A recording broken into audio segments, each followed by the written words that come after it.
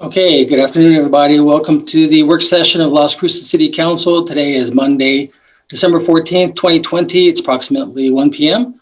If you please join me in the Pledge of Allegiance, please. Pledge allegiance to the flag of the United States of America and to the republic for which it stands, one nation, under God, indivisible, with liberty and justice for all. Okay, now we're going to go to the pet of the week, which I believe Jennifer Martinez from our communications office will introduce. That is right. Thank you, Mayor. Good afternoon, everyone. Good afternoon, Council. I am Jennifer Martinez with the city's communications office. And let me first introduce you to Lana.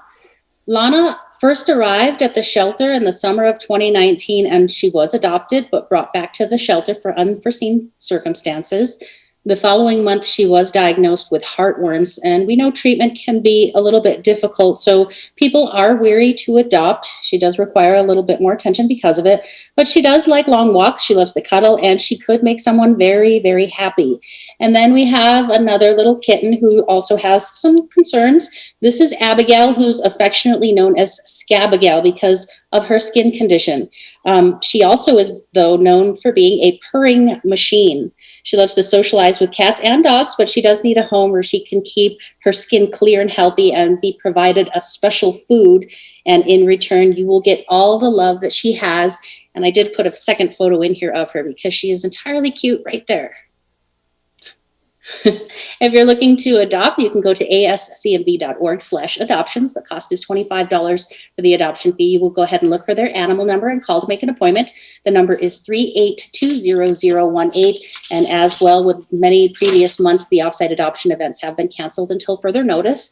We're around Christmas time, so if you have something extra to give, the Animal Service Center is in need of some donations. So if you can look around the home and you might have some things laying around, kennels or crates, dog sweaters, blankets, collars, leashes, and towels, you can drop them off during normal hours of operation, and if they are closed, you can leave them at the door. There is an upcoming Zoom meeting that's an open forum for the ASCMV. It'll be on Friday, January 8th of 2021. We are so close to the new year. It will take place from 1 to 2 p.m. If you have questions, go ahead and email them in advance to the director, Clint Thacker. That's cthacker@los-cruces.org. And any questions you have will be brought up at that meeting. And again, we always bring about some sort of COVID information. And today it's that you and Council Mayor have assisted some businesses for the entirety of next year by reducing the business registration fee. Communications Office assisted economic development in alerting the public and the business community that you, our City Council, adopted the resolution to establish that reduced fee from January 1st to December 31st of next year, helping to offset the negative impacts of COVID. And we thank you very much for that. And I thank you much for your time. Have a great afternoon, Mayor. Thank you. Okay, well, thank you, and good luck to the pets of the week. Hopefully they get adopted. You look like you both could use some good homes. Okay, so now we're going to go to the jobs of the week, and I believe Cindy Quinlan are you going to be announcing those? Yes, sir. Okay. Good afternoon, everyone. I'm Cindy Quillen. I'm the Assistant One-Stop Operator for New Mexico Workforce Connections. So this week's Jobs of the Week, we have a part-time community educator through our city of Las Cruces. This position will be closing on Christmas Eve, which is December 24th, 2020. We also have a material handler's position, which is with manufacturing. And this position, they have 50 positions. The employer is Balance Staffing. This position also closes. It won't close until January 6th of 2021 already. So our next position that we have open is a paramedic through American Medical Response, and they have a 7,500 sign-on bonus. This position closes on March the 7th of 2021. We also have an IT tech support through the Physical Science Laboratory, which is at NMSU, and this position closes on January 6th of 2021. And we have 3 positions that are available through Mountain Regional Medical Center for Certified Nursing Assistant. These positions close on December 18th of 2020 of this year. So for a full list of all the jobs that we have available, internships and volunteer opportunities, if you could please visit us at https www.employednewmexico.com and at www.governmentjobs.com/careers/Las Cruces. And for our New Mexico Workforce Connections at our office, our contact information is 575-524-6250. Our location is at 226 South Alameda, Las Cruces, New Mexico, 88005. You can also visit us on our webpage at https www.employnm.com. Thank you so much, everyone. Okay, well, thank you very much, Cindy. So we've got 3 items on the agenda. First one being public banking, and I believe Ms. Elaine Sullivan and Melissa Pickett will be our presenters. And it's good to see Mayor Pro Tem Emeritus Sharon Thomas joining us, so it's good to see you. And I also see Dr. State Senator-elect Carrie Hampton. Good to see you. And I saw Dr. Erickson from New Mexico State University joining us, so that's great. So with that, we'll turn it over. Does staff have a initial presentation? Barbara or Eric, or we're going to go right to Elaine? Mayor, this is Barbara DeLeon. The staff does not have a presentation. I believe we're going right to the external presentation. Okay, sounds good. Okay, Elaine Sullivan or Actually, Melissa Pickett? hello, everyone. Thank you, Mayor, members of the council. I'm Melissa Pickett, and I'm the outreach coordinator for the Alliance for Local Economic Prosperity. We do have one of our members, Dan Mayfield, who is waiting, I believe, to be let into the meeting, if somebody might be willing to do that. We have a bit of a change up in who will be presenting today. And so if it's good for everyone, we'll just dive right in. Again, I want to thank everybody for allowing us to be with you today. Thank you so much for your time. As I said, I'm the outreach coordinator for the Alliance for Local Economic Prosperity, which is the think tank for the Public Bank for New Mexico. We need a state public bank to keep our revenue safe, local, and working in local communities like Las Cruces. The Alliance for Local Economic Prosperity is working to bring a public bank to New Mexico in a proposal called the Public Banking Act, which will come before the state legislature in 2021. Las Cruces Senator Jeff Steinborn is our primary sponsor. We believe a public bank will provide a place for New Mexico to deposit its revenues instead of sending those revenues to out-of-state banks where there's no benefit for New Mexicans. Revenues in a New Mexico public bank can be used for projects here in Las Cruces. Those funds can help Las Cruces and Doña Ana County fund large public improvement projects so that you do not have to use long-term bonds for those projects. They can also be used to help Las Cruces businesses, small entrepreneurs, farmers and ranchers, affordable housing projects, recovery from natural disasters, and renewable energy projects. I would like to turn over now to my colleague, Angela Merkert, who is the Executive Director of the Alliance for Local Economic Prosperity. Angela? Thank you, Melissa. And Honorable Mayor and City Councilors, we appreciate the opportunity to spend this time with you today. So why a state public bank? Excuse me, Angela, I'm sorry for interrupting. Can you state your name, please? I know you just got it announced, but I just need you to state your name. Yes, Angela Merkert. And is there an organization that you represent? Yes, I'm Executive Director of the Alliance for Local Economic Prosperity. Okay, thank you. So for increased effectiveness, efficiency, and focus in the state, in the stewardship of New Mexico revenue, we need a state public bank to keep our revenue safe, local, and working. We're a rich state, but we have a high rate of poverty and we're often looked upon as being a poor state, especially now in this pandemic time.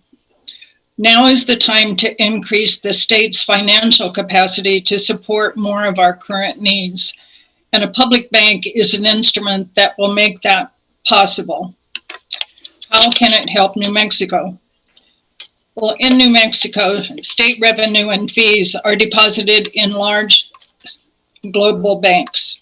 They use our deposits as leverage to make loans and investments in companies of their choosing to maximize profits for their stockholders. That doesn't help our local economy. If New Mexico had a state public bank for our revenues, our taxes, and our fees, that bank could use our deposits as leverage to make loans for the problems of our communities, including infrastructure, small businesses, health, clinic enhancements, and more. The public bank's mission would be to invest in a way that both enhances the vitality and viability of New Mexico's communities and economic sectors, including increasing the potential of locally owned banks and credit unions in CDFIs. And it advances the state's public and private economic and community well-being by investing to increase the human and social capital, build its infrastructure, and regenerate its natural assets. A state bank would develop community wealth, not only individual wealth. As a nonprofit, a state-owned entity, loans can be made at a discount to other state agencies, municipalities, and tribes, as well as increase the lending capacity of our community banks and credit unions. For example, a simple $50 million in capital and matching deposits could generate as much as $500 million of funds to leverage the projects that we need. I'd like to introduce now someone well known to you, Senator-elect Carrie Hamlin. Thank you, Angela.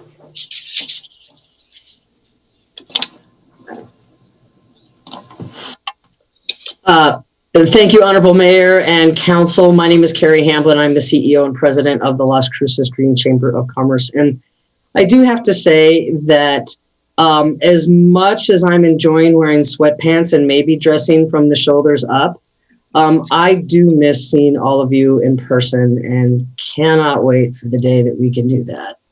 On that note, thank you for allowing me the opportunity to speak with you about public banks today. I do have to leave the meeting right after I finish speaking, as I have required training as a newly elected senator, and it starts today and then goes full blown tomorrow and Wednesday. So I will be straight to the point with you. A public bank provides an opportunity for New Mexico to grow and for Las Cruces to benefit. Now, although we have several agencies working together, the City of Las Cruces, including in the Economic Development Department, to help our economy and our small businesses during this challenging time, a public bank would help businesses when we come out of the pandemic on the other side.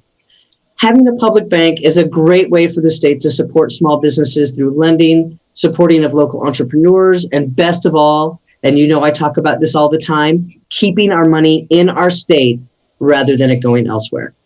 There is a precedent for this, and it's a great model to follow, and it's the Bank of North Dakota. We would not be reinventing the wheel. The Bank of North Dakota, or the BND, has been around for 100 years and serves as a great example of helping various industries within the state while keeping that money and its earnings from being dependent on Wall Street. Now, according to the website masspublicbanking.org, a public bank allows a municipality to benefit from state lending programs, offer below market rate loans, and leverage other capital for specific public purposes, such as affordable housing, neighborhood development, infrastructure, small business development, education, and job creation. We will need all of this when we can begin operating as close to normal as possible once we get a handle on the pandemic. And furthermore, the website reports that the Public Bank of North Dakota earned $94 million last year in profits for North Dakota's 670,000 residents. BND deposits roughly half of its profits into the state general budget and uses the other half to increase its capitalization in order to make more loans. So you may agree that we need to diversify our economy and when we need to diversify our revenue streams. This is one way we can do that. And locally, the bank can do non-traditional loans in partnership with local banks and credit unions that help the smallest, the newest, or the most fragile in our community. And I know that all of you in your respective capacities get what it means to serve community, and you've done so excellently in all the different areas that you represent. But the Bank of North Dakota also already does this. They provide loans for agricultural producers and buyers, for entrepreneurs, for solopreneurs, and many others. And the bank can also help fund the economic development programs that our small businesses are benefiting from in Las Cruces, on the border, and across the state. As the CEO of the Green Chamber, I also see the connection a public bank has to helping us serve the climate crisis or solve the climate crisis. Say that 5 times really fast. This has the potential to bring substantial change to New Mexico's push to a greener economy, meeting our own electric generation timeline, and funding clean energy projects for the state. Mayor Miyagishima, I remember at one point you said that you wanted Las Cruces to be the solar capital of the state. This is one of those opportunities we can do that. We have great opportunities sitting right here in front of us by supporting the public bank. It will help by offering lower financial costs for local residents, help with CARES Act monies and PPP loans, and more, all without raising taxes. I encourage you to support a public bank of New Mexico, and I thank you for allowing me time to speak with you today. And I love seeing all your faces, even if it's a photo. Yeah, I don't know why they don't turn their live picture on, but that's okay. They're all multitasking. You know it. You know everybody's multitasking. Yeah. Okay. Well, great. Well, Senator, thank you for that. We appreciate your support on that and your comments. Thank you so much. And just learn to say yes when you get elected. I've been told that. Just kidding. All right. Well, good luck and be careful. Thank you so much. I appreciate all of you. Thank you all. Okay. Well, thank you. Well, thank you, Carrie. My name is Dan Mayfield, and my video is off right now, it looks like, but I am the Vice President for Government Affairs at the Credit Union Association. And I want to thank you, Honorable Mayor, City Council, and community members for allowing us to speak today. I came to the credit union side of things, and we realized that a public bank, like a public bank, it takes deposits and then invests them in loans. But instead of making profits its motive, a public bank would help cities like Las Cruces and New Mexico's small businesses with loans and lots of other programs to help. I would make a few points about the benefits of a public bank. The state of New Mexico, first of all, will not run the public bank. The public bank will be governed by a qualified citizens board of directors managed by professional bankers. And the public bank, of course, would be regulated just like any other charter bank would. It would follow the same exact kind of regulation, state and federal, that any community bank or credit union in your community already follows. And the public bank would work in partnership with financial institutions like credit unions and community banks, and even your local CDFIs to help reduce their costs and increase and attract new members. The loans would be originated by those local banks or credit unions, giving them new customers. And those would be, with this partnership model, credit unions and community banks will increase their lending capacity. Loan programs would be designated to address public benefit targets that the banks and legislature identify, such as jobs, public improvement, energy, green energy, projects on the border, whatever the board of directors and the legislature thinks. And the public bank will act as a partner with local lenders. So it shares the risk on those loans as defined in that loan program. And it's a great way for community banks and credit unions to really serve their communities on the ground using their local intelligence. And I want to ask Mayor Pro Tem Emeritus Sharon Thomas, who is on the line with us. She has something to say as well. Sharon, if you'll join us. Thank you. This is Sharon Thomas for the record. And I also do not have video on yet. Oh, we can hear you. Okay. Good afternoon, Mayor and councilors. As I said, this is, start my video just a minute. Oh, there you go. Okay. So good afternoon, Mayor and councilors. This is Sharon Thomas for the record. I've been working on the public bank project with the Alliance for Local Economic Prosperity for a couple of years now. And the group has done important research into public lands. You know, I always want everything to be researched. So I'm impressed by the amount of research they've done and the amount of knowledge they have and the number of bankers that are involved in the work. And they also have been out across the state getting support from many different entities. Like Carrie, I think our state and our community can benefit from having a New Mexico public bank. I'm currently on the Las Cruces Economic Recovery Board and also on 2 local workforce development boards. And, I've seen a lot of good work done recently by those 2 groups, and it's very encouraging, but we still need to do more to support our local economy and small businesses, as well as the workforce development programs in our program, which you well know, Mayor Ken, since you're on the workforce board as well. A New Mexico State Bank, in partnership with local banks and credit unions, could support small businesses and local entrepreneurs through local lending programs. For example, the Arrowhead Center at NMSU, there are many entrepreneurs there who, with a little increased funding, could take their businesses much further, and that's something a state bank could support.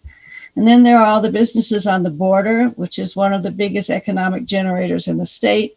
With a little extra push, those businesses could grow exponentially and provide many more jobs for our region. The Bank of North Dakota offers a well-established model. It provides loans for agricultural producers and buyers, for entrepreneurs, and for many other local projects across the state of North Dakota. As Carrie Hamlin pointed out, a New Mexico public bank could help fund the economic development and workforce programs that we desperately need here in Las Cruces, on the border, and across the state. As a former city councilor and mayor pro tem, I also know that we need to bring resources to our dying urban center. To begin with, the El Paseo and Solano corridors and the surrounding neighborhoods. A public bank has the potential to bring substantial change to Las Cruces by supporting redevelopment in those areas, as well as providing support for several other proposed projects in our city. I'm asking that you support this initiative. Thank you. Thank you. And finally, the Alliance for Local Economic Prosperity requests that the Las Cruces City Council takes up a resolution to support the Public Banking Act that is sponsored by Senator Jeff Steinborn, and requests that copies of that resolution are sent to the Governor, the Senate Pro Tem, and the Speaker of the House. And we really appreciate your time today and your consideration of the Public Banking Act in New Mexico. Thank you very much, and we stand for questions. Yeah. Thank you, Dan. Well, what I believe was, I think Dr. Erickson was going to talk also, and then we'll open it up for questions if that's okay. That's right. I had some comments. If I could get my video, I'd appreciate it. Thank you. So as many of you know, I'm Chris Erickson. I'm a professor at NMSU. I've been there for about 35 years. I've been there long enough that I get to round off to 35 years at this point. I wanted to say, though, that I'm not speaking as a representative of NMSU per se. These are my own personal comments and thoughts. As far as I know, NMSU has no position on public banking. The reason why I asked to be able to be included on that, and can you see my screen? Is that showing? Yes, sir. We can see it. We can see New Mexico State's logo. Just kidding. I'm just giving you a hard time. So the reason why I asked to speak here, and I want to thank my soon-to-be city councilor who arranged this for me for doing that, is because a few years ago, 7 years ago, in fact, I was asked to be a consultant to the city of Santa Fe, where I worked on a report on having a public bank for the city of Santa Fe.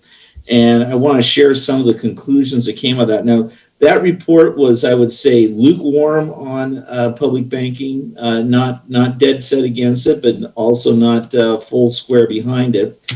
And the reason for that, of course, is that a public bank is, as envisioned by its proponents, at least on the material that I've read that they've made public and that I've seen in other places, is as a development bank intended to promote economic development in New Mexico. Development banks are publicly funded banks aimed at promoting public interest, and there are many, many examples of which IMF, World Bank, savings and loans, in fact, are public banks. They were established for a public mission, which was to promote home ownership. There are many, many examples. And a development bank can be an effective vehicle for economic if profitable projects don't have access to funds. Socially desirable projects are unprofitable, so require subsidies to be undertaken, or the development bank is more efficient in administering than alternative arrangements. And I'd argue that it's hard pressed to say that a public bank would achieve any of those goals in the current environment. Not that they can't, but we need to be careful and think through whether they will do that. So, for example, here's a display that shows the reserves held by banks at the Federal Reserve right now. These are reserves that are available to lend. Right now, if you notice, it's currently it's over $3 trillion in excess reserves are available that can be lent. There is plenty of capital out there for borrowing. If you have a worthwhile project that is profitable, you can borrow from a bank if that's what you want to do. The problem is not that there's a shortage of funding. The problem is that there's a shortage of profitable projects to fund. And there also, I'll point out, are many other programs in New Mexico. And I tried to figure out a way to display this that would get the point across. It's not any particular project, program is particularly better or worse than another one. But what this does is it shows you that there are many programs in New Mexico that are aimed to provide funding to small businesses that are having that need funding and are able to access that fund from traditional banks. And these exist currently. So there's plenty of funding for banks. The shortage is of available profitable lending opportunities, not the availability of funds. The problem is that banks can't find customers that they want to lend to and are willing to borrow. And so to the extent that a public bank finances a profitable loan, that is one less loan that's available to traditional lending facilities like a large bank. Several people mentioned that they're concerned about large banks diverting funds from New Mexico to projects in other states or even in other countries. And then, of course, that does happen. But if a public bank lends to a project that is profitable, that's one less project available for a traditional bank to lend to, and they will simply take that funds and go to another state and lend somewhere else. The net change in total lending will be close to zero. Maybe not exactly zero, but close to zero. The net change in lending, well, let me go on here. Alternatively, public banks could finance loans as socially desirable, but not traditionally profitable loans. And of course, if you think back to housing, savings and loans when they were initially established received special tax benefits that made lending to in the mortgage market profitable. And that's the reason why savings and loans went into the mortgage market, was because they were receiving that tax subsidy. Now, of course, this is historically, it's not so much true now. And it's very common that you set up banks to make subsidized loans. The problem is that means the taxpayers have to pay for it. And I'm not saying that that's not a good thing to do. It maybe is a good thing to do, but we have to keep our eyes open that as government institutions, if we're lending if we're making unprofitable loans, we're not receiving a return on our investment that we might get elsewhere. And a third potential advantage of a public bank is it might lower investment costs in New Mexico government units, but I'll point out, and I'm sure the mayor and other city councilors are aware, that the local government investment pool, which is run by the state treasurer's office, is available for local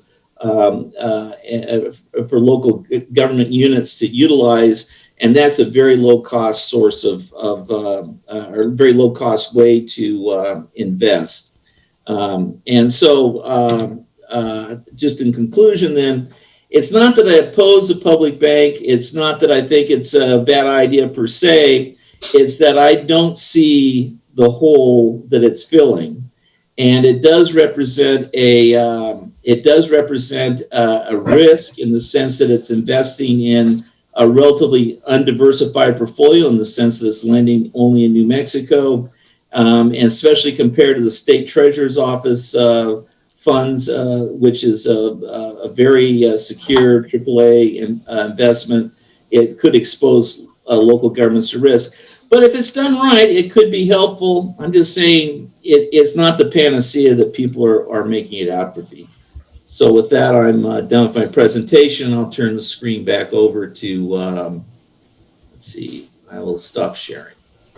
So Thank Dr. Erickson, thank you for that. Will you be available in case if a council member or somebody has a question to ask of you? Absolutely. Okay, fantastic. Okay, so let's go ahead and go back to either Angela or Dan, and then we'll. Yeah, thank you. Thank you, Mr. Mayor. Appreciate it. And Dr. Erickson, thank you for doing the background research on some of this. We've been talking about a lot of these issues. Excuse me, Dan, I apologize for interrupting. Can you state your name again? And this Oh, I'm goes to sorry. all the speakers. You don't have to say who you're from, just your name again. We'll have, because we have that down, what organization you represent. Dan Mayfield. I'm the Vice President for Government Affairs for the Credit Union Association here in New Mexico. And I want to thank you very much, Dr. Erickson, for doing some research on this. We've been talking about a lot of these issues. And you are right. The Federal Reserve does have a lot of money to lend right now. But we talk to local small businesses all the time who realize they cannot get that money. Local banks, for one reason or another, a lot of it is regulatory, cannot meet the needs of their local communities. And it just happens all across the nation. And when we talk about the Federal Reserve, those are not the kind of guaranteed loans that the public bank we think would be able to provide. So those businesses now that need 100,000, but the bank will lend them 50,000, a public bank would help cover that difference between those loans and make loans today that are impossible because of the way banks' ratios have to work. It would make those loans possible tomorrow. But more importantly, this keeps our money here in New Mexico and working for New Mexicans. Today, our money goes into a global bank and then it gets invested by a global bank and we never see it again. A public bank keeps that money here in New Mexico working for New Mexico. And of course, there are a million of those programs, Dr. Erickson, that you pointed out. We've been talking with representatives, a lot of those, the NMFA, all of the CDFIs you pointed out. Those are groups and community organizations that are doing incredible work here on the ground. Imagine what they could do if they had even more money to help those groups on the ground. Today, they are, they're limited by the capital and their capacity, right? And if the public bank were able to provide more capital for them, especially low cost capital, it would be huge for a lot of us. And of course, by saying that, you also forget about all of the other programs that the public bank can do. This is not just a small business lending program that we're talking about doing. The Bank of North Dakota that Carrie Hamblin was mentioning, Senator Hamblin now, I guess, they do some incredible lending for things that would help, for example, the businesses on the border. They lend people money out of state to buy products from in-state. So imagine what could happen if an out-of-state buyer was lent money to buy New Mexico's green chili. That would be huge, and we could provide exports for more of the green chili. There are loan programs that are designed specifically for headquarters for new companies to move to an area. And we were talking with Jerry Pacheco, who runs the Border Authority, the other day, and Jerry was very excited about some of those projects because if he had just a little bit more capital to entice a headquarters to move to his area, he would do it in a heartbeat. And those are the kinds of programs we're talking about. So we don't want to limit it. We don't want people to think that a public bank is limited to only doing small business lending or only doing that kind of lending that you see on Main Street, right? It's a banker's bank. And this is not it's not something we talk about daily, but in the credit union world, we have a company called Catalyst. It's a credit union for credit unions. In the bankers world, it's BTI, which is out of Texas. They serve 14,000 banks. Why are our banks going to Texas to get their capital when they could go to Santa Fe to get their capital and use our own local state money, right? And so when we talk about this, it doesn't steal those loans from local banks in the slightest. In fact, it's designed as a banker's bank to help them. And this is how I came to this from the credit union side of things, is we realized that with access to more capital, we could help more of our members get more capital on the ground, especially those small business lending members that we have, the ag lending members that we have on a large side. And by having more access to capital and more access to inexpensive capital, it really helps us serve our members serve our members better. And it would help those local community banks serve their customers better. It does not compete with them. There's not an ATM on the corner. There is not a branch anywhere. This is simply a place for a bank to go to for more money for its customers already. Yeah, and I've never heard a bank say that they have lent all the money in the world that there is to lend. So a state bank could help all those community bankers dive in and get more money to all of their folks. Since I was directly addressed, do I respond? Is that okay? Yeah, yes, If you Dr. want Erickson, to. I just need you to state your name every time you talk. Chris Erickson. And again, I'm responding because I was directly addressed.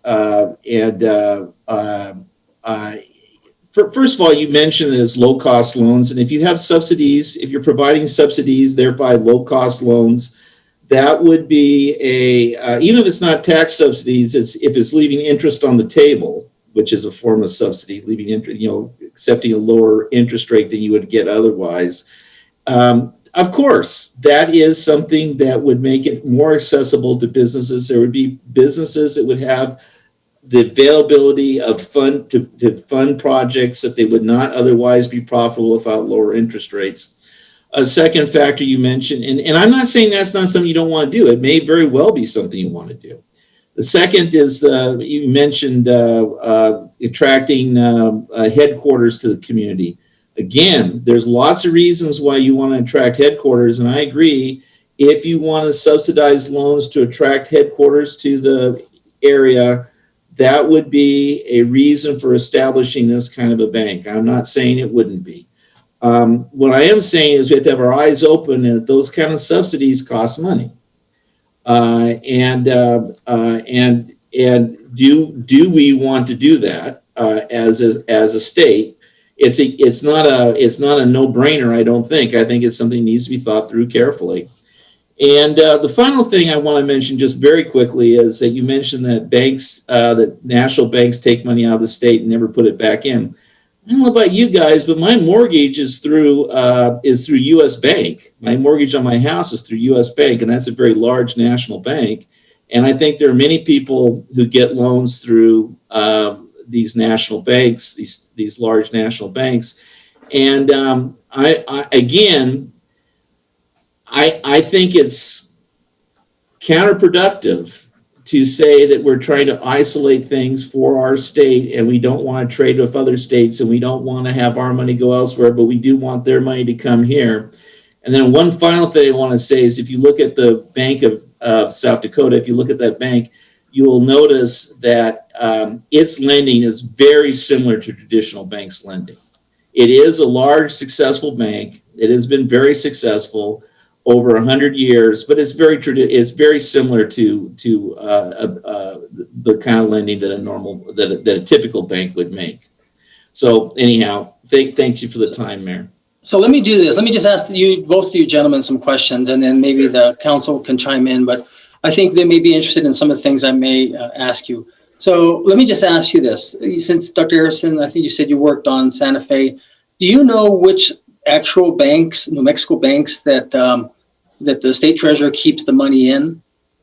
I don't know the actual banks the state treasurer keeps the money. I know here in Doña Ana County here that we bank with that the county banks with some local banks and as you know, those local banks, when you bank with a local bank, you're required to keep they're required to keep counter funds to make sure the deposit is safe. And I don't know if the public bank would require to do that or not. It would depend on how the law was written.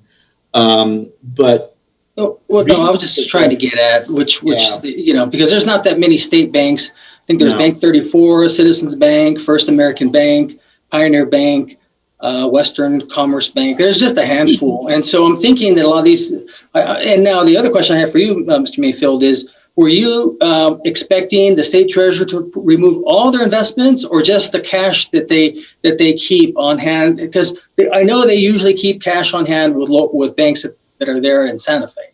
And so you're thinking we're just talking about the cash only. Is that what you're thinking? Essentially, yes, Mr. Mayor. Again, Dan Mayfield.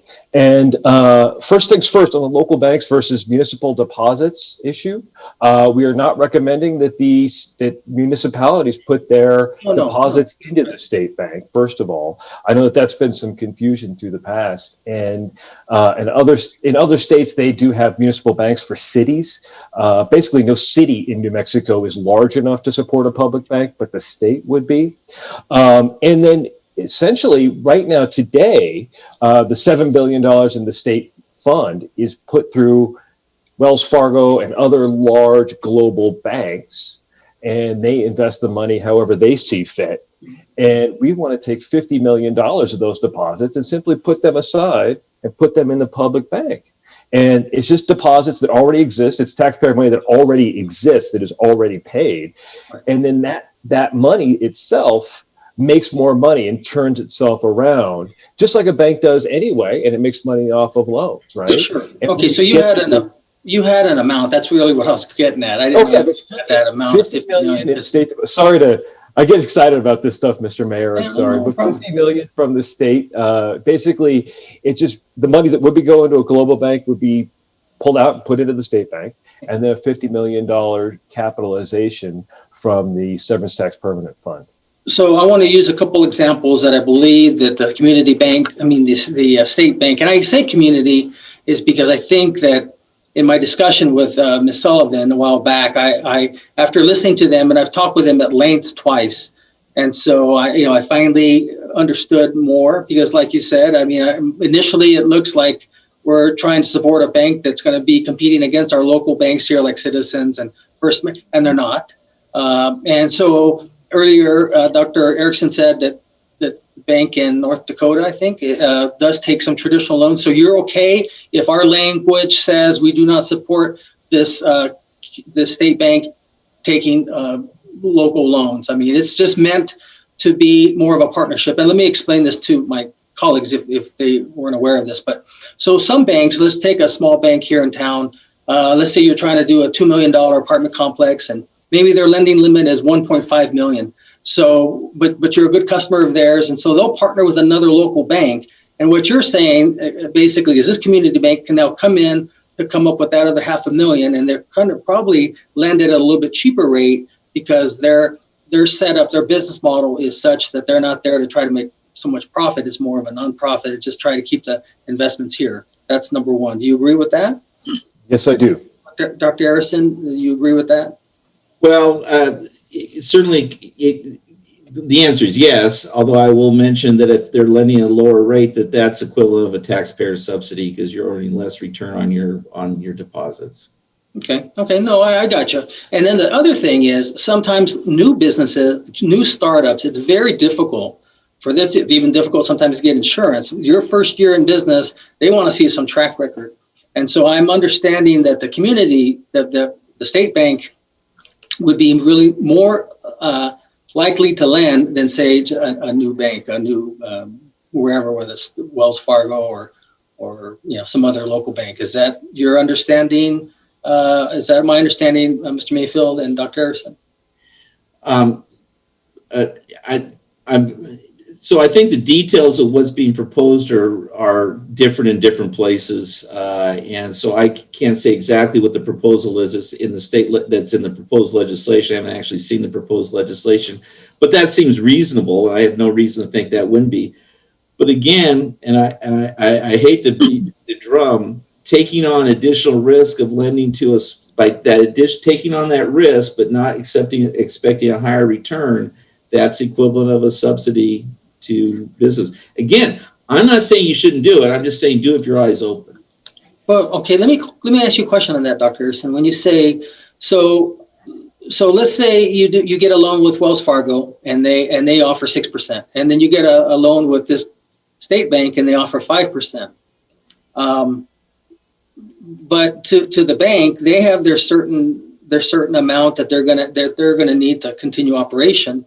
The only difference in the interest rate is one's more of a for-profit and the other one really isn't a for-profit, it's more of a nonprofit. That's why, and I'll say this, and even though Dan is here, that's why usually, not always, credit unions have a little bit higher interest rate that they can pay and a little bit lower interest rate when it comes to doing loans than a traditional bank, usually. And so that I see that really this state bank almost being like a huge credit union for the whole state, sort of, because they only focus on certain areas. Mr. Mayor, I'm sorry, Mr. Mayor, this is Angela. May I jump in here just for a second? Sure. Go ahead, Angela. Thank you. Angela Merkert. I want to name something that I hear in the discussion related to the concept of subsidy. If we're truly investing in our communities and creating more community wealth, then yes, there's still an obligation to maximize earnings for the citizens of the state. At the same time, it's not the same as maximizing individual shareholder wealth in the private commercial banks. And so I think I just want to raise the investment opportunity in our communities, and what do those additional businesses and the additional well-being of the communities mean for increased number of jobs and increased quality of life through the various infrastructure projects and also thriving businesses. So there is a return on investment that isn't always going to be coming up in the earnings of the bank. It's going to mean additional GRT that's paid in and other revenue possibilities, and also non-monetary gains. So I just want to name that here in the conversation. Yes, ma'am. Well, thank you.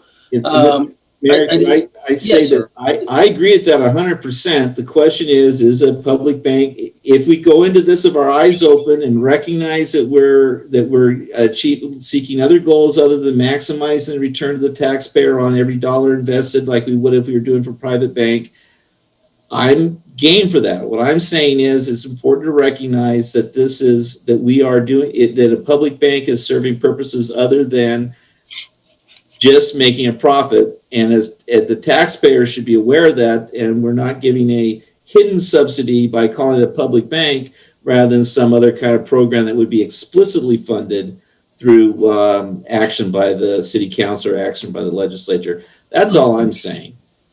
Let me clarify what I was going to ask you, Dr. Harrison and Mr. Mayfield, and now I'll go to Councilor Sword. So getting back to the example of, say, Wells Fargo doing a 6% loan and this bank, state bank, doing a 5% loan.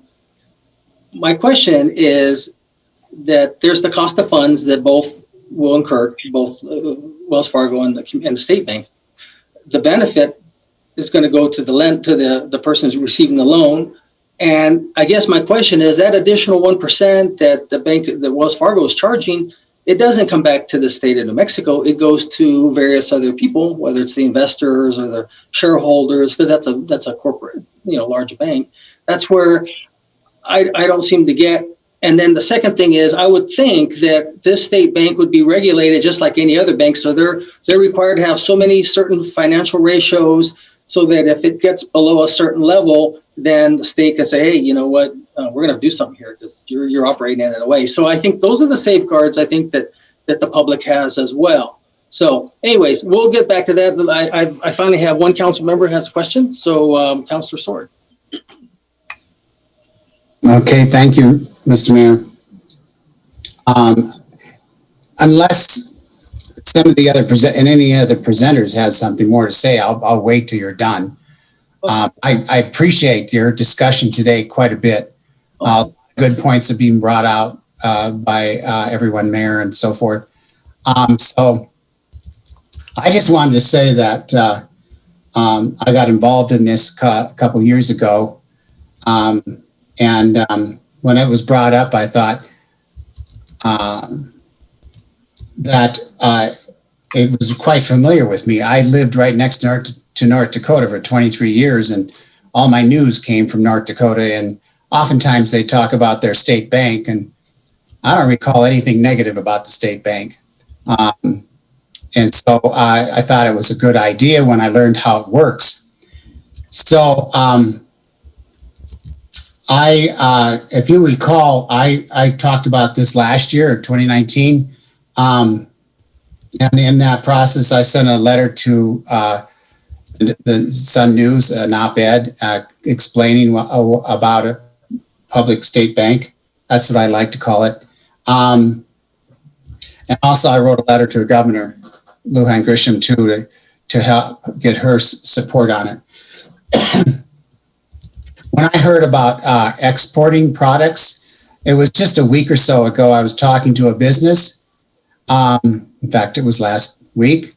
I said, here, you're producing this product here. Have you explored possibly exporting it to other parts of the country or some other place? And they happened to say no, but I thought this was something that they should try to do. And perhaps some money from a state bank like this would help them do that, as you were explaining, Mr. Bayfield. So I think I have a question for Dr. Erickson. With all the things that you explained, can you explain how the Bank of North Dakota has been so successful for all these years? Because one of the things they claim is that they get through depressions and recessions a little easier in North Dakota than other states do. So they aren't hit as hard as the rest of the country. And they claim the state public bank there is the one that helps them do that. Can you explain the success of North Dakota? Well, so my understanding is that the state bank up there does intervene in the economy to help smooth out the state business cycle. And then if I remember the story correctly, there was a natural disaster that they were instrumental in funding people's recovery from early on. And all those things are important and useful things to do. I would, but the issue is, one, we have institutions, of course, in place for doing that now better than we did 100 years ago when the bank was first established. And then secondly, I think that we need to remember that when the State Bank of North Dakota did that, they were engaging in at least a quasi-governmental activity of stabilizing the economy. Mm. And that's fine, and that's good. And a private bank won't do that. That's why you need the Federal Reserve. That's why you need institutions like that. And if that's what you want to do with this state bank, or this public bank, I think people need to be honest about it. That's all I'm saying. That it is not a free ride. It comes with cost. Sure. It may be that the goals you're trying to achieve can be achieved more effectively through a public bank, although it's not completely clear to me that's true. I need convincing on that a public bank is the best way to achieve these various goals. I see. Well, thank you. I appreciate that. So that I think is all I have for now, Mr. Mayor. Okay. Looks like Councilor Beta-Stubbe has a comment or question. Yes, thank you, Mayor. And thank you, Angela, Dan, Dr. Erickson, for joining us today, and Mayor Pro Tem Emeritus Thomas. I do have a couple questions, and really it's to whoever would like to answer them. This was not an area I was super familiar with, so I was doing research. I was just looking benefits, kind of the concerns that were raised. And one of the biggest issues that kind of came about was that of oversight, and seeing who has that oversight, and how do you minimize the risk of having any sort of, and oftentimes it was labeled as political or governmental interference for risky loans. And so what does this legislation, how does it address those issues? Yes, Angela. Thank you, Counselor, for that question, Angela Merkert. We had a banking committee that worked about 9 months that included UNM finance professor, credit union and former community bank leadership and others from the financial industry. And we developed a recommendation for a governance structure that includes participation of professional organizations in selecting nominees for the board positions, a board that would have staggered terms, that would include people with experience in the banking industry, but also in community development. And so, but they would all be financially savvy. So and the selections would be made from senators, representatives, and the governor, but they would be initially vetted through professional organizations with criteria designated. And also they would select the CEO and the rest of the team, the compliance officers, regulatory people, loan officers that would be a part of the operational staff of the bank. So all with banking experience, proven banking experience, and also with some sensitivity to community engagement or civic stewardship. So these are not going to be bankers that ultimately want to work on Wall Street. They're not going to make the mega bucks in the millions of dollars of bonuses, but they are going to be people who have quality backgrounds and bring together expertise there. So we think our recommendation for both the operational staffing and also the board membership will build some pretty strong walls for oversight and protection, in addition to the whole chartering process that will definitely meet regulatory requirements with FDIC and also set the stage for access to the Federal Reserve for overnight deposits and things like that. So we spent a lot of time discussing those different guardrails because we know, excuse me, we know that in the history of New Mexico, that's been an issue about how to maintain the trust and the support of the public in those kinds of institutions. So I think we've given a pretty extensive look at that. Thank you. And as those discussions are continuing, might I plug in just the fact of looking into equity, of making sure that all regions of the state are taken into account, especially if we are looking into agriculture areas too. Indeed.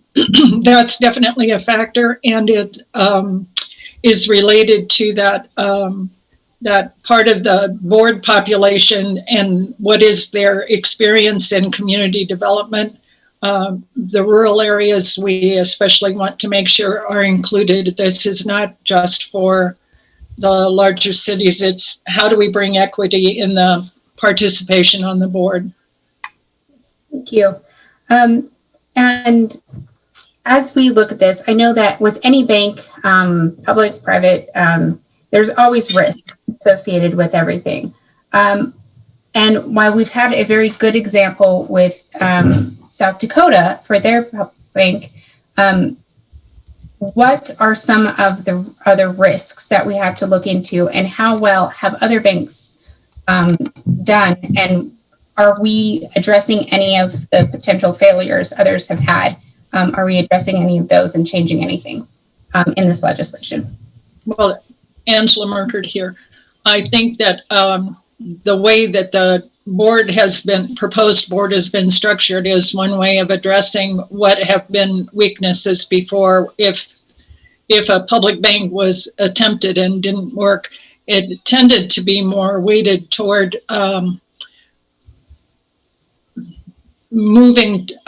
having more emphasis on the political operation rather than the actual, what's the real banking operation, and not having a clear mission and vision for the bank.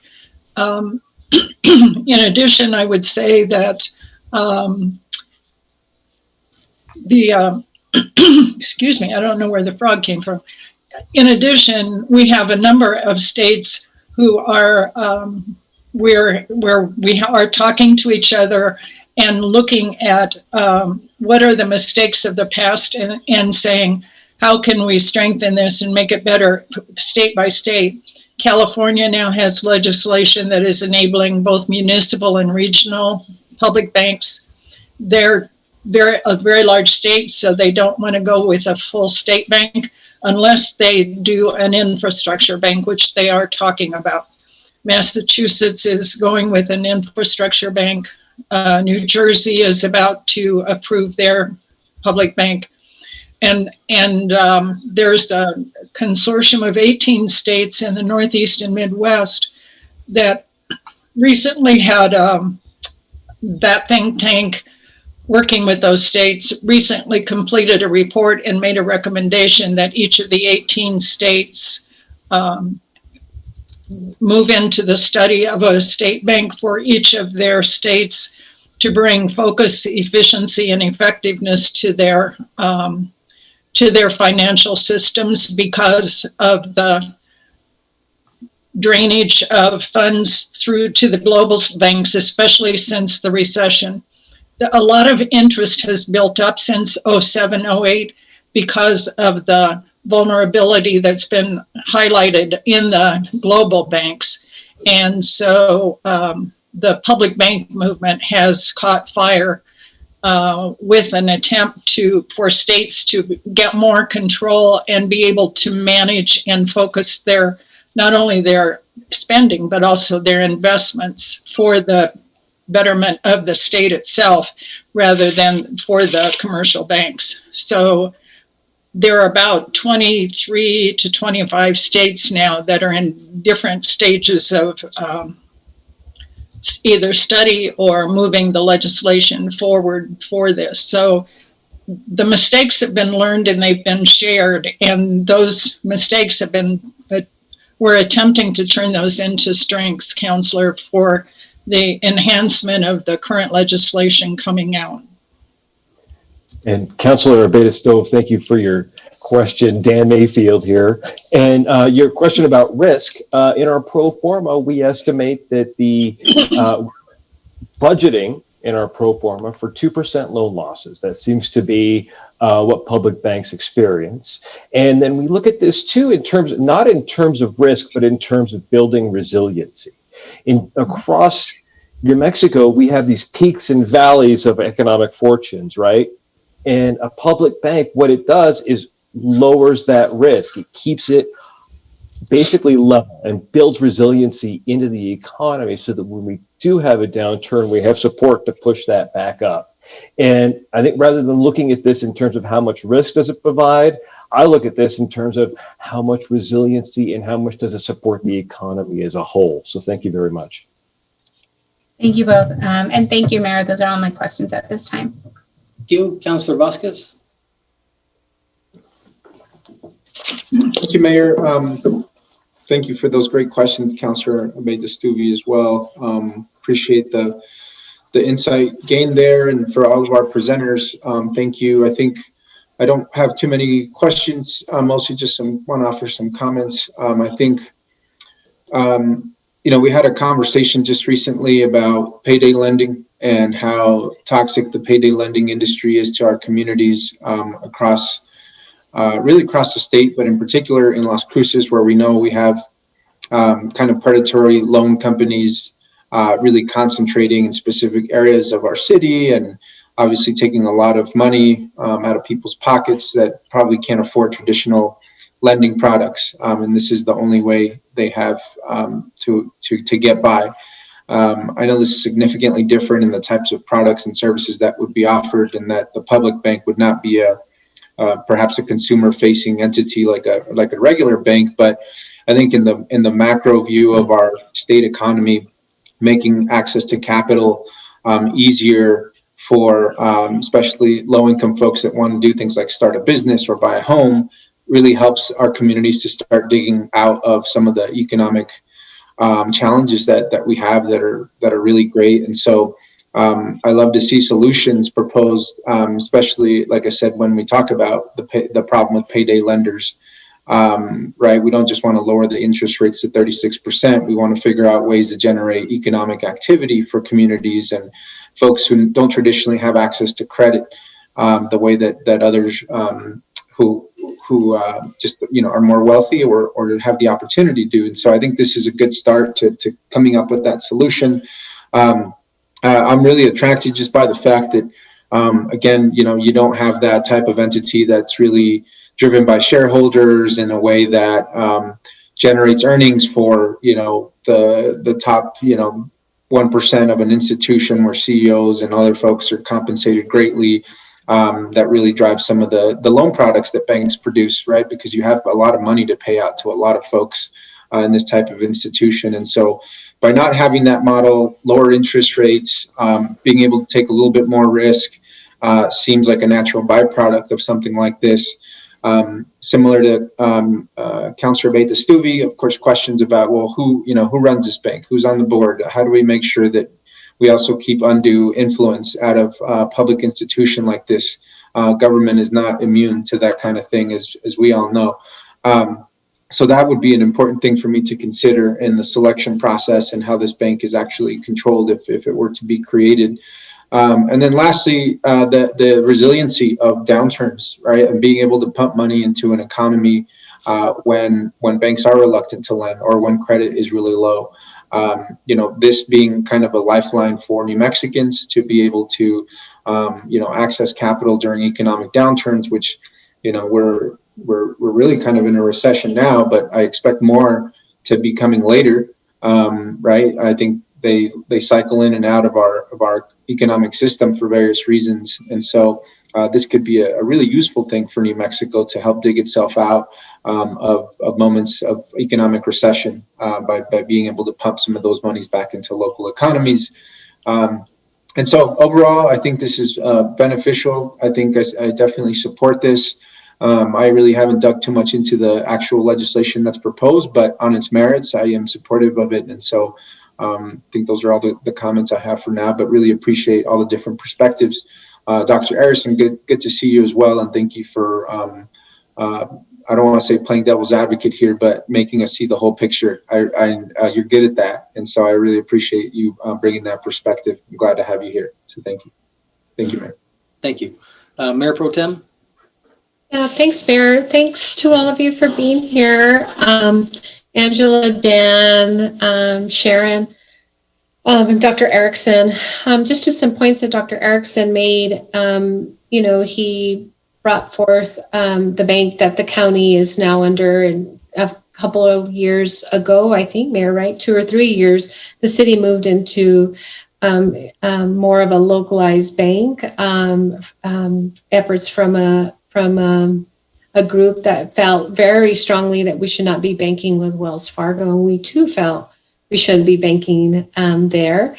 But I remember the difficulty in creating that RFP and capacity, even within the city of Las Cruces, being able to find a bank that had the necessary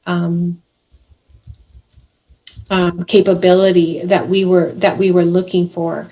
So my question is, would this public bank assist in that process, and how would that be if we decided? I mean, how are municipalities included in this process? I wondered if you have been having conversations with the municipal league, the county organization, and what their thoughts are related to that. Mayor Pro Tem Gondar, thank you. This is Dan Mayfield. And the way we're looking at this legislation is that it would not interfere with municipal deposits and how they're deposited today in your local banks. In fact, it's great to see a municipality like Las Cruces step up and say, we want to use the local bank for our deposits. That's amazing. At the state level, it simply takes a tiny, tiny portion of the state's deposits that are going into a global bank now. It takes that little tiny bit and just puts it into something else It's basically that can be used across the state.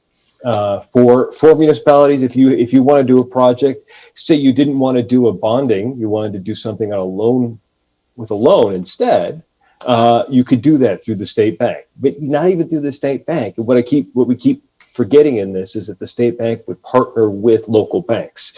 So if your local bank, I don't know which institution you're using right now, but if your local bank wanted to lend Las Cruces more money for, say, your new animal shelter, but they couldn't come up with it because they're just a smaller local bank, they could go to the state bank and get more and low cost capital. So it partners with those local banks that you're already using. It doesn't supplant them. It doesn't take loans away. It doesn't provide on the ground lending. It uses your local bank already. Because your loan officers in your community know what your community needs. A loan officer in Taos knows what Taos needs, right? Loan officer in Deming knows what they need in Deming. And that's important and that's key. That's one way that it keeps everything local, working better locally. So if your local bank in Las Cruces that you put your deposits in now says, hey, we could use extra help, the state bank could help and guarantee that loan. If I can speak up, Mayor Pro Tem Angela Merkert. Another point, though, is that the deposits from the municipalities we're not seeing as going into the state public bank at this point. That is a model that Bank of North Dakota does use. We do see an incremental increase of state revenues going into the state bank beyond that first 58 million. And doing an increasing deposit there so that it ultimately becomes the primary depository, and decreasing those deposits in the global banks, the primary one of which is Wells Fargo right now. But that doesn't mean that downstream there couldn't be partnering there with both the community banks and credit unions holding some of the deposits of the municipalities and the counties, and then some of it being deposited in the state bank. It really is, as Dan mentioned, dependent on what the capacity is for the holdings of those particular banks and what their collateral is for, holding the larger amounts, which it sounds like you went through that process of discerning that when you were moving the funds. We did, and it was pretty tough, and found out very quickly that there were very few banks that had that capacity. And so if I could put a pitch for the public banking to help to build that capacity within our communities initially, right, so that we continue. And I'm supportive of this for sure. I would hate for our money. I hate our money leaving, right? Wall Street gets to sort of dictate where that is. And when you listen to the finance committees and others, right, speaking to how they're investing our money, it's always outside of New Mexico. And so we really we're very interested in building community wealth, ensuring that that it's equitable, that we close the gaps, the wage gap, women and men, right? And really looking at the board and that it looks like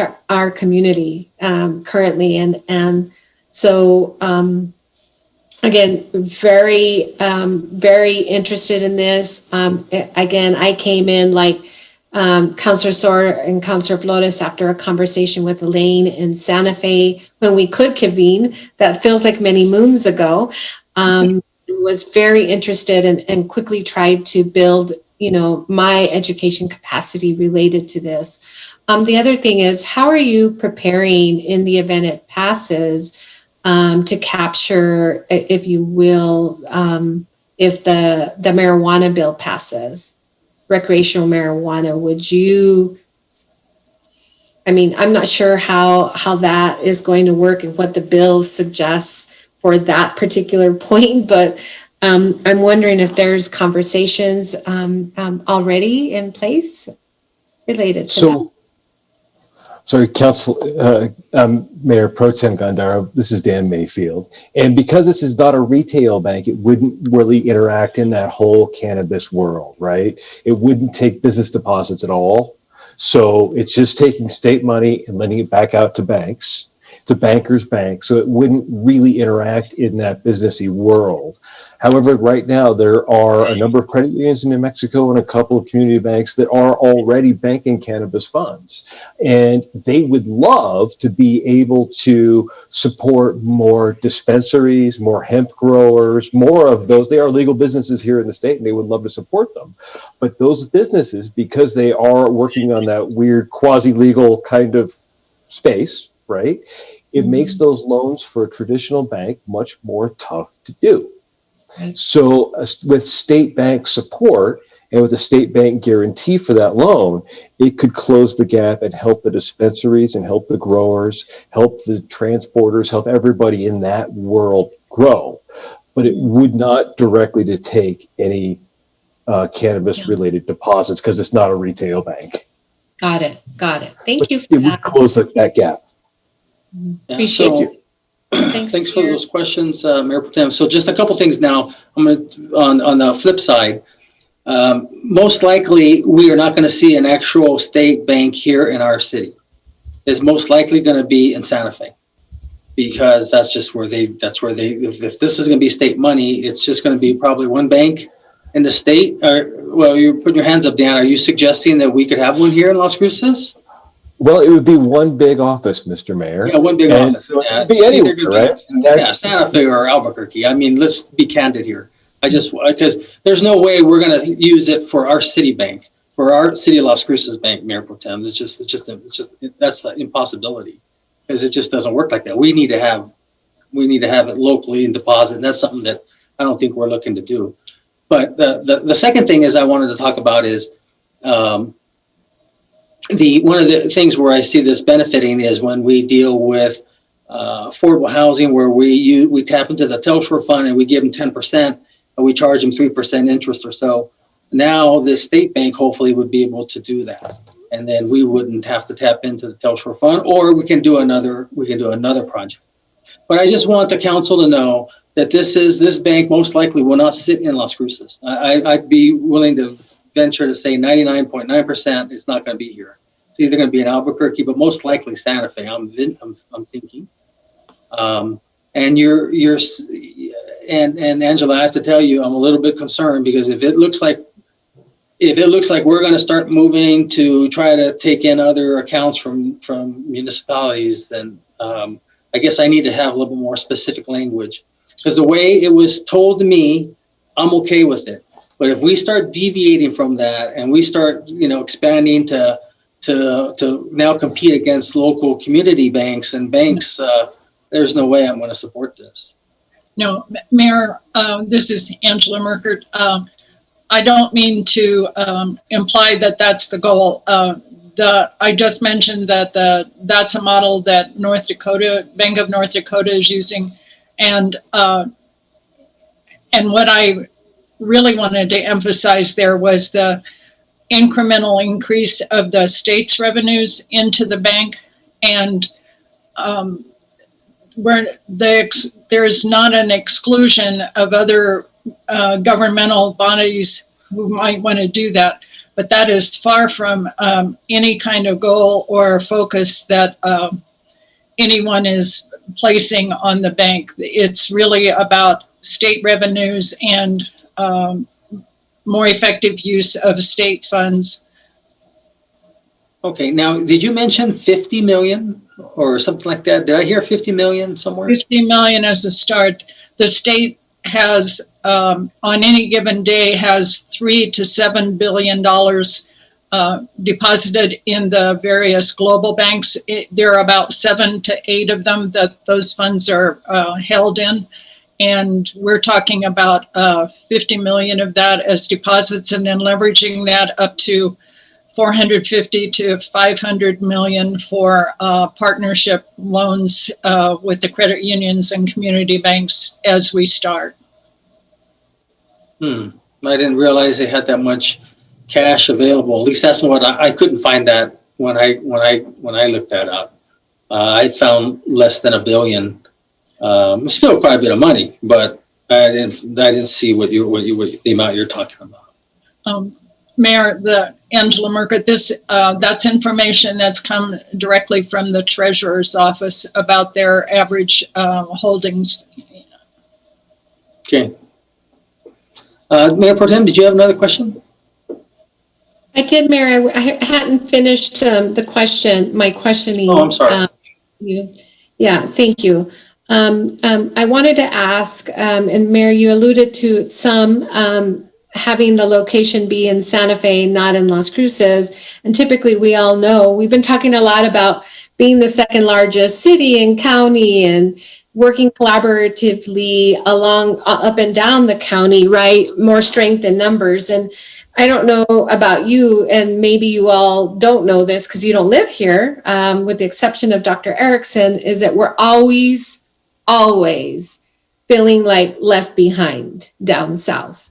So what, how can I be rest assured that that kind of funding is going to be disseminated in my community specifically, especially when we have a 24% and probably a little higher now poverty rate and just all those gaps in equity and wage.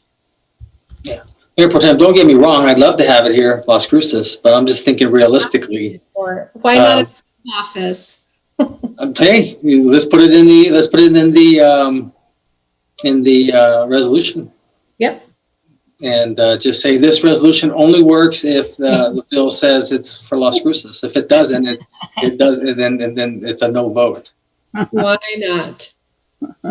What allowances or can you share with us in regards to how that in terms of equity? I mean, we fight for everything we get, right? We feel kind of forgotten, and we have to remind people all the time that we exist over here. Mayor Pro Tem Gandara, thank you. Oh, I'm sorry. No, Mayor Pro Tem Gandara, thank you very much. And that's one of the reasons why we brought Carrie Handlin with us today. And Jeff Steinborn, the sponsor, is a senator from your neck of the woods too. And they understand these issues, and they absolutely understand the poverty in your neighborhood. They understand what is important on the border, why don't we include something about, he's actually texting me right now saying we could include something requiring geographic diversity of opportunity. And we saw huge opportunity when we were talking to Jerry Pacheco. And Jerry was seeing so many of the economic development programs that the Bank of North Dakota does today that we basically just steal all their ideas and make them work for New Mexico, right? Jerry Pacheco was seeing that, and he's certainly a priority, I think, for legislators and for the board that would be created for this public bank, right? And then you see the high growth, high poverty communities that certainly need all the help, certainly need all the small business support they can get. And then we see the rural communities where especially there are farmers who are having trouble getting their chattel loans, farmers that are having issues with their equipment loans, things like that. That's where the public bank fills in all of the gaps that are not being filled in today. And I think just by nature of being a high growth, high poverty, high need, and high potential area, Las Cruces would see a lot of the benefits from this, especially with guys like Jerry Pacheco showing us every day how much his work is doing to support the border, And then, of course, because this all partners with your local banks, it doesn't steal those loans from your local banks, it partners with them. So they're making the loans, they're making those loan payments down the street at the branch down the street from you. They're not driving to Santa Fe to make those payments, right? So all of your local financial institutions grow as well. Understanding. Thank you. Appreciate it. Thanks, Mayor. Mm-hmm. Okay, anybody else? All right. Well, thank you everyone for your input. Yes, Barbara? Yes, I apologize. This is Barbara DeLeon. Let me just, I can't raise my hand since I'm a co-host of the meeting, but I just wanted to remind you all that the resolution for legislative priorities that's going to be coming back to council has one item in it with respect to a state bank. Previously, we had passed a resolution to request that the state provide funding for a feasibility study for a state bank. So if we want to amend that resolution, we can do so when it comes back to council so that we can then craft something more specific to your needs based on the presentation and the direction that you would like to go in. So I just wanted to let you all know that. Okay, so thank you, Barbara. So Angela, did they not fund the money for a feasibility study? I thought they did something. I thought the legislature did something. Angela Merkert, no, Mayor, the feasibility study wasn't done, so we took it up on our own, and we did the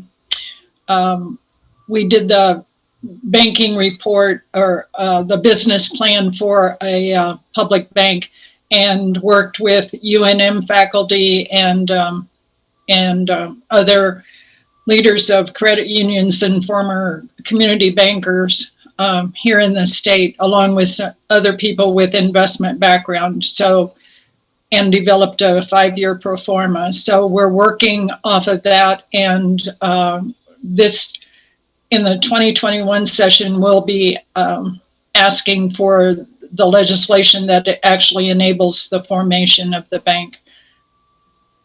The memorial passed in the House, but it ran out of time on the floor. If you recall, the 2019 session had that backlog of legislation, and they were dropping some of the memorials to give more time to some of the actual legislation during that time. Okay, so the memorial didn't pass the House, but not the Senate. Is that what you're saying? Correct. It had a tie vote in the Senate Rules Committee, and it did pass committee in the House and just didn't get floor time. So what are you looking for from this council now? What, a different resolution, or what specifically are you looking for? The same resolution that we passed before, or a different one? No, I think that we've submitted a template for a different resolution that will endorse the formation of a state public bank. To be located in Las Cruces. If you choose to add that, that is definitely your choice. For Las Cruces use only. Okay, we'll put it in there. Mayor Pro Tem, you had a question? I do, Mayor, more on Ms. De Leon's comment. I think what would be really effective for us is that those resolutions that we do pass, that staff, work through making sure that shepherding those bills, if you will, I'm not saying necessarily like what Larry Haran does, but someone needs to pay attention in the city about where they go, where they stop, who voted for what, so that then they're informing council so that we can inform our constituency, what's happening moving forward. It's really difficult to manage all of what we're doing here, but also what's going on up there. Someone needs to be shepherding that. To include Larry Haran, of course, but I would like more detail as it goes into which committee and who voted on it. And we don't ever really see the bill in its final stages and the analysis that's being made. We should get to see that. It's public record. Mm-hmm. Okay, very good. Mayor Pro Tem, yes, we can definitely take that into account when we develop the reporting to you after the legislative session. As you mentioned, working with Larry Haran, we can have our policy analysts follow up with the information that you require with respect to the priorities that we're putting forward for the state. Thank you for the input. Okay, Councilor Flores and then Councilor Vasquez.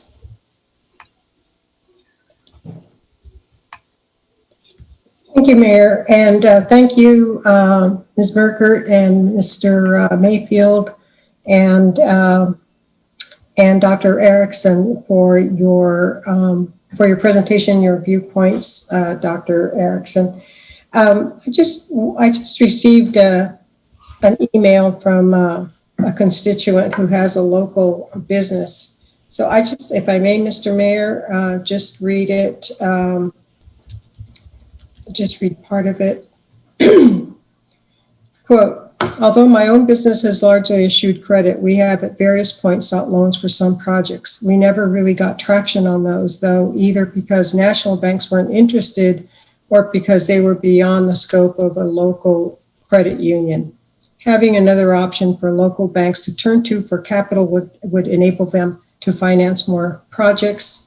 And there was a whole analysis before that, but that was the upshot of his text. And I think that that's what Mr. Mayfield has been emphasizing, filling that gap.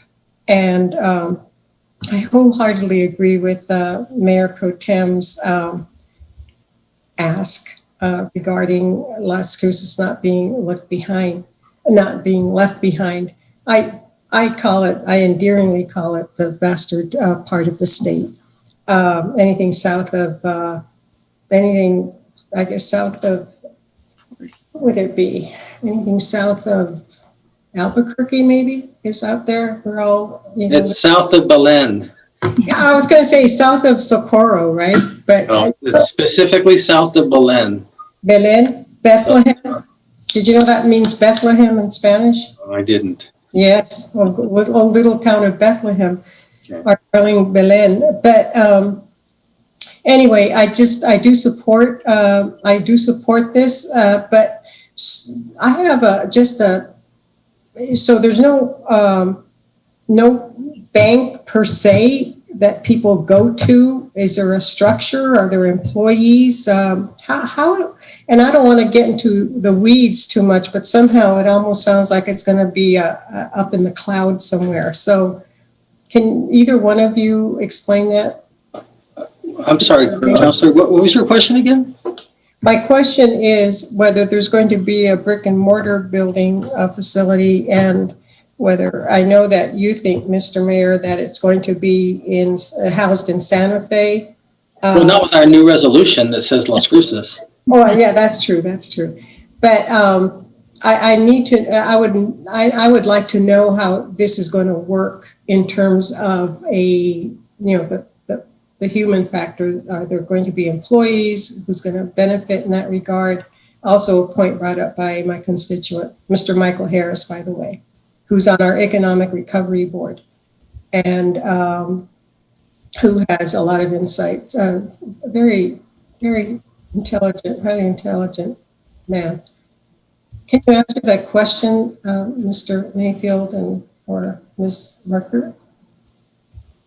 Sure, thank you, Councilor Flores. This is Dan Mayfield, and there will be a staff. It actually is not a large staff, but there would be a staff for it. There would be a director, there'd be a board of directors, and a CEO, and then the largest part of any bank is the regulatory side of it, right? And who deals with all the compliance issues. And that's something we take very, very seriously in the proposal. And it's something we have to really pay a lot of attention to. And that means all the loan officers and all the people who make sure that all the things are federally legal, state legal, ethically legal, all of those things, right? There would be a staff, and there would be a building. We don't imagine it being 300 people, but it would take enough people to make sure the loans happen, but not a huge group of folks. And all those people, all of their salaries would come from the earnings of the bank itself. They would not be state employees. Hello, this is Melissa. May I just add to that? This is Melissa Pickett. Please. Okay. I just wanted to add to that, just to paint a visual for you. So in essence, the demand would come from all of the people. The demand would come from all of the people in Las Cruces and Doña Ana County who needed the loan. Those folks, let's say the rural farmer who got together with a number of other pecan growers, wanted to put together a processing so that right now you're probably aware that a lot of the pecan processing goes to Nevada. So let's say, for example, that several of the pecan farmers got together and said, we really want to be able to process our pecans here. So they would, in essence, go to your local credit unions and community banks, and they would apply for their loan just like they would normally do. And this, I'm a former banker, by the way. So I spent a lot of years in the banking world, and I have a lot of understanding about what banks can do within the boundaries of their own loan limitations. We saw many deals, for example, that were right on the edge, but a little bit out of the comfort level for our bank, given what our parameters were. So in a case like that, where did we go? We went to an SBA or something like that.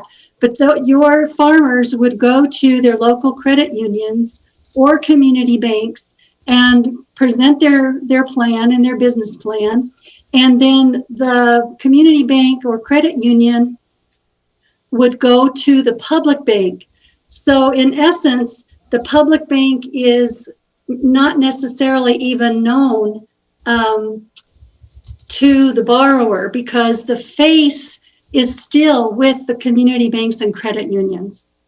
So hopefully that paints a little bit of a picture of how the bank would work. So the public bank itself, the importance of it is that the bones will be in place with the firewalls, with the transparency, with the governance. The public bank will be run by experienced bankers. And those are the folks holding the bones or the infrastructure to enable the access for the community banks and credit unions. So access is an important point of all this, which is why one of the reasons why Bank of North Dakota has been so successful, because they are the loans are much more accessible. They gave out more PPP loans than anywhere in the country. Why? Because they had educated their community banks as to what to do with the PPP loans. So when the demand came in, they were able to get those loans out. So accessibility and ease is really important. I also just wanted to point out real quickly that the Bank of North Dakota, their loan loss is a little under 2%, which within industry standards is more than acceptable. So I think that's an important thing to note. And I think that's all the clarification that I had to be helpful here. Thank you.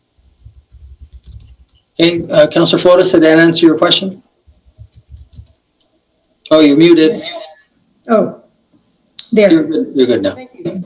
Thank you, Mayor, and thank you, Mr. Mayfield, and thank you, Ms. Pickett. Okay, thanks. Councilor Vasquez. Thank you, Mayor. So I think I found a solution to the Santa Fe problem. So we build a roundhouse in Las Cruces, and we call it the Roundhouse South, right? So we have alternating capitals. Every year we can have a legislative session in Santa Fe, and then the next year we have one in Las Cruces. It's a good economic development project for us. We get to build a better roundhouse than the one in Santa Fe. And then we get the power of having people have to travel, 4 or 5 hours the way we do up to the legislative session. So we'll put a resolution forward for that during our next council meeting. But seriously, I think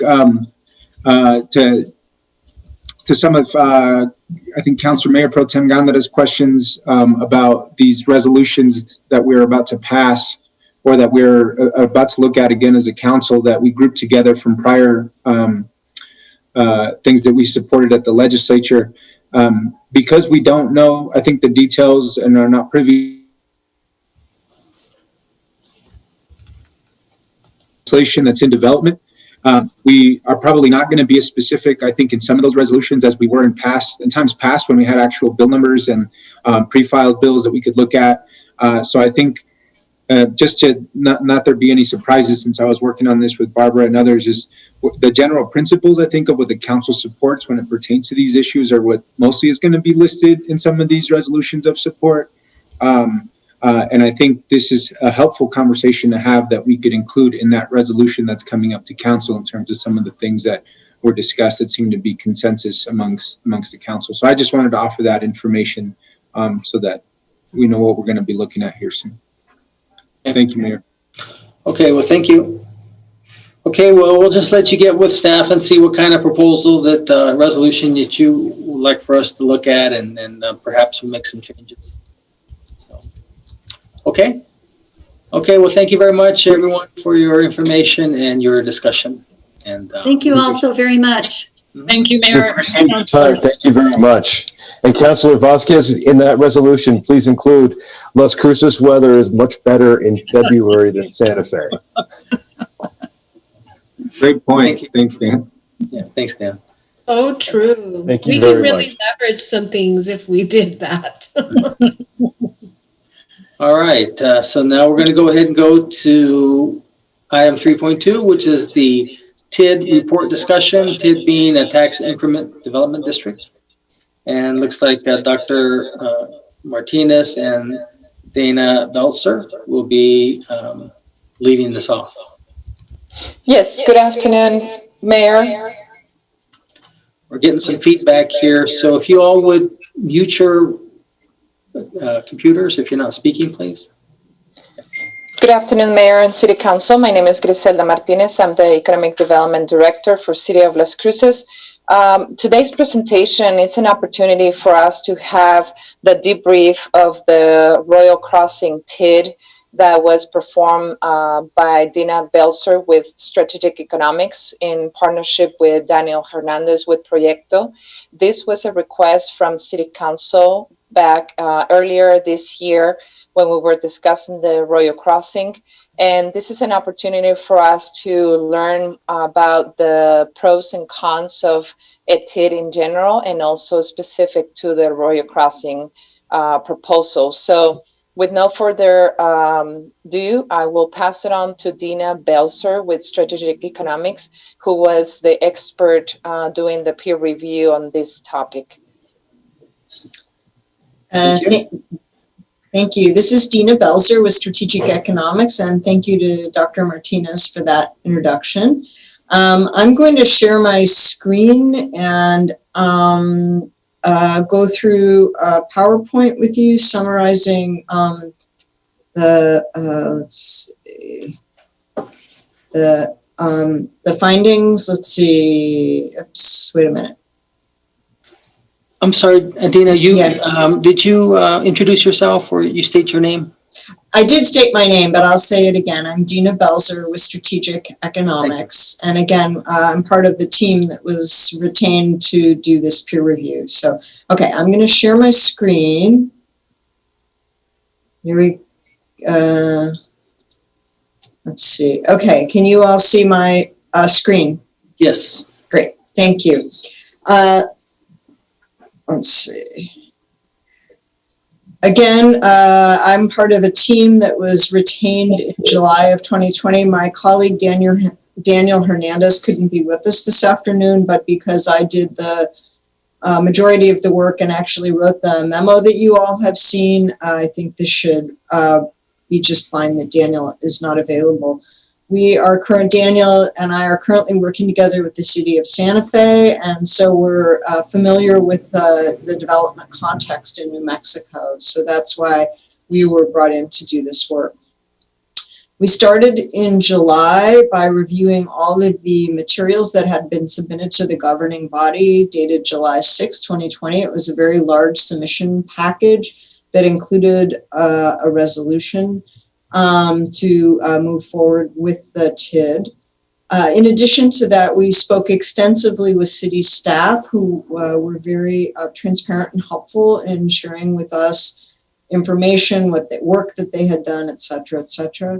We talked to Donna Anya County staff. We interviewed the Chief Administrative Officer for the city of Albuquerque just to be able to get some perspective from another city in New Mexico who has used TID districts. We talked to your financial advisor from Hilltop Securities, and finally spent a lot of time reviewing the state enabling legislation for the tax increment development districts. So those are the steps we went through.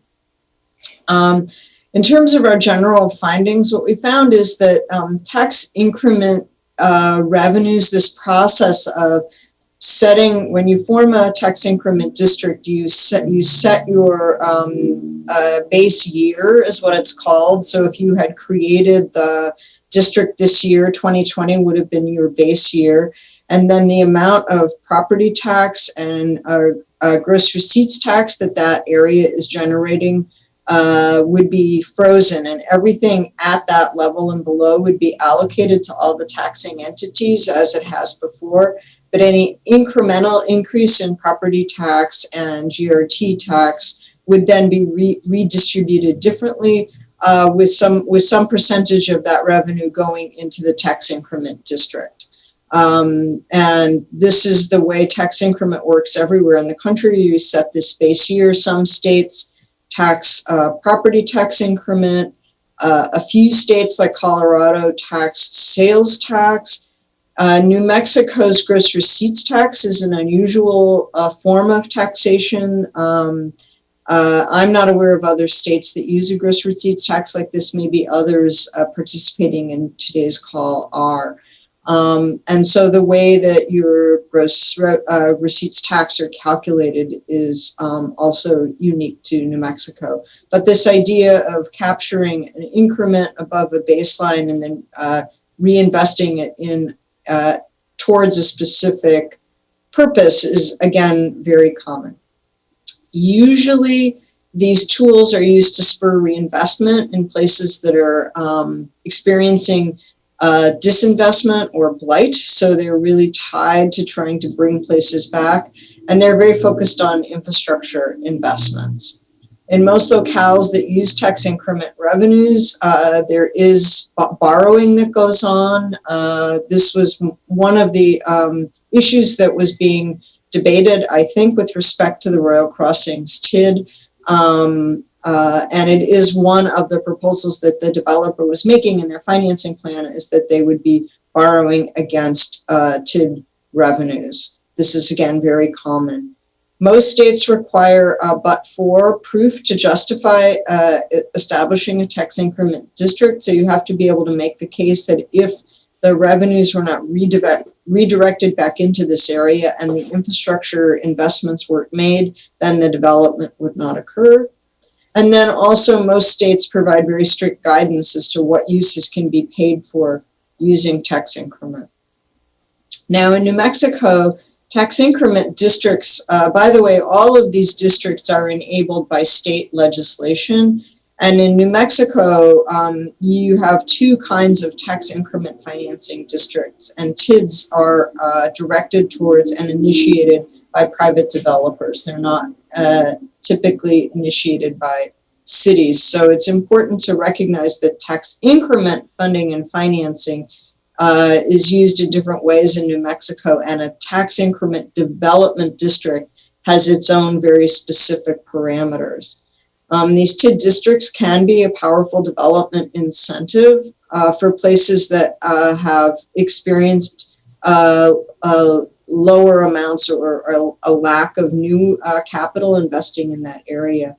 TID districts in New Mexico are specifically focused on job creation, not so much on blight removal or even on community development. So by community development, I mean a lot of the community benefits that are mentioned in the legislation, like affordable housing or green infrastructure.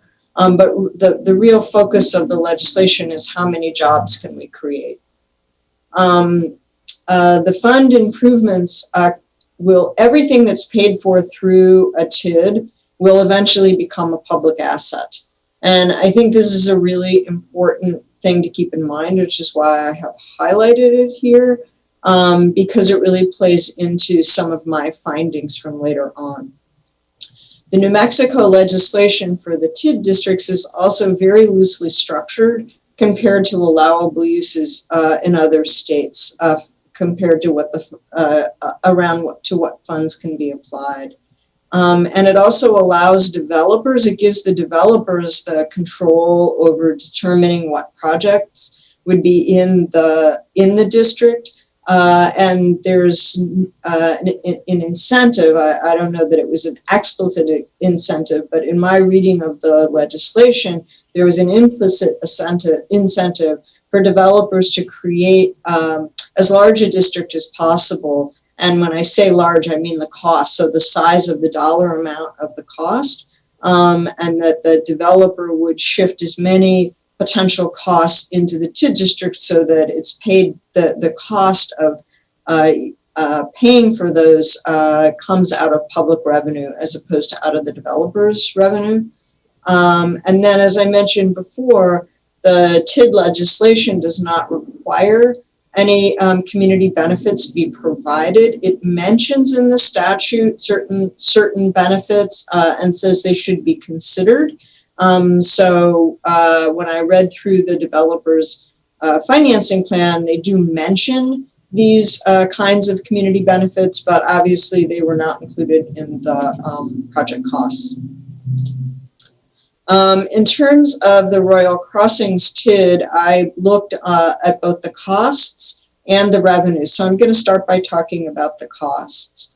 And one of the key things that I observed was that the cost items that were included, some of them were clearly public assets and things that the public would own. So certain kinds of street improvements, and I'm gonna go over the costs in a minute in more detail. But I want to make this point that there are some gray areas in the legislation that would give the city some flexibility. So road improvements to streets, to access ways that are streets that the city already owns and would be improved through the TID district. That's a clear public facility.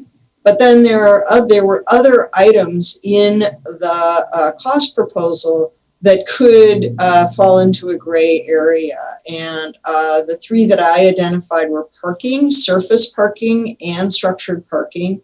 Future parks, which in this context are not big parks like Apodaca Park. They were small courtyards or open spaces that were really amenities to the development project. And finally, there was stormwater retention.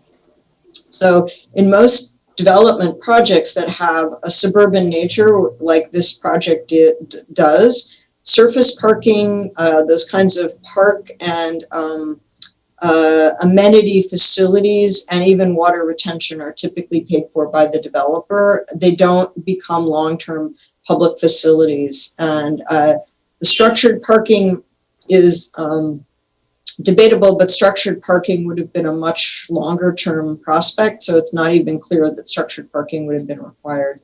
And then there are some public improvements that were included in the district. So trail system improvements and improvements to Apodaca Park that might potentially have been financed using less expensive approaches than a TID, and then would have also taken them out of the TID timing. So let's move to my chart here. And these costs, one of the issues is that the final cost amount that the developer was defining in the TID was a bit of a moving target.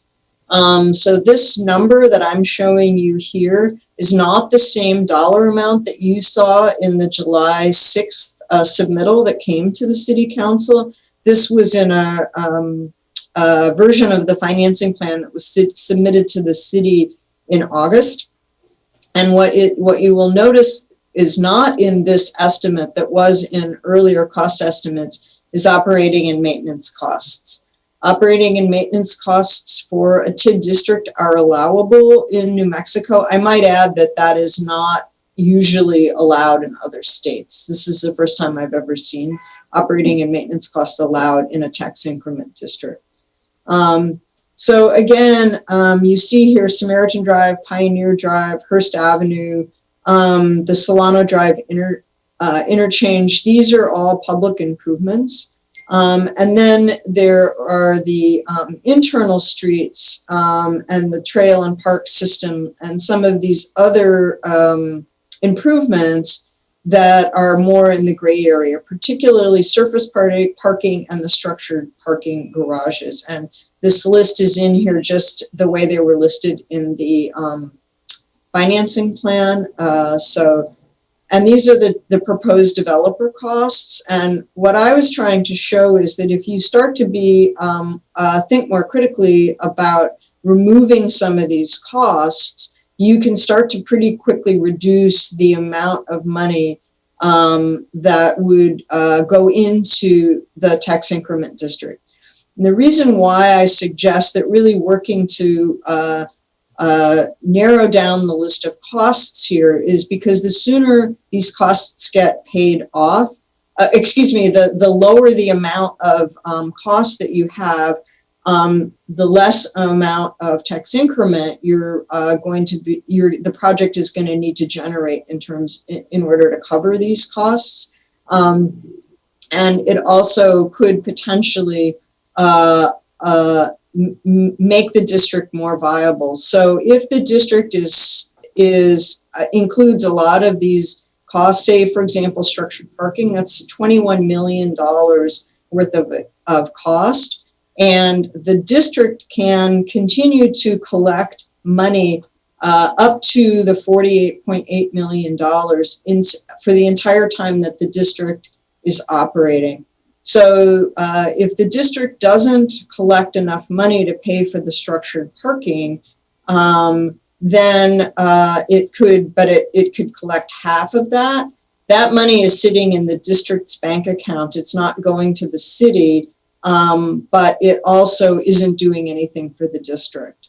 My understanding is that Albuquerque has had this issue where developers, where the TID board can make a decision about who controls that money. And it's very difficult to reprogram money once it's been programmed if the TID board does not want to do that. So again, having these large costs, the cost amount sitting in the TID district's bank account ties up money that could otherwise have been freed up to go to the city through the GRT and to the county through the property taxes. And it doesn't guarantee that these projects would ever get built.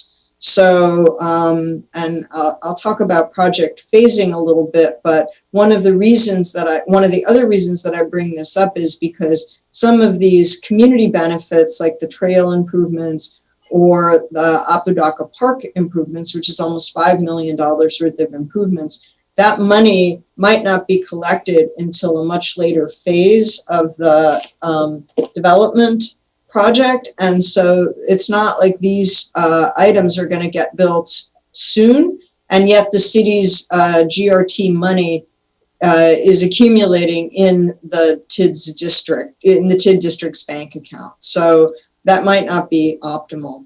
So in terms of the costs, again, some of these costs for some of these streets and street improvements, TID might be the most efficient way to create a mechanism to put money aside to pay for these street improvements. It also would require the developer to build these improvements and then potentially get reimbursed by the city. But it's not clear that all of these costs need to be paid for by the city. So anyway, we can talk about a little bit more about some of the strategy around this in a minute. Let me get to the revenue analysis. So the revenue projections were not a main focus of the analysis of your financial advisor from Hilltop Securities. However, he did note that there were several anomalies with the revenue projections in several of the memos that he wrote to the city. There's no clear paper trail that says whether or not those anomalies were addressed in the final financing plan.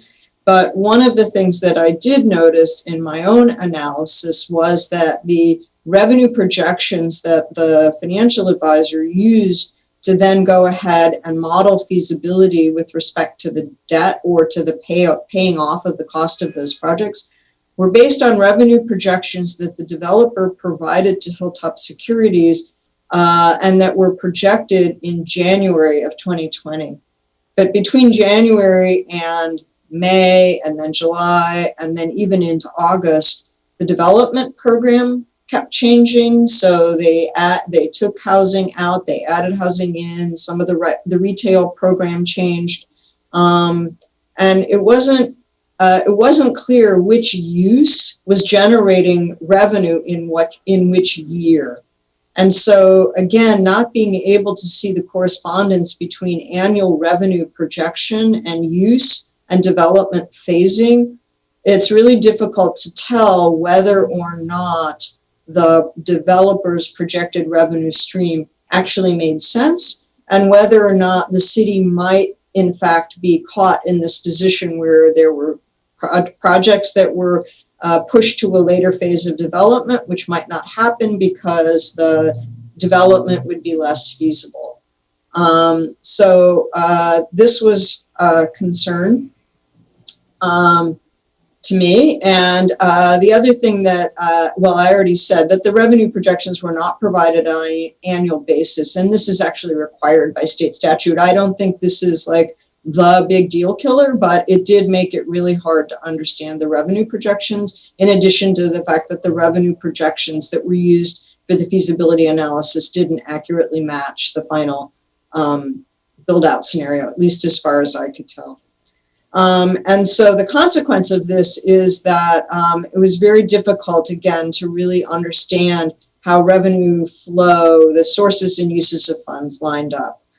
The other issue that was never fully highlighted was that if the district was not formed in 2020, then the question is, would it be viable if it was formed after 2020?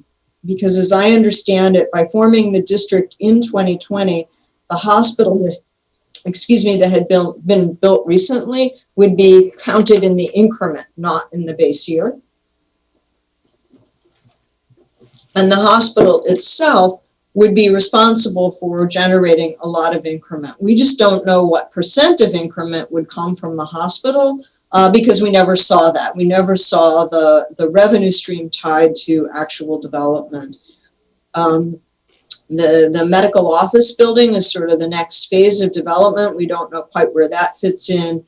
And so then we can't really evaluate the timing of the key revenue generators against the cost to really understand how much we think we could pay for. So this is the disconnect between revenues and costs made it hard to really interpret the efficacy of the feasibility. So in terms of the decisions regarding tax increment financing, again, one of my key findings is that there's a need for these decisions to really be policy driven and to be considered in sort of a cost benefit analysis framework. I'm not saying that you can do an actual quantitative cost benefit analysis. You could, but sometimes those are hard and messy to do. So I use the word assessment here, or a performance assessment, to say that in making a decision, and again, TID could be absolutely the perfect tool for really getting this Royal Crossings area going. And I'm not here to tell you that I think that this is necessarily a bad deal, but that's because I don't know if you really think the trade-offs are worth it. So the question is, what does the city get in exchange for giving up some of its GRT revenues? And you have very general policies in your general plan that suggest that the old country club area is a target area where the city would like to see more revitalization, but it doesn't set any specific targets about what kinds of revitalization you would want to see there, what kinds of community benefits. And again, the Apodaca blueprint that was done for the area doesn't set any actual performance criteria either for what would make the city want to take on the giving up of gross receipts tax in exchange for what benefits. So when I talk about a cost benefit assessment, this is what I'm talking about, is an explicit discussion around, well, what do we get for what do we give up here? Then the second question is the TID mechanism the most effective way to do this? And if you think that you could get the Royal Crossings development in place, but expending $17 million or $12 million instead of $48 million, you're setting aside a much smaller portion of your GRT increment to the district, and then you would still have the incremental increase in revenue that potentially you could use more quickly to finance other things. In other words, the city would have more control over the phasing of that, and the city could decide, and the city also may have access to cheaper sources of capital. So again, I did not do a whole analysis of the interest rates I think these were taxable bonds that the district would be using. So their cost of money would be higher than the city if the city used bonds and used tax exempt bonds. So that's another question as to whether or not this is really the most cost effective way. And then finally, I think that there is a real need to use a transparent analysis of real estate market trends and conditions. Now, there is a big real estate data, I'm going to call it data aggregation at the end of the packet that you received in July, but there's nothing that contextualizes the Royal Crossings site within the city's overall real estate market conditions. That the real estate data is very general, and it doesn't really test the potential for the actual absorption of the products that are being proposed for this site. So again, there's no kind of check and balances against the developer's projected sources and uses of funds. So I would propose a more transparent and rigorous way of looking at those revenue projections. So these were, if you will, some of my key findings about the district itself. And then finally, these were the specific lessons I learned from I put forward that are from the peer reviews. So these are like if and when the city considers another TID district, as I understand that there's a possibility that the Royal Crossing proposal would come back, is that I would suggest seeking outside assistance in evaluating and negotiating the TID to optimize the tool's effectiveness. So the fact that Hilltop Securities was not asked to evaluate the efficacy of that revenue stream, they didn't do it. It wasn't in their brief. It's not that they missed something. It's just they were given numbers and then they did what they always do with them. And the staff may have missed this point, but that is not surprising. Understanding how a TID district works and understanding the complexity of the relationship between the revenues and the costs is complicated. And in a city where you've never done a TID district before, or where these are very uncommon in the state of New Mexico, it's very common to require the expertise of somebody from outside city staff to look at something like this. So that's all I'm suggesting here, is that you get more assistance, and there's nothing wrong with asking for that, and it would help the city have an outside perspective on what needs to get done. Again, I have made this point over and over again, is that cash flow and the sources and uses of the fund should have been looked at much more closely, and all of the material I read in the press and so forth and so on, people were really focused on the size of the dollar amount of the district itself. And I agree with that. That's why I put forward these scenarios that said we should cut back on these and really be more aggressive in negotiating. But I also, as I've said again and again, saw a huge gap in any scrutiny on the revenue side. And third, to my point that I was making earlier, that the city council should, whenever a TID resolution is brought to you, the first thing you could or should be asking is, what are our policy objectives for this district? What do we want to get out of the district? And what's our quid pro quo, or what are the trade-offs we want to make for giving up the increment? And how are we going to really look at project performance in terms of the benefits that we want to get out of it? And again, it could be a series of trade-offs that have to do with going beyond the district itself.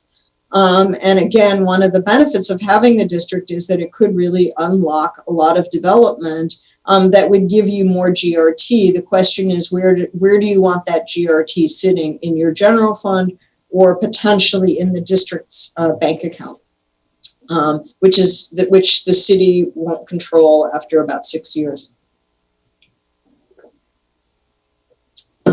It seems to me I had another point I wanted to make about this, but now I can't remember what it is. So we'll come back to that. I'm sure it'll come back to me as we talk about this. And then finally, one of the most sort of perplexing pieces of the TID legislation is that in the first 6 years, the board for the TID itself, for the district itself, is comprised of both public representatives and the developers team. But after 6 years, the property owners in the district start to elect the board members, and those typically then become a majority of interests that are representing essentially the developer. And then the accountability, the district's accountability to the governing body is much smaller. Now, there is a supposition that, well, that's okay because the number of projects and the costs of the projects are really locked in. So then it's fine for the district to just sort of do its thing. But where that becomes really sticky, again, is if there's any interest in reprogramming the money that's in the district and making any changes in the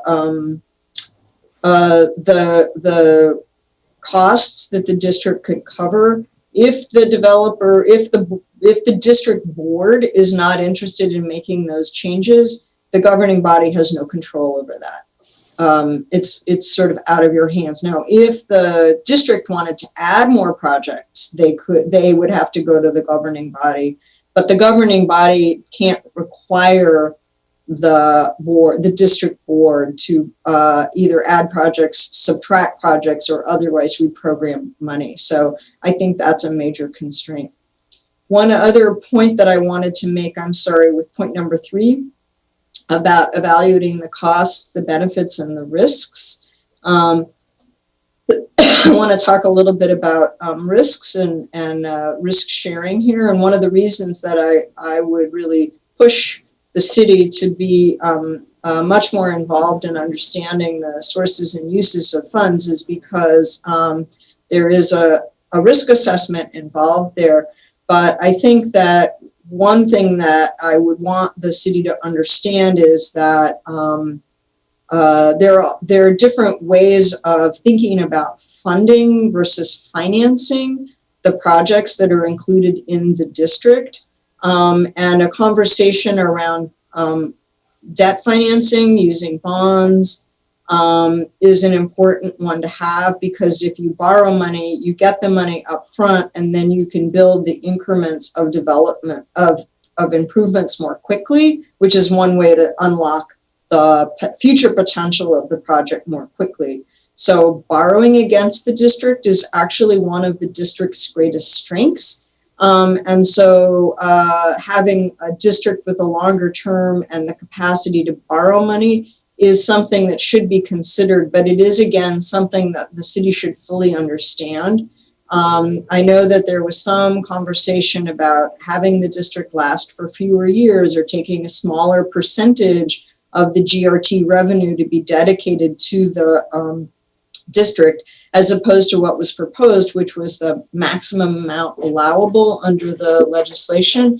But I think that's another thing that should be tested in order to test the benefits of the project against some of the other objectives of the project. So in other words, if you do a smaller district, but you say we're going to borrow money up against it, and then we know we get all those street improvements quickly, bam, bam, bam, and that allows us to have more certainty and less risk around whether the future phases of the development would happen, then that's okay. Whereas if we say, well, we're only going to allow the district to exist for 10 years, and we're only going to allow the district to capture, say, 50% of the GRT instead of 75%, then you really need to look at how much revenue that generates and what that enables you to fund in terms of this cost profile.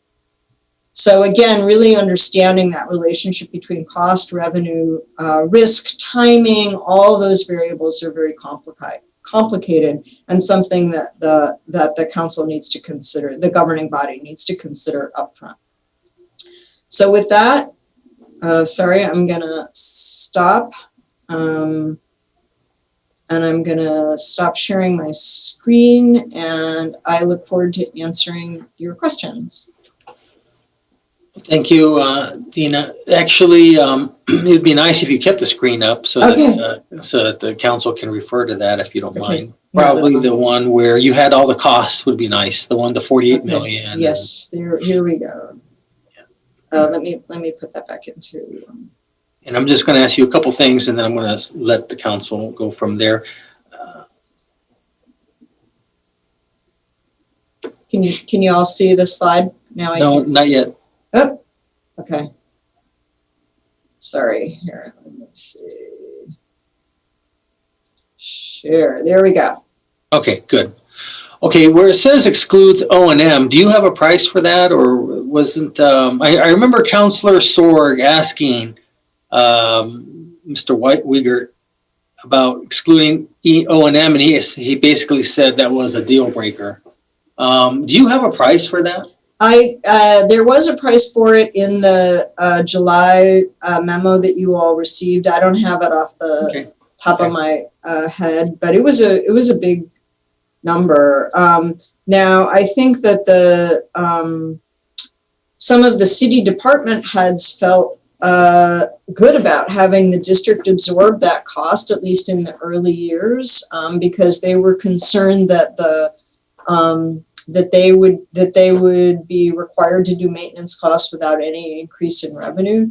But I'm not sure that trade-off is a one-for-one thing. And so I think, again, the issue around operation and maintenance should have required a much deeper discussion going back to the projections, the revenue projections, like what revenue are we getting every year? What infrastructure is going to be provided every year? When would our operation and maintenance costs kick in? But because O&M was excluded from the final financing plan that I was looking at in August, I didn't include it in this cost proposal. Because this is, excuse me, had this come up for a vote in August, these are the numbers you would have been voting on. Okay, so I seem to recall something around in the neighborhood of 240 million is what Mr. Wiegert thought that when it was fully built out, it would be about to that degree. Well, that was the aggregate cost. That's not the annualized cost. Well, yeah, the aggregate cost. And so now the only thing that I seem to remember was this your understanding that Mr. Wiegert was wanting to get paid, reimbursed his costs that he's already spent? That was it. Yeah. Well, at one point, yes. And we were looking at about 12 million, give or take. Yes, that's correct. Right? But again, that cost was that's this. I believe that is this initial infrastructure cost line item here. Well, Dr. Martinez put her hand up, so let's just see what she has to say. Dr. Martinez. Yeah. Council and Mayor Griselda Martinez, for the record, there were two items that had been requested to be reimbursed, and it was light traffic and I believe a street. Those were the two items included in the reimbursement. Do you know what amount that was, Dr. Martinez? Mr. Mayor, I don't recall the exact amount, but I can get back with you on that. Okay, so Dina, so let me tell you what the only thing that I was talking to Mr. Wiegert about was that I was of the impression that he wanted to get reimbursed, I guess, a second column, the 20,633,000, and but through a bond, that we would actually do a bond and then reimburse them that way. Was that your understanding? Well, I think the district would have done the bond, not the city. So I think you need to make I think that the idea is that there's sort of a firewall between the district and the city.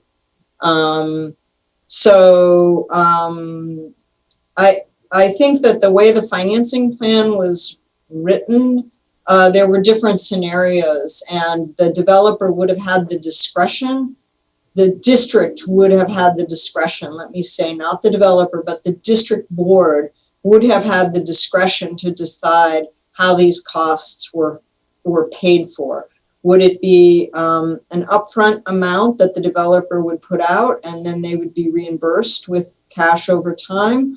Or would there be a bond that would be levied and then the developer would, and then the bond payment would be paid back out of the incremental revenues? So I think there was in the details of the financing plan, my understanding was that the exact mechanism would have been up to the district board.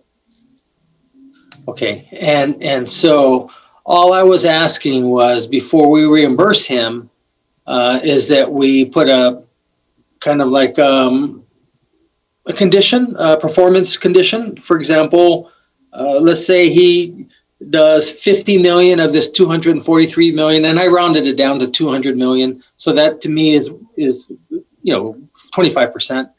That we would just reimburse him 25% after he hits certain milestones, 50, 100, 150 million, 200 million plus.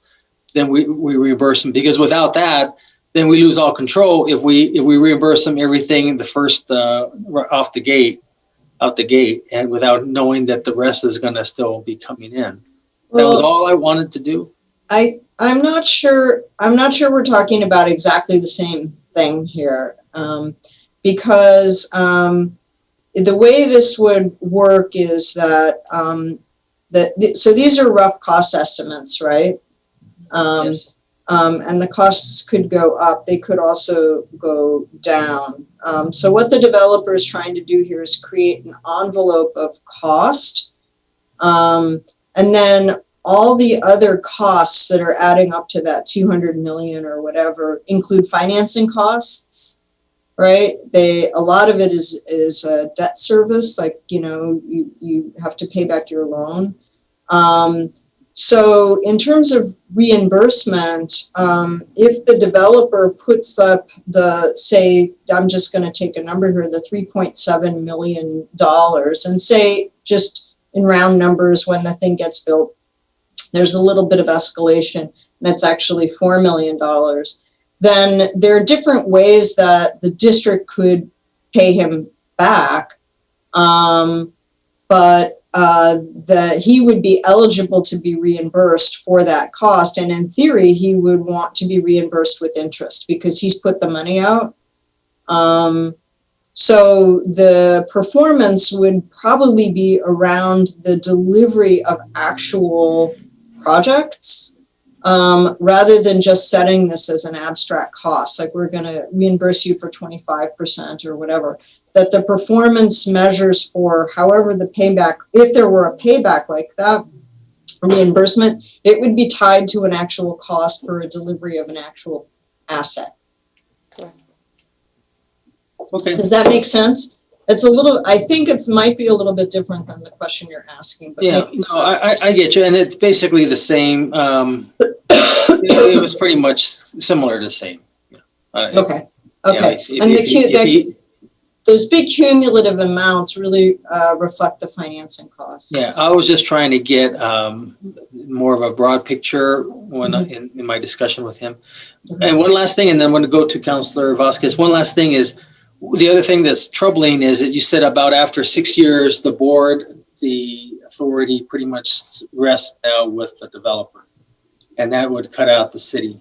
And as I was mentioning, and I've told this to everybody, I've only been involved in one TID, and that's the cities. And we are the TID members as well as the city council. So, okay. Did you use a TID mechanism? This is, and maybe Dr. Yes, Martinez can speak to this point. It's a TID, same thing? Yes, ma'am. Okay.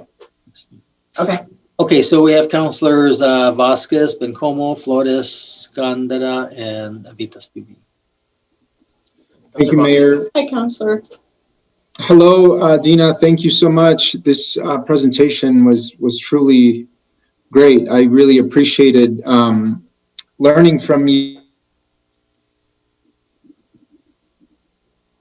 this information in an easy to understand, unbiased, and very clear and honestly succinct way for a very complicated issue and a very complicated financial mechanism that is hard to understand. So thank you. In fact, this is probably the best presentation I've had thus far on this project to date. And so thank you for that.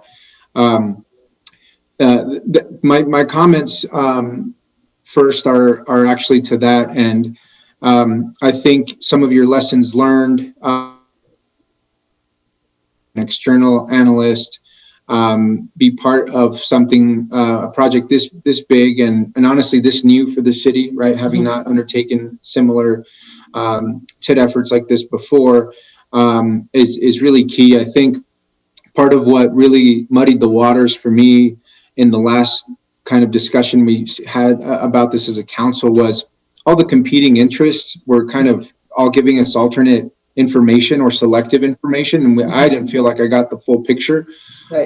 And so this is really helpful, and I will add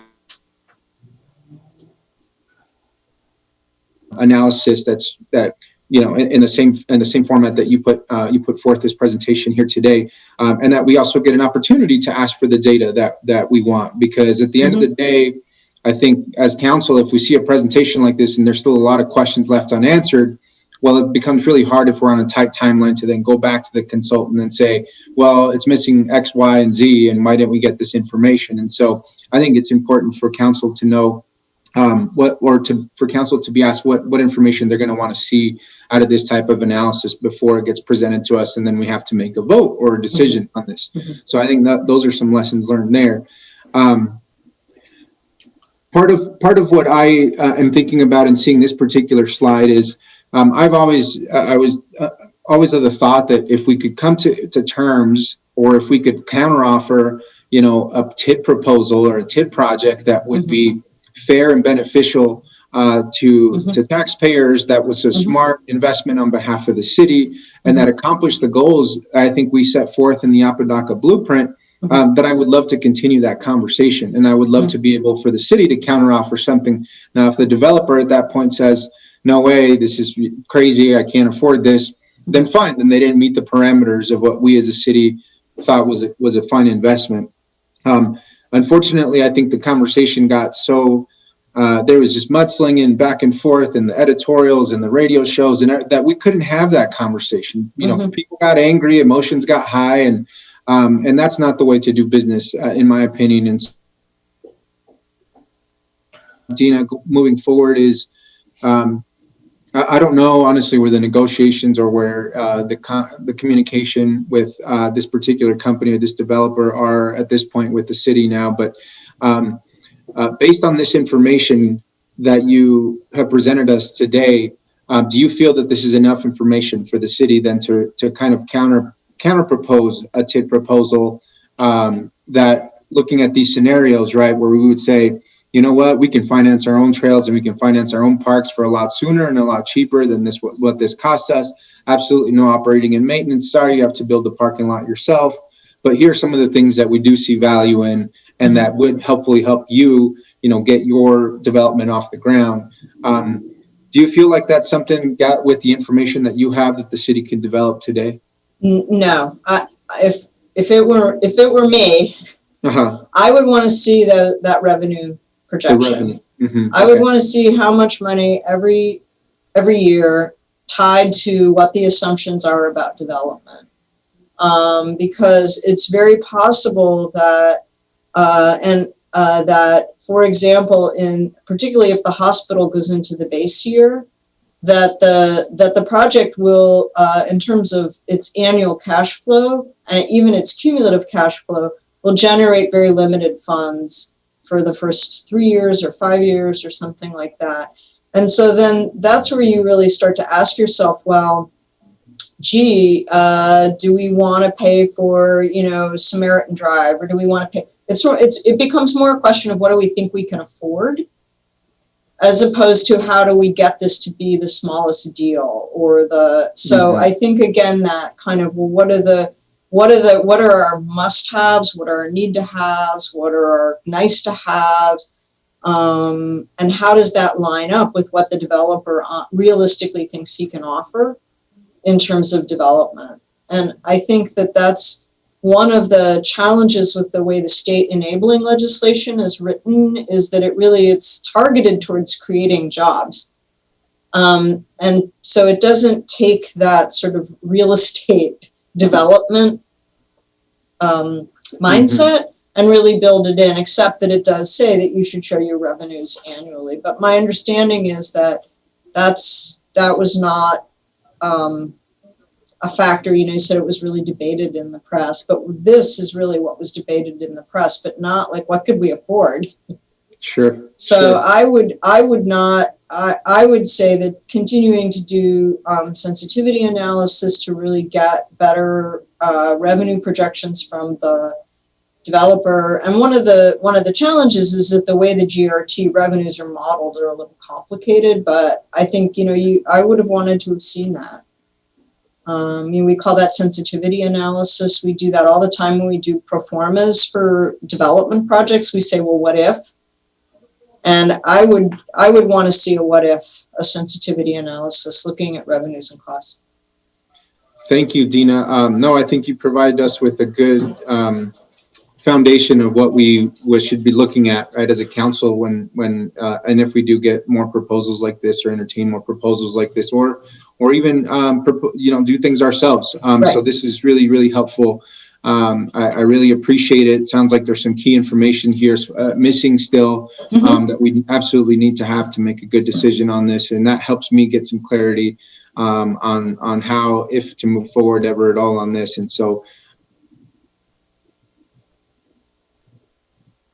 it sounds like maybe we have some more to do, I think, on TID reform at the state level, to show them that it's not just jobs, but it's it's quality of life, it's all the community development stuff that we really care about. And thinking about some other projects we want to undertake is also to address that underinvestment in blighted areas and how Right. to do that in more ways than just creating jobs. So Right, exactly. And when Dr. Martinez's staff is now more conversant on this than I am, but when I met with you all, whenever that was in October COVID time, it was gotten very compressed, but I believe it was in October when we talked about all the different implementation tools, and Celicia gave that really fabulous presentation. She talks about I think it's the metropolitan redevelopment districts, right, or the areas, right, and those also have a tax increment tool associated with them, but the mechanism for deploying that tax increment is different than a TID district. So that might even be an alternative to a TID district, is that you create an MRA and create a bigger area, think about a different set of projects. So again, this was an opportunistic district because the developer brought the proposal to you, which is what this is supposed to be for, the TID. But you could have looked at this and said, well, gee, again, is this what we really want to do? Do we have another way to approach this same problem? So that's another possibility.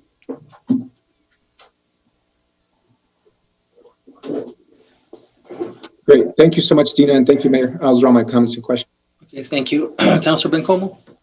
Thank you, Mr. Mayor and Councilor Vasquez. And for you, Dina, for sure, you always leave me so impressed, and I feel like my brain is on fire. So, no, I really appreciate it. I mean, and thanks to Councilor Vasquez for that context at the beginning of his statements, because I felt really similarly. You know, as a new counselor, I felt like, you know, on things that aren't so, you know, black and white with so much gray area, like this, I'm very, very glad that we decided to do this, that we decided to ask you to do this for us. You know, I felt like at one point the conversation was really about, we were getting two very different stories and perspectives, and it became about winning, like which side is going to win, as opposed to what is best for our community and what is the best use of public dollars, what is the best use of this property that will help the entire city, not just a particular area. So I really appreciated you laying this out, and I love scenario planning. So this was very good. Good. A couple general questions though I had for you. Obviously, my only experience with TID is the city TID. But did I hear you sort of say correctly, or maybe what I heard you say was that most TIDs are private developer initiated? I was under the impression that the city TID, that's the norm, like that's more common. But are you saying that a private initiated TID is actually more common? That's my reading of the state statute. Is that the TID, the tax increment development district, is set up. And again, I did this as a peer review, but I'm not you know, an attorney in New Mexico, so I might be wrong about that. But that was my reading of the statute.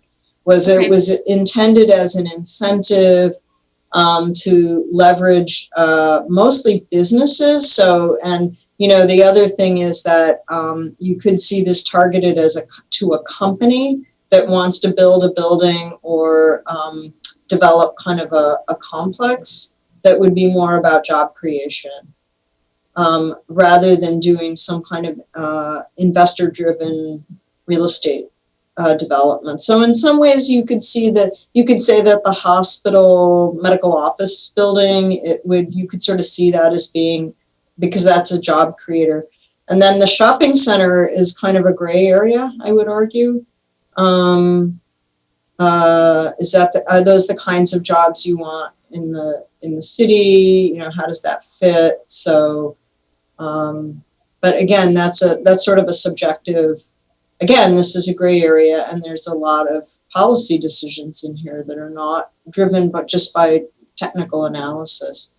Yeah, absolutely. Thanks for saying that. And honestly, I think to me that gives me hope, right? That there is a way to do this. Like there are responsible and smart ways to be able to do this that have worked in other areas, but that it's worth it looking at all of these things. I loved sort of the equation that you posed around, you know, cost, time, risk, revenue. I think make a good note of that because I thought that was very important. Good, yeah. And then you also mentioned something about you want to make it a district as large as possible in terms of dollars, right? And in these scenarios, you're sort of saying like, and it's also possible to have, or is that not what you were saying? No, I was saying that the way the legislation is set up, either explicitly or implicitly, it couldn't be seen as incentivizing the developer to make the district as big as possible. I see. Okay. Because they're shifting the cost off of their project and onto the district. Yeah. Okay. So it's not their money that's paying for this, it's the city's money. Right. Okay. I'm glad I clarified that. I thought I heard you say. No, it's the opposite. So that's why I'm like, well, if it's our money, right, then how much do we want to pay for? How much do we think we can really afford? Right. And then the benefit you're getting is the developer then invests their money. Right. So now getting into some of these specifics, so I get that like roads are probably, those are in the early phases, right? Like those are very critical and important. Mm-hmm. And so you're telling us that some of these things at the bottom, the ones I guess I'm concerned about that to me feel really important and that we'd want to see develop, right, are some of the community improvements like park and the trail system. Right.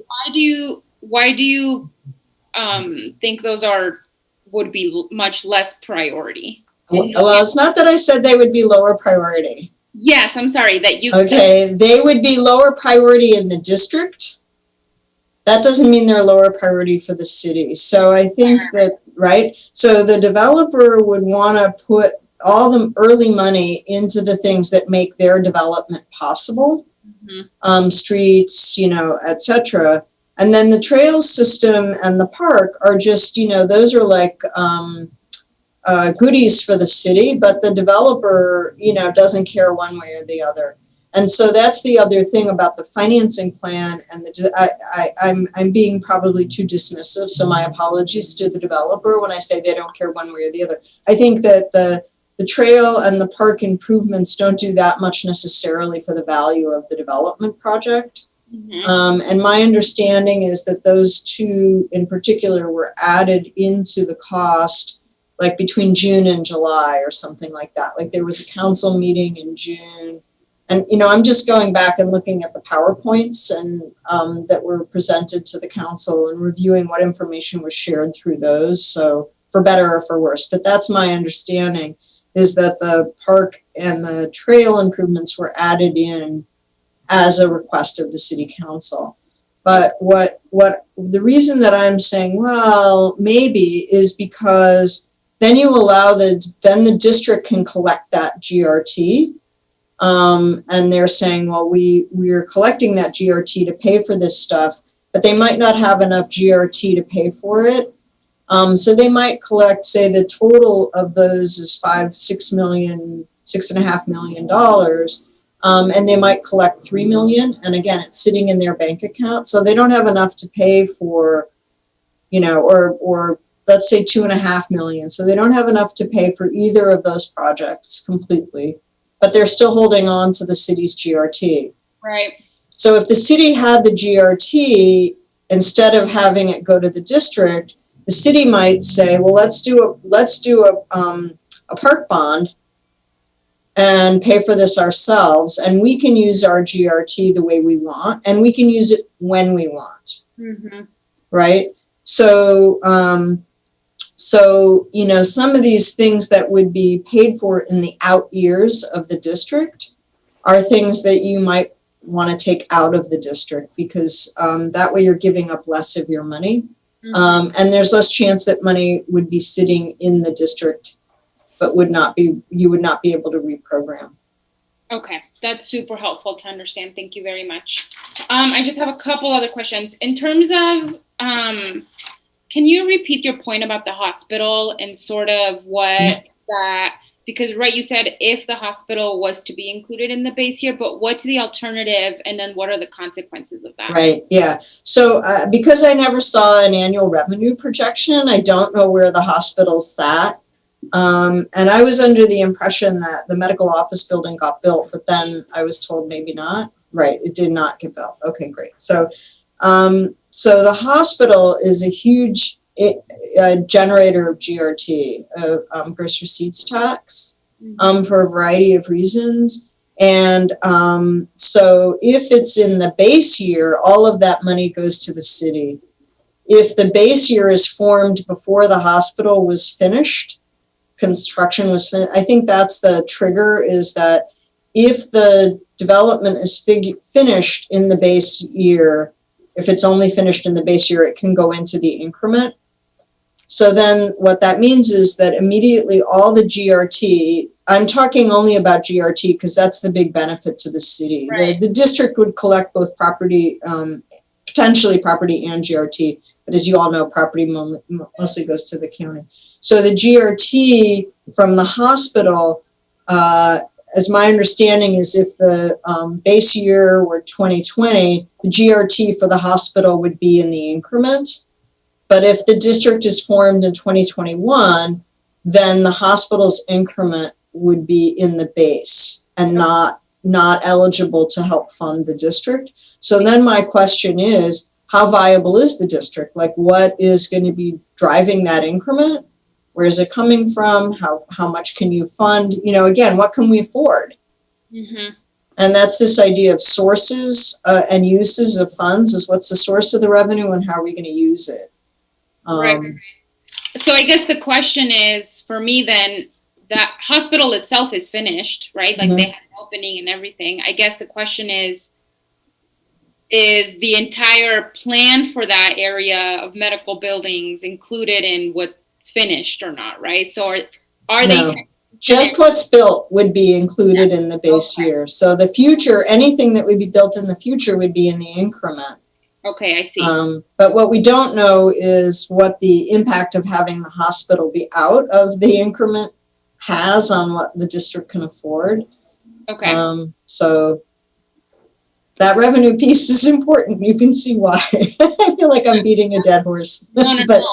Important horse. I get, so my only last question then is, I was actually going to ask you if then, and maybe this is a question for DNAT, but also Dr. Martinez around, you know, TID, is that the only possible mechanism here? Have we talked to the developer about other opportunities? Have they rejected those? I'm curious about TID and something else, like you said, like the MRA, and have those been discussed? And if so, you know, what happened with those discussions? And if not, then, you know, can we have those discussions? Dr. Martinez, you want to respond to that? Yes, Mr. Mayor, Councilor Bencomo, when we started the conversations with the developer on this specific item, we were functioning under the evaluation of potential incentives to meet the objectives of redevelopment for this specific area. The MRA conversation, as Ms. Belzer has mentioned, is an alternative. We did not fully evaluate that option, and that is something that we could further discuss with the developer. We have not at this point. One really important item for the metropolitan redevelopment areas is that it requires a designation as blighted, and whoever is within that district, it's a process of designation, and whoever is within the district or area needs to be informed of that. And some community members may not be supportive of that blighted designation, and so that's something important to consider as we research the ways of MRAs and other other incentive mechanisms. We learned that in the state of New Mexico, Ms. Belzer mentioned an MRA with a financing tool embedded into it, and Celicia helped us with that in the last presentation. TIFs are not, which is the mechanism tied to MRAs. TIFs are not largely used in New Mexico, and so the limits on that are greater than the TID as a whole. But MRA, it's definitely an option for this area or other areas. But as Ms. Belzer mentioned, I think it's very important for us to define objectives and then look for the tools to help us get there, which I don't think that we had specific information on this one to help us with that evaluation. Thank you, Mr. Mayor. If we go, Dr. Martinez, let me ask you a question. Yes, sir. This scenario number 4, the 12 million, what was the developer thinking that if we were to do this, that they would be able to provide so much in new buildings and jobs? Did they ever discuss that? Didn't they think that they were going to be able to build quite a bit of, eventually in a complete build out? Mr. Mayor, can you repeat the question? Okay, so if if any of these proposals, because you notice they just keep subtracting, like when you go from the first one, I know they talked about they didn't really need the parking structure. So if you look at scenario number one, let's just use that one just to make it easier. So for that 20 million, wasn't the developer suggesting that they were going to be able to do quite a bit of improvements over the number of years? And if so, did they tie a number of jobs to that? Mr. Mayor, as Ms. Belzer mentioned before, the state legislature ties TID to job creation. Mm-hmm. And so there was a projection of jobs created plus an amount of investment at the total build out. You're correct. Do you remember how many jobs they were talking approximately? Mr. Mayor, I believe it was, I cannot recall the specific You number. think you can maybe look it up and then, well, maybe before this discussion ends, we'll know? I want to say that it was around maybe 1,500, but let me just say, first of all, these scenarios are mine. These are not the developers' scenarios. Let me just be really. Well, ironically, he talked, when I was talking to Mr. Wiegert, he talked something about in that ballpark of number one, around 20 million or so, give or take. And he said he didn't need the parking structure. So that's why I thought. So, yeah. And the question you're asking, though, is a good one, Mr. Mayor, which is, will we get the same benefit for a lower level of investment? Mm-hmm. And that's the question. That's the key question, right? Is will we get the same yield for taking less risk and giving up less of our GRT? And we'll circle back to that. I didn't want to take time away from the council. I just thought since Dr. Martina was there, I was going to ask her that real quick. I was going to do some number crunching and then come back later. Right. Mayor, excuse me, Mayor, I have it. Oh, okay. I'm sorry. Mayor Pro Tem, what? I have the projections. If you want, I can send a picture to you. Okay, that'd be great. Thanks. I appreciate that. So, Councilor Sorry, Bencomo. Councilor Bencomo. That's okay. I thought the mayor was ready to move on, but I wasn't finished yet. Actually, no. You know what? Since I sort of lost my train of thought here, I'll just say this last thing that I thought Dina mentioned that I thought was important around setting targets and goals for the area that you thought perhaps we didn't really have those. And I think you might be right. The Apodaca blueprint, I think, has maybe some like zoning. Right. That's right. It's a land use plan.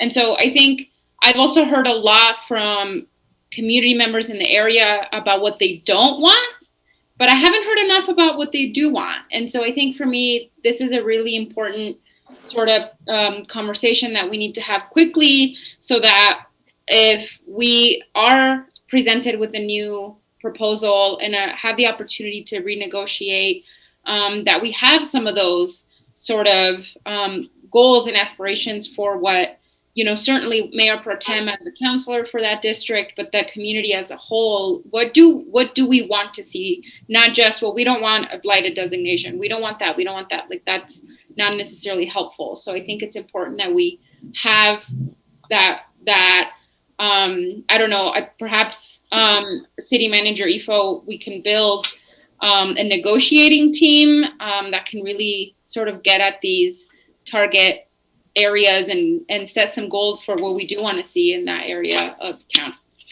That's it for me, Mr. Mayor. Thank you very much, Dina. Thank you. Okay, thank you, Councilor. We have Councilor Flores and then Mayor Pro Tem and then Councilor Beta Stubbe. Thank you, Mr. Mayor, and thank you, Ms. Belzer. Your peer review report was quite enlightening, and I found that you were quite, what's the word? Anyway, you were very detailed in the failures in the proposed TID by those developers. And yes, it's true that that staff had to go through. This part is a mystery to, I think, certainly to me and probably my colleagues, including the mayor, as to why everything was just so rushed. It was just so rushed, and this is the second TID the city has ever dealt with. The first one is the one. The city owned property and that sort of stuff. But So all of this came about in a very rushed manner, and I don't understand why. And I think that there were a lot of problems, and there is no way I would ever want to do business again, or even think of having to do anything with Weigart and his cronies, his cohorts. I thought that they were very deceptive, and that area by a lot of people feel that it is blighted, but the blight is due to the owners. And some of those people in that combination of quote developers have been the owners of that property since it left the hands of the city. So the blight has been caused by the proper owners. So I don't get that part, but that's their problem, not ours. Well, it is our problem because it's our city, and our residents have to deal with the blight and the dust and just the ugliness.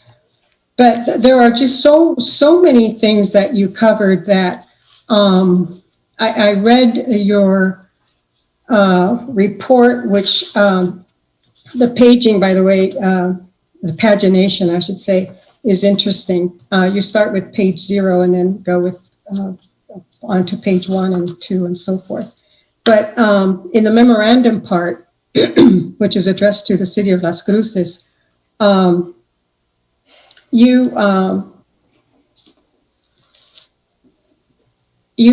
noted immediately that the developer was required to submit numerous technical documents, including but not limited to tax revenue projections tied to development phasing for a 25-year period and itemized public improvement costs the TID would cover.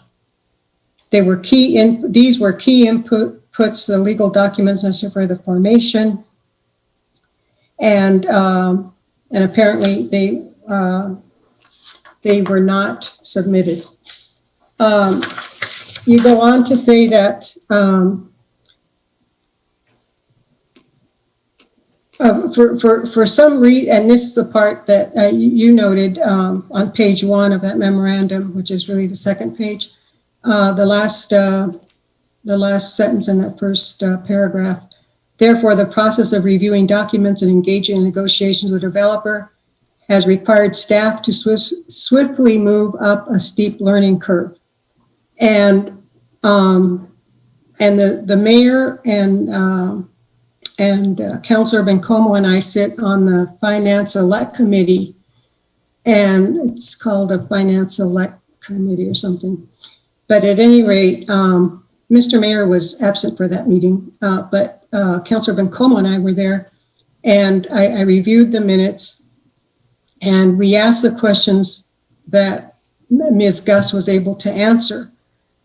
But there wasn't a full explanation as what the TID really was. And while I'm on that, I don't think we fully understand. You, Ms. Belzer, thank goodness, are trained to look at this sort of stuff day in and out. Mm-hmm. We get this along with not a million, but a lot of other things that were all of a sudden we're supposed to become an expert, and then we put on it. And then, and then the onus is on us, and shame on me, shame on the city council when we can't fully comprehend something, and yet we're required to make, in a very hurried, in a very sloppy manner, arrive at decisions. I was against this from the get-go because the preliminary, there was some kind of a preliminary non-binding, quote, agreement, but the resolution that went with it didn't jibe. It just didn't jibe, and in my reading. And so I want to thank you very, very much for this. There's just, I underlined and made notes along my reading, but I have to say that I believe that the TID in New Mexico was the enabling legislation went into effect, I believe it was 2006. Mm-hmm.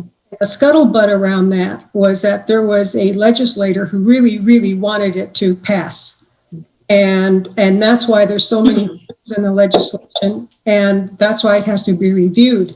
And I think there might be a legislator right now who is looking at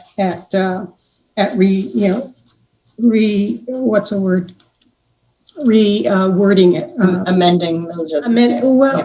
Amending, but I really would like to see it repeal the private TID.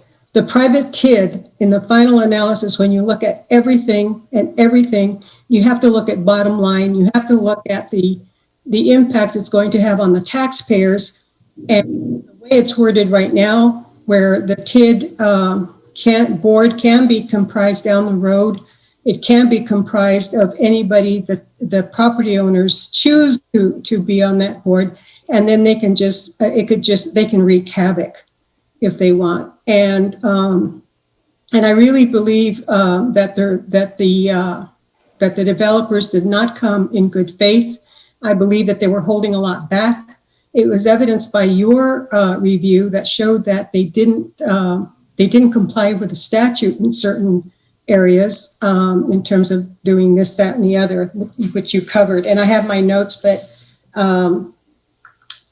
anyway, the whole thing I think is terrible. I think that the TID should be repealed insofar, at least as far as the private part goes. So, and it's interesting that the statute does say, though, that it's for areas that are blighted and where economic development is necessary. And yet you indicated that the focus is generally in areas that need economic development. We had Dr. Erickson, I don't know if he's still attending this meeting, he was on earlier, but Dr. Erickson wrote an article for our local newspapers. And he said that the economic development that would occur in that area would be based on other businesses that have moved into that area. So it wouldn't matter that you could measure what the success of the TID would be insofar as bringing in revenue, because that revenue is taken from another part of the city. Yeah, and given that we're one of the poorest states in the entire country, I think we're the poorest right now. We battle with Louisiana and Mississippi. There's always, just that struggle to be last in economics and everything. But anyway, and then I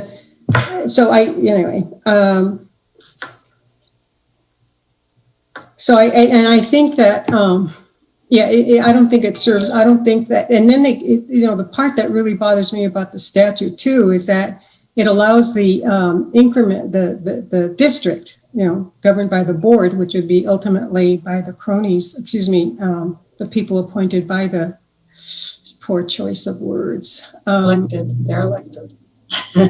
Pardon? They're elected, they're not appointed. But anyway. They're elected, but they're elected by the property owners. Yeah. By the property owners. So, they could be voting for themselves. Mm-hmm. So I think that there's just too many things wrong with that.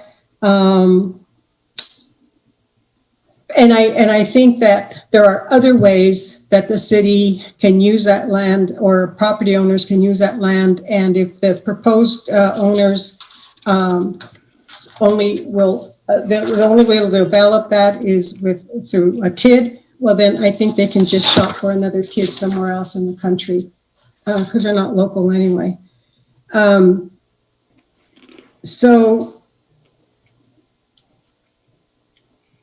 And then with the onslaught of COVID, we're finding, the New York Times has an article almost every day about how that COVID has caused us to work remotely, and that a lot of the brick and mortar businesses are doing well enough, well, not well enough, but are actually considering going remote because people are enjoying working remotely. They're saving wear and tear on their minds, their cars, and they're adapting to working from home.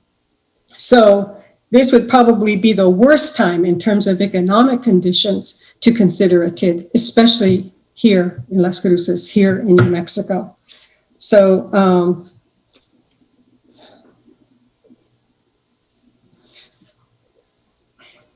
so in other states, I think you noted, it was page 4 of the, I don't know, page 4, because you gave us 2 sets of readings here, but page 4, one of yours.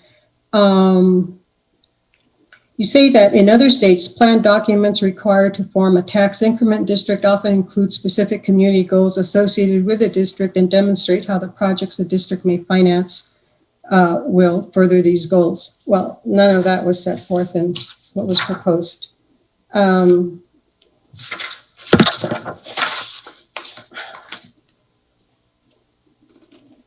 I think that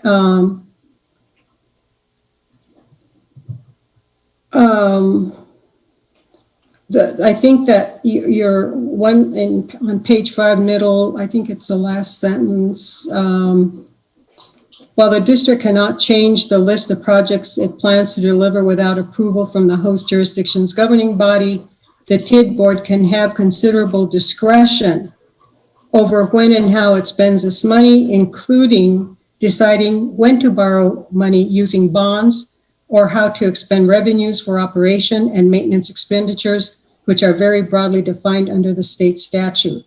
So again, the state statute has its weaknesses. There's a lot of holes there.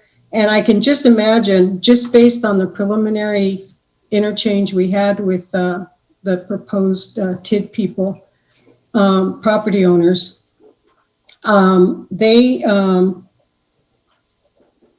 seemed very disconnected or nonchalant as to the needs of our community. And I mean, they could easily just say, okay, we don't have enough money here. Let's just, get a bond measure out. And I just can't imagine doing that to our taxpayers. I mean, the TID is supposed to be doing that for them already. So again, there's a problem with the statute, and hopefully our legislators, if they're not listening now, I hope they will hear from me. So anyway, I want to thank you. I can just go on and on. I think that I think it was the last page of your presentation, your PowerPoint, where you went through all these scenarios as to what should be eliminated. I think scenario 4, well, no.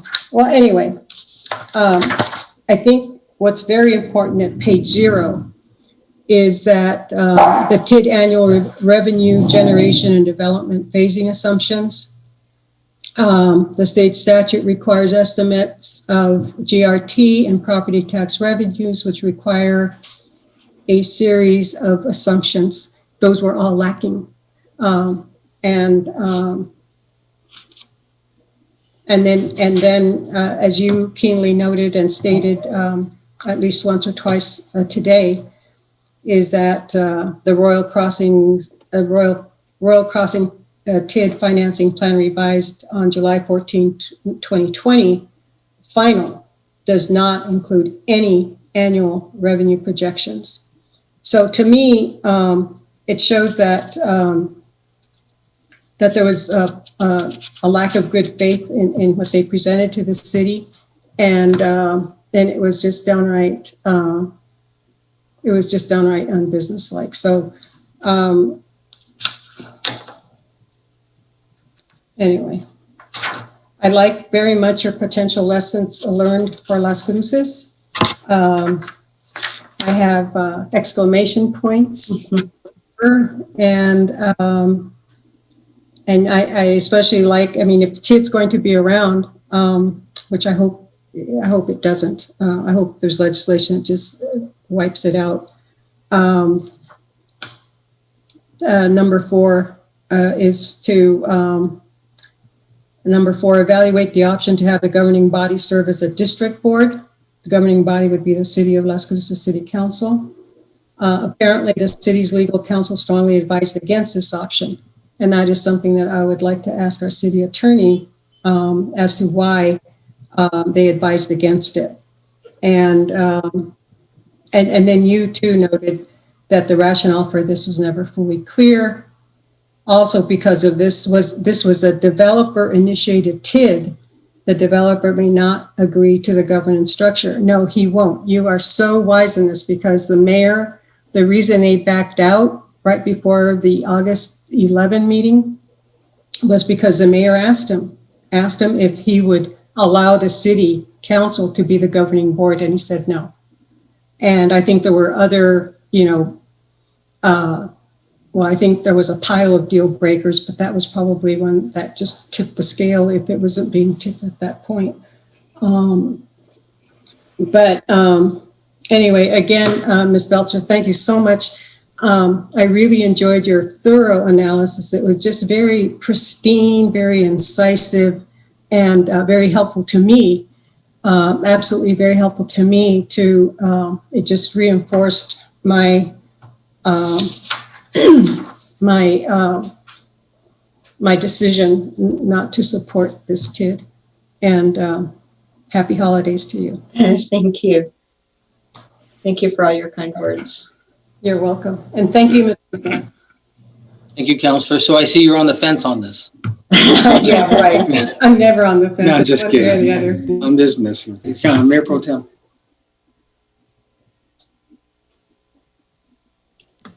Mayor, I think it was Councillor Abeyta-Stuvey next. Sorry.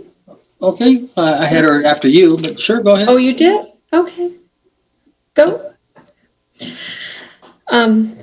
Thank you, Mayor. And Ms. Belzer, I really appreciate the analysis and the information you've presented thus far. And being the representative of the district, I of course want to see development there. And what I would characterize that area as blighted, and many people, so staff's maybe assumption that some people don't characterize it as that is maybe not the correct assumption. I get countless opinions weekly about that place and complaints about the trash and the weeds and I think merely it being vacant the way it is, the extreme amount of acreage it's blighted. There's nothing there. And so, with the exception of the hospital, a very beautiful hospital with beautiful roads to get to it, but everything surrounding it to get there is undesirable, in my opinion. And so I could understand. And so for me, I'm really into process. Like, what's the process? What should we have related to if a developer comes to us as they did? We prepared to do. And I know you have such wealth of knowledge and expertise, experience in this. What takeaways, what recommendations, other than the ones that you posed, in terms of process and how to so that I know you know that council felt very unaware. And I know I met with the developers twice and actually gave, from my perspective, what I thought needed to happen in terms of the conversations that needed to be had with the number of counselors, be careful to, create a rolling quorum, all those things. And so I didn't hear from them for over a year. And exactly what I had felt, what could happen, did happen. And so just hearing from you, based on within the confines of our law or ordinances, and I often felt the chicken and the egg, like you don't know what PUD says, but my constituents got a hold of that PUD, and what goes to planning and zoning, all those kind of quasi-official things that really difficult to do your job. I think that you can. So interested to hear some of that process sort of Yeah. oriented things? Right. Well, that's a great question. And one of the things that Daniel Hernandez and I asked the city, this is one of our very first questions, was why didn't you do the PUD first? And I'm not sure I can totally recall what the answer to that was, but I think that in an ideal, for whatever reason, it did not get done. In an ideal world, that would probably be the place to start. Okay. And you did the Abu Dhabi blueprint, which again is a land use plan, right? But it didn't have any economic development objectives associated with it. So I think that the questions I would have created was, well, how do the projects proposed in the district, in the TID, help us implement the Abu Dhabi blueprint? And so that would be one of the first questions I would ask. And then what would we need to include more detail in the PUD that would help us really narrow in on, is this the street configuration we think we want? Is this the use that we think we really want? And it's been a few months since I looked at that blueprint plan, but in my opinion, it was very high level, very, very general, wasn't very specific. So, and I think I think that the community process is a little tricky because what you want the community to tell you, like this is a financing the TID is a financing strategy. It's not a visioning document. Right. And I think that that's a really important distinction, and that you are kind of going from the big visioning document, which is really what the Abu Dhabi blueprint is, to something that's got more specificity in it, which is what the PUD would have provided. And that's really where the public should be weighing in. Do we want these? Are we happy with this kind of land use approach? Does this configuration of streets really work? And then really having some understanding of what are the existing infrastructure barriers in the area that prohibit this development from going forward. And do we really need Samaritan Drive? I'm just reading off the list here because honestly, I'm not super familiar with any of these projects. That wasn't my brief to come in and study them. But are these need to have? Are these nice to have? How are there? If they're things we really need to have, are they in our capital improvements plan? How are these prioritized in other plans for the city?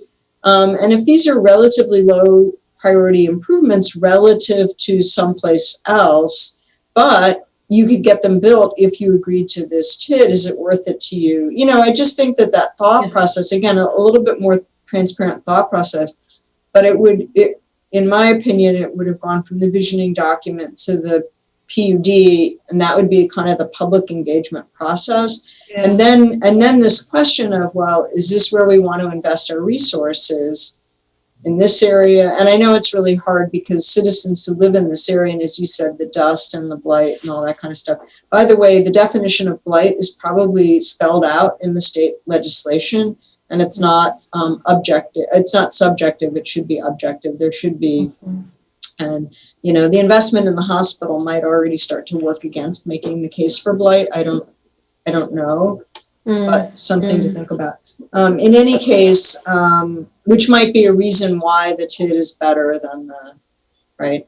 So it could be that, again, if you said, well, for $12 million, I'm just, I'm just making this up now, but for $12 million, we could get the key infrastructure pieces in place. These are not things that we had in our capital improvements budget. They're not things that are in the Metropolitan Planning Organization's budget. But if we give up $12 million of our revenue plus, the interest rate, so the interest over 25 years, whatever that cumulative number is, it's worth it because we will have gotten this paid for, and then out of that we will have gotten however many jobs. That number now, not me, but you know what I'm saying? Like might say, well, this is relative to all the things we need in the city, this might not have been the thing that came to the top, But, you know, for this much money, and, you know, when you talk about the cumulative amount of money of however $200 million or whatever,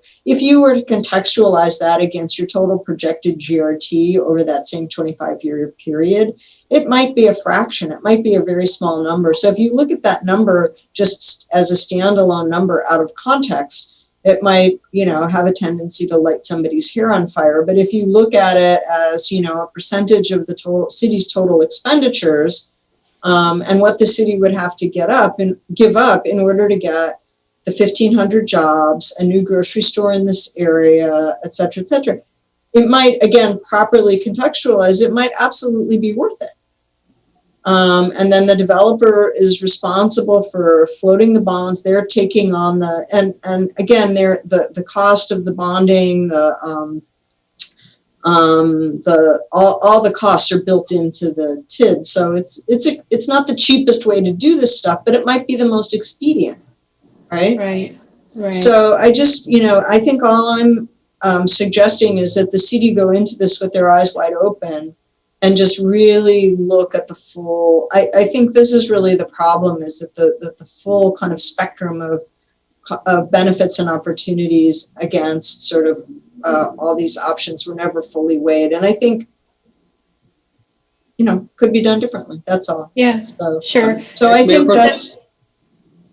I was going to, excuse me for interrupting. After you finish and before Mayor Pro Tem starts, Larry Nichols has his hand up. He probably wanted to jump in and help respond to one of your comments, Mayor Pro Tem. Yeah, that's basically my point. I mean, I guess I'm hoping that I'm helping you understand the process. So I think that the public process is really around the visioning and the kind of the details of the land use program, and then the minutia of the funding and financing and what the trade-offs are should be something that's transparent. But that's not the kind of thing you go to the community and you say, well, do you like 12 million or do you like 14 million? You know, it's sort of like, but I think people should definitely weigh in. And the like what the trade-off things are, like what do we gain? Like what do we want to get out of this? I think definitely should be something the community should weigh in on. Absolutely. Thanks, Dina. Okay. Yeah. Larry. Larry Nichols? Yes. Thank you. Good afternoon, everyone. Larry Nichols with Community Development and Mayor and Councilor Gondra, Mayor Pro Tem Gondra, and Councilor Bencomo paid particular attention to some of the questions and comments you were making regarding the Apodaca Blueprint and the Via Mora project. They're all together. It needs to be mentioned that Ms. Belzer was saying, well, we needed to have a little bit better idea about specificity about the Apodaca Blueprint. We hired a consultant, Half Associates, to develop the Apodaca Blueprint. We spent about 7 or 8 months in doing that. We had over 7 or 8 public meetings asking people in the neighborhood what it is that they wanted to see developed there. And we developed the master plan for that. The thing that was missing in that was the financing mechanism. And that's what brought about the TID proposal. I suspect, in fact, I think we can find out this quickly, that there are a number of ways of financing vehicles for a project of this nature other than a TID. And maybe those need to be considered. But I wanted it to be brought forward that the Apodaca Blueprint did take into account what the surrounding neighborhood and the constituents in your district wanted to see happen there. They wanted trails, they wanted parks, they wanted retail, mixed retail, they wanted professional offices to support the hospital, and the same for the Via Mora. It was less commercial and more of a desert type of activity that talked about the history of that location. So, Mayor, Council, I just wanted to mention those few things that there's I think it's about a 54 or 55 page document on the Apodaca Blueprint that does talk about the land use and what the citizens in that area wanted to see happen to that 92 acre parcel of land.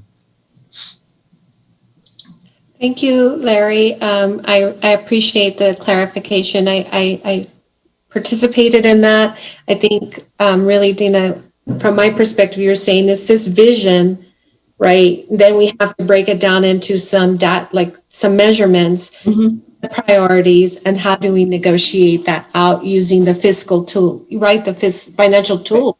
Right. And I don't know that that is something that we have for every single blueprint or plan, that master plan that we have. I want it, instead of just sitting on a shelf, right, to be ready, and that the city is in the driver's seat of pardon me, in terms of either doing a request for an interest, RFI,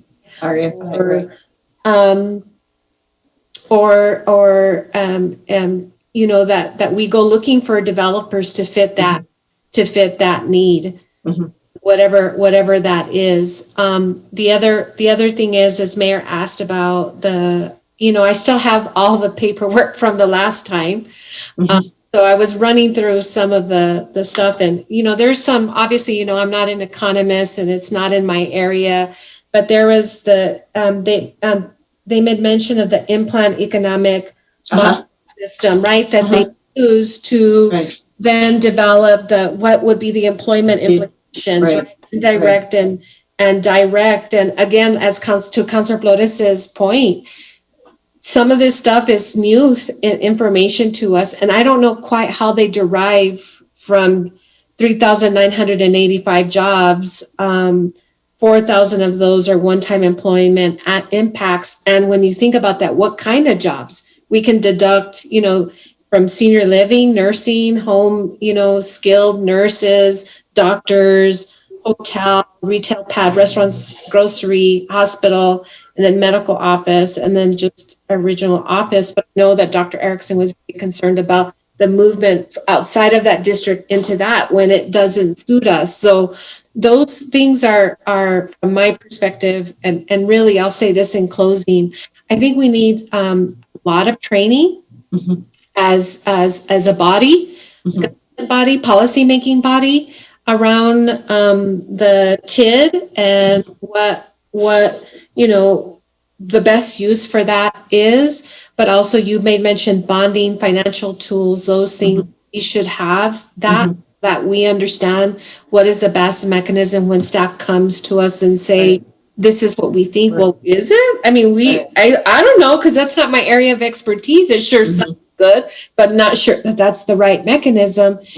And Councilor Flores talked about the attorneys, right? Our attorney specifically. Well, we hired an attorney, not our inside attorney, right? Like not Jennifer Vega Brown and others from her unit or her department, if you will. And so those are who we're used to having those conversations. These are very lofty, very cerebral in nature. I read it like 3 times in such a short amount of time that's hard to regurgitate. So I just want staff to be mindful of that, and also helping us. And I would recommend, let's get some training. There's trainers, I understand, through Sharon Thomas. There's people specifically from DFA that do have this expertise, that do trainings for counties and municipalities. And we should do that. But I also, a little before that, maybe a few months before that, a TID resolution, right?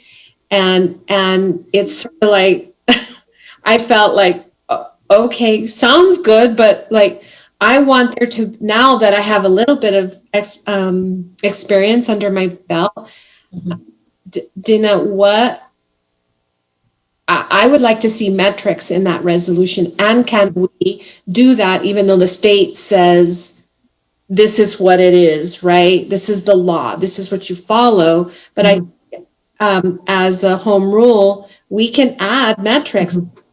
We expect any build out to have 25% affordable housing. This is what we expect out of this particular one and any other sort of building that you do related to that, to include, and we expect that of that, we want to see an increase in these many jobs at this salary. Can you give me a little bit of direction on whether I'm on the right track of? Yeah.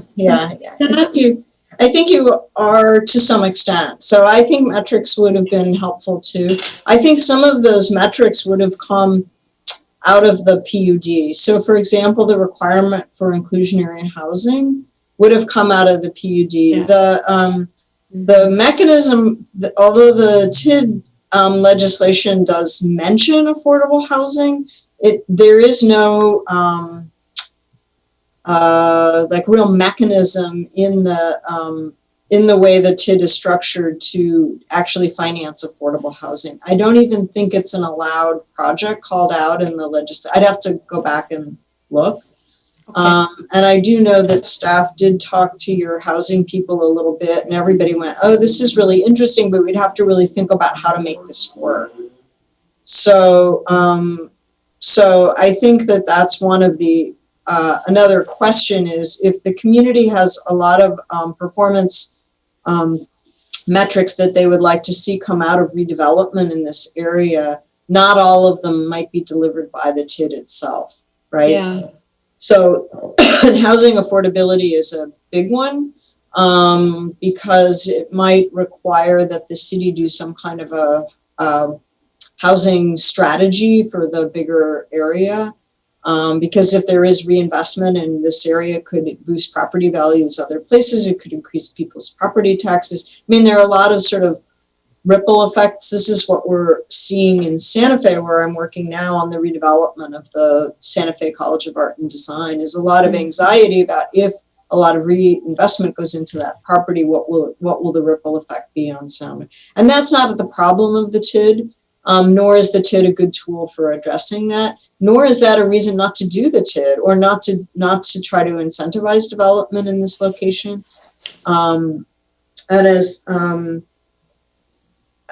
I believe it's your economic development director just pointed out, the city had called this place out. I mean, you already invested a lot of money in doing the Apodaca blueprint and so forth and so on. So the TID in some ways is a logical next step. It's not, that part of it wasn't crazy. I'm sorry to, it's getting to be late in the day. Everybody's talking. Right. But anyway, that part wasn't unreasonable, that this is an implementation tool. And as I said earlier, if you could do a better analysis of the sources and uses of funds, and you could contextualize the numbers kind of in a bigger context, you might see that this is a very reasonable way to go. Yeah. So I think that's what's really, it's not that the TID is a good idea or a bad idea. It's just having a better idea of how well it actually is going to work to deliver what we want. And right. So, and if it's done are there other things that we could do in conjunction with this? And again, in terms of your earlier question about process, this is where I think the PUD would have been a natural next step. Yeah. I just kept feeling if only I saw the PUD first, why didn't we do it? And I don't know if it's because it's against, like I said, all those requirements and the quasi-judicial position that we find ourselves right after planning and zoning. I wasn't sure, but I think there was so many lessons learned from myself and the rest of my colleagues. I hope from staff's perspective, you've given so much information and things to really continue to contemplate, right, moving forward. I'd like to see us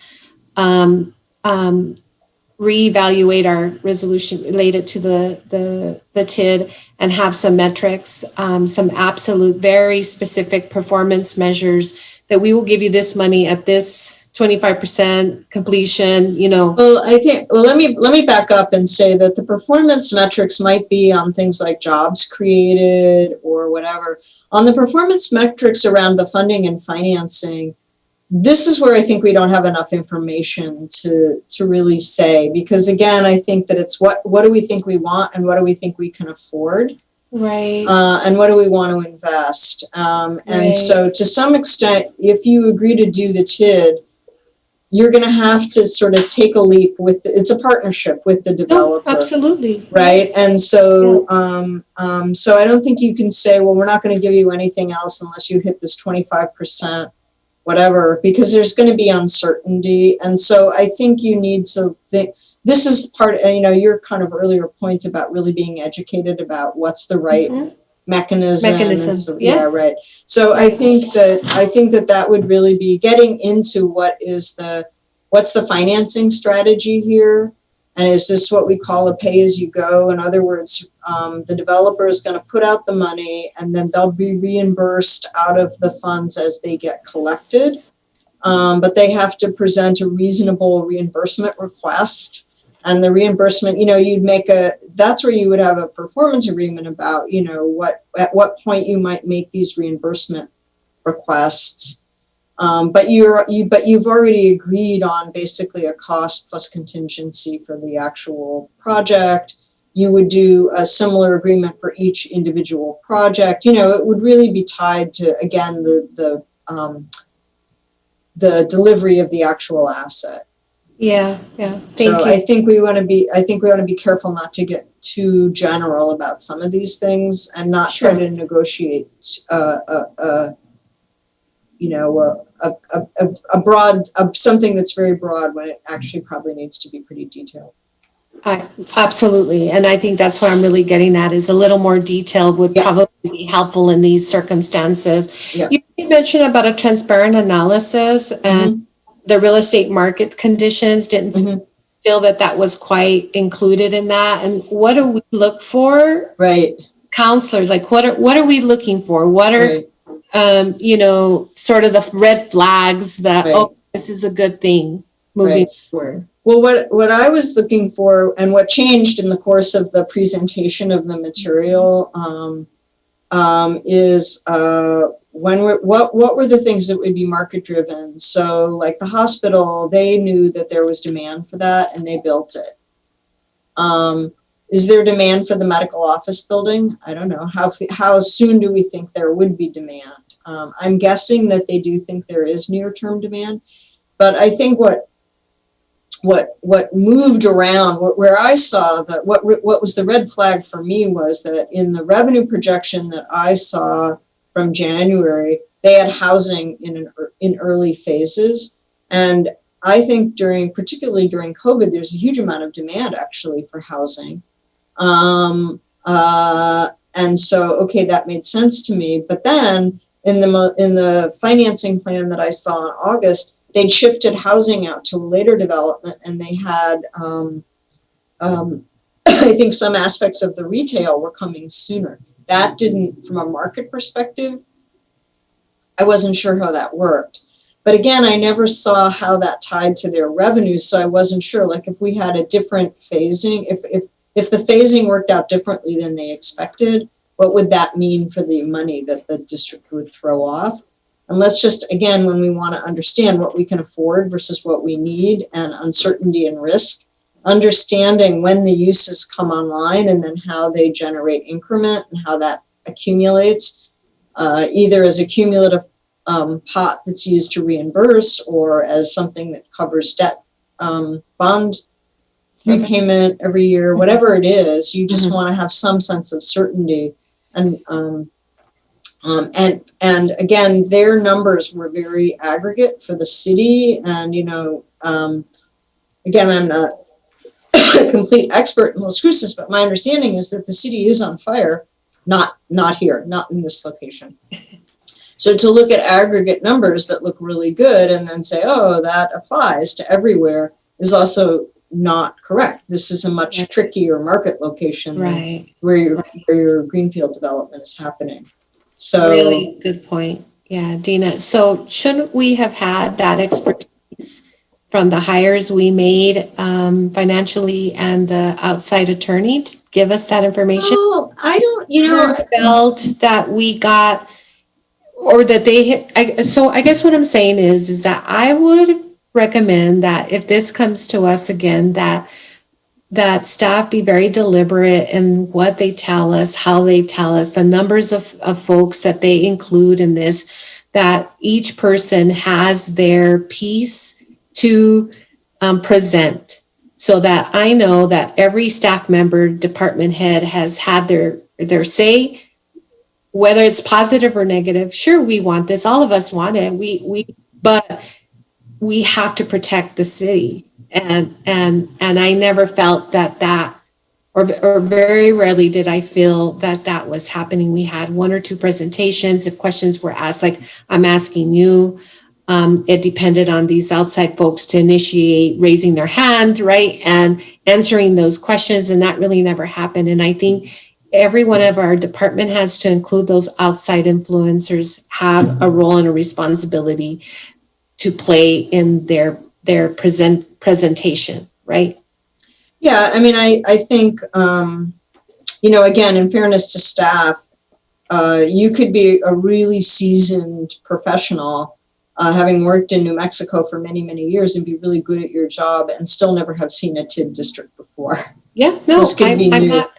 right? No. So, but I would also say that,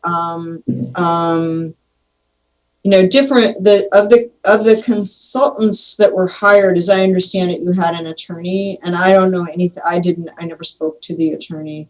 I did speak, as I said earlier, to your financial advisor, who again ran the feasibility numbers on the district, and he raised some concerns, but it was my feeling always was that they were sort of asides on his part, because he didn't feel like it was what he was actually asked to do. So I think that part of the trick of getting good help is knowing what you don't know, or asking the right questions. And I would just say, that you might have gone to the financial advisor and said, does this look right to you? Like I did, he did actually, to his credit, he did raise the red flag a couple of times, but it's not clear. So I'm giving a very murky answer there about what kind of expertise you need, but it's specialized. It's not, and Absolutely. I agree with you that every department head should and could weigh in, but it's still, there might still be some gaps. And so if you don't look at the whole thing, so you could have hired the financial advisor to say, take a good close look at these revenues. Does this make sense? Right. That was not what he was asked to do. So okay. That's my understanding. Yeah, no, I appreciated the effort that staff put. Please don't get this as I'm overly critical. I just felt like,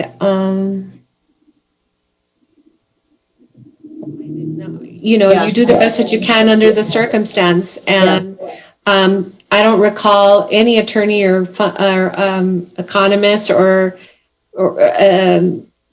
lawyer and or financial person say, ding, ding, red flag, this, and this is what to consider. This is what this means. That's my challenge here. And we need to be able to be transparent, forthcoming. Yep. Make sure we know I agree. everything in front of us so that we can make the best choice for us. I completely agree. Thanks, Dana. I appreciate Thank you. it, Mayor. Those are all my questions and comments.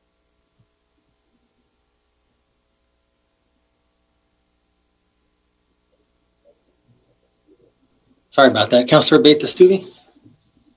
Thank you, Mayor. And thank you, Dina, and to my fellow councilors for asking really in-depth questions and really going through, I think, most of the angles that we have been able to see here today.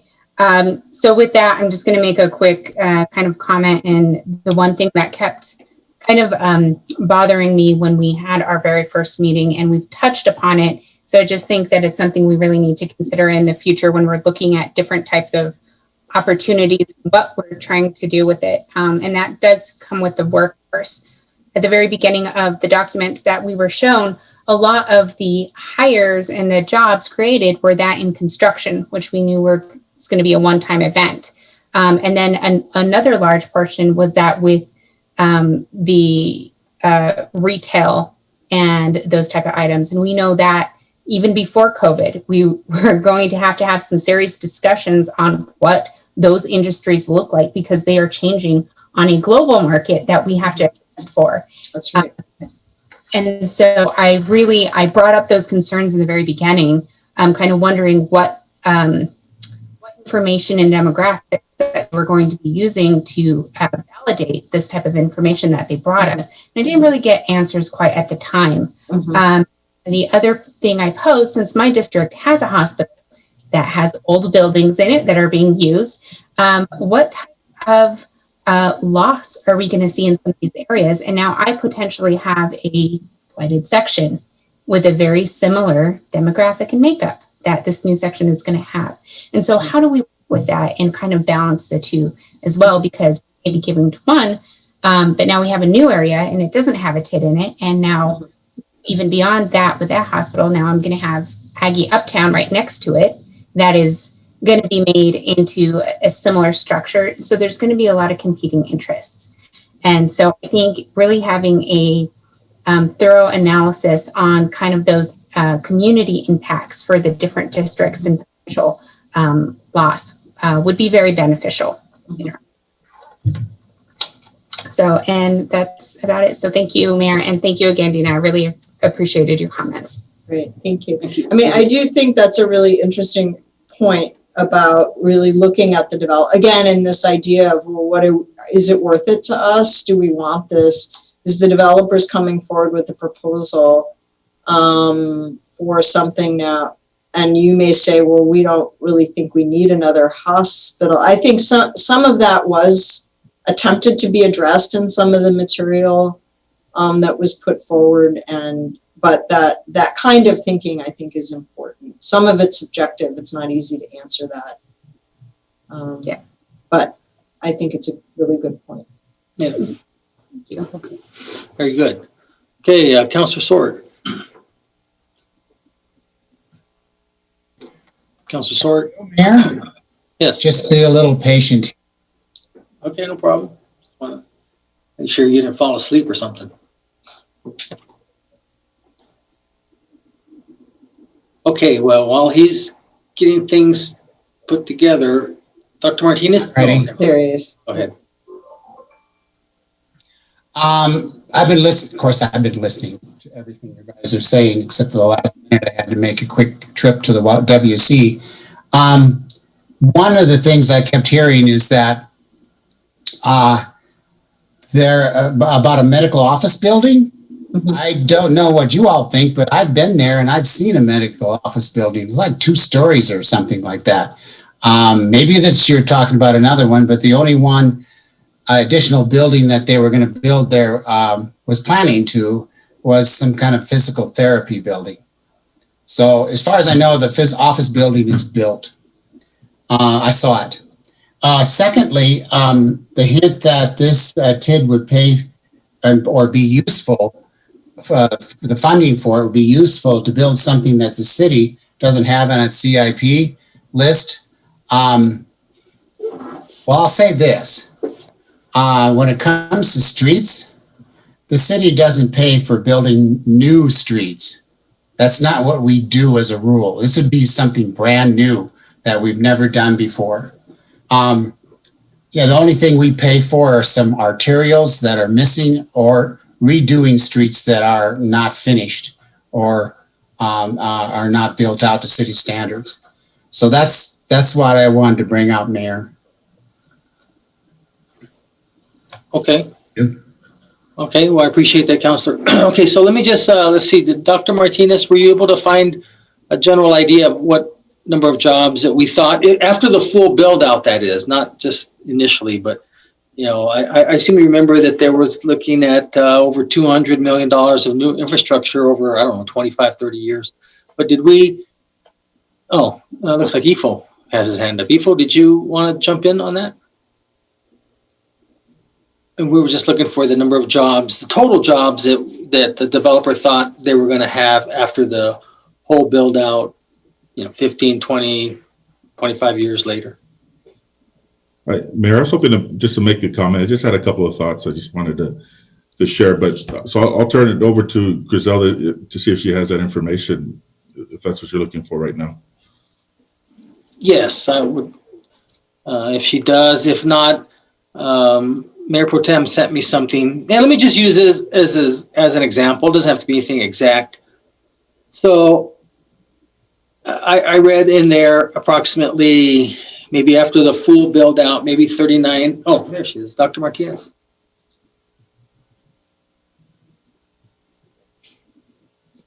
Mr. Mayor, technology, this is Grisela Martinez for the record. So we had over 1,000 jobs and about $250 million of investment. Okay, so the developer was thinking that over a period of time that they could bring in 1,000 new jobs, give or take. Correct. And the assumption was that about 15% of that was going to be pulled from other areas from the city. I'm sorry, 15%? Correct. Okay, so then net would be 850. So correct, from the forecast. Mm-hmm. So if we were to take 21 million divided by 850, let me just make sure. Let me make sure that's right. So that's 2470 times 850. Oh no, I forgot something. 21 million divided by 850. So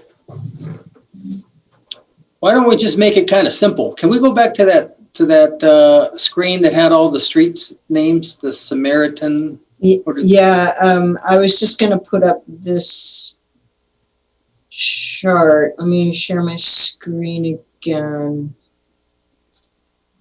Can you see? Here's the employment numbers, right? Okay, so here's okay. the total, the direct, indirect, and then here's my, oops, sorry, wrong chart, wrong project.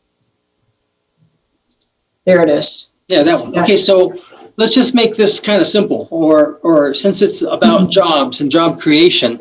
So I took the 21 million, scenario number one, divided it by the 850 new jobs. And so why couldn't we just say, okay, if you want to build Samaritan Drive, which is 875, and you want to get reimbursed for it, so you take the 874,500 divided by the 24,750. So that means bring in 35 new jobs, and we'll pay you and we'll reimburse you that. So in essence, we're reimbursing for this amount, but it's almost like we're paying a developer. I mean, a economic developer, someone to bring in these jobs. These are new jobs, not jobs that were transferred over that many of us will worry about, but new jobs that are new to the city, and that's not easy to do. And then that way there it puts the onus. I mean, because if they're really, and this kind of matches to what Mayor Pro Tem was talking about. This is a measurable event here. You want to get reimbursed for this particular street or drive, then you just use this as a factor and get it completed. And when you bring in 35 new jobs, you get reimbursed for that project. That way there, it's kind of like, if you want the full amount that you were asking, then you bring in the 850 net new jobs. So kind of simple. We don't have to go through the TID. We don't have to go through any of all that. Oh, right. Yes, that would be outside the TID. Yeah, we just do it. We just do it at like an economic development issue. And I think that's something there that the anti-donation clause allows us to do if we use different monies for that to bring in new jobs. And, just something to think about. So anyways, Ifo, you wanted to say something?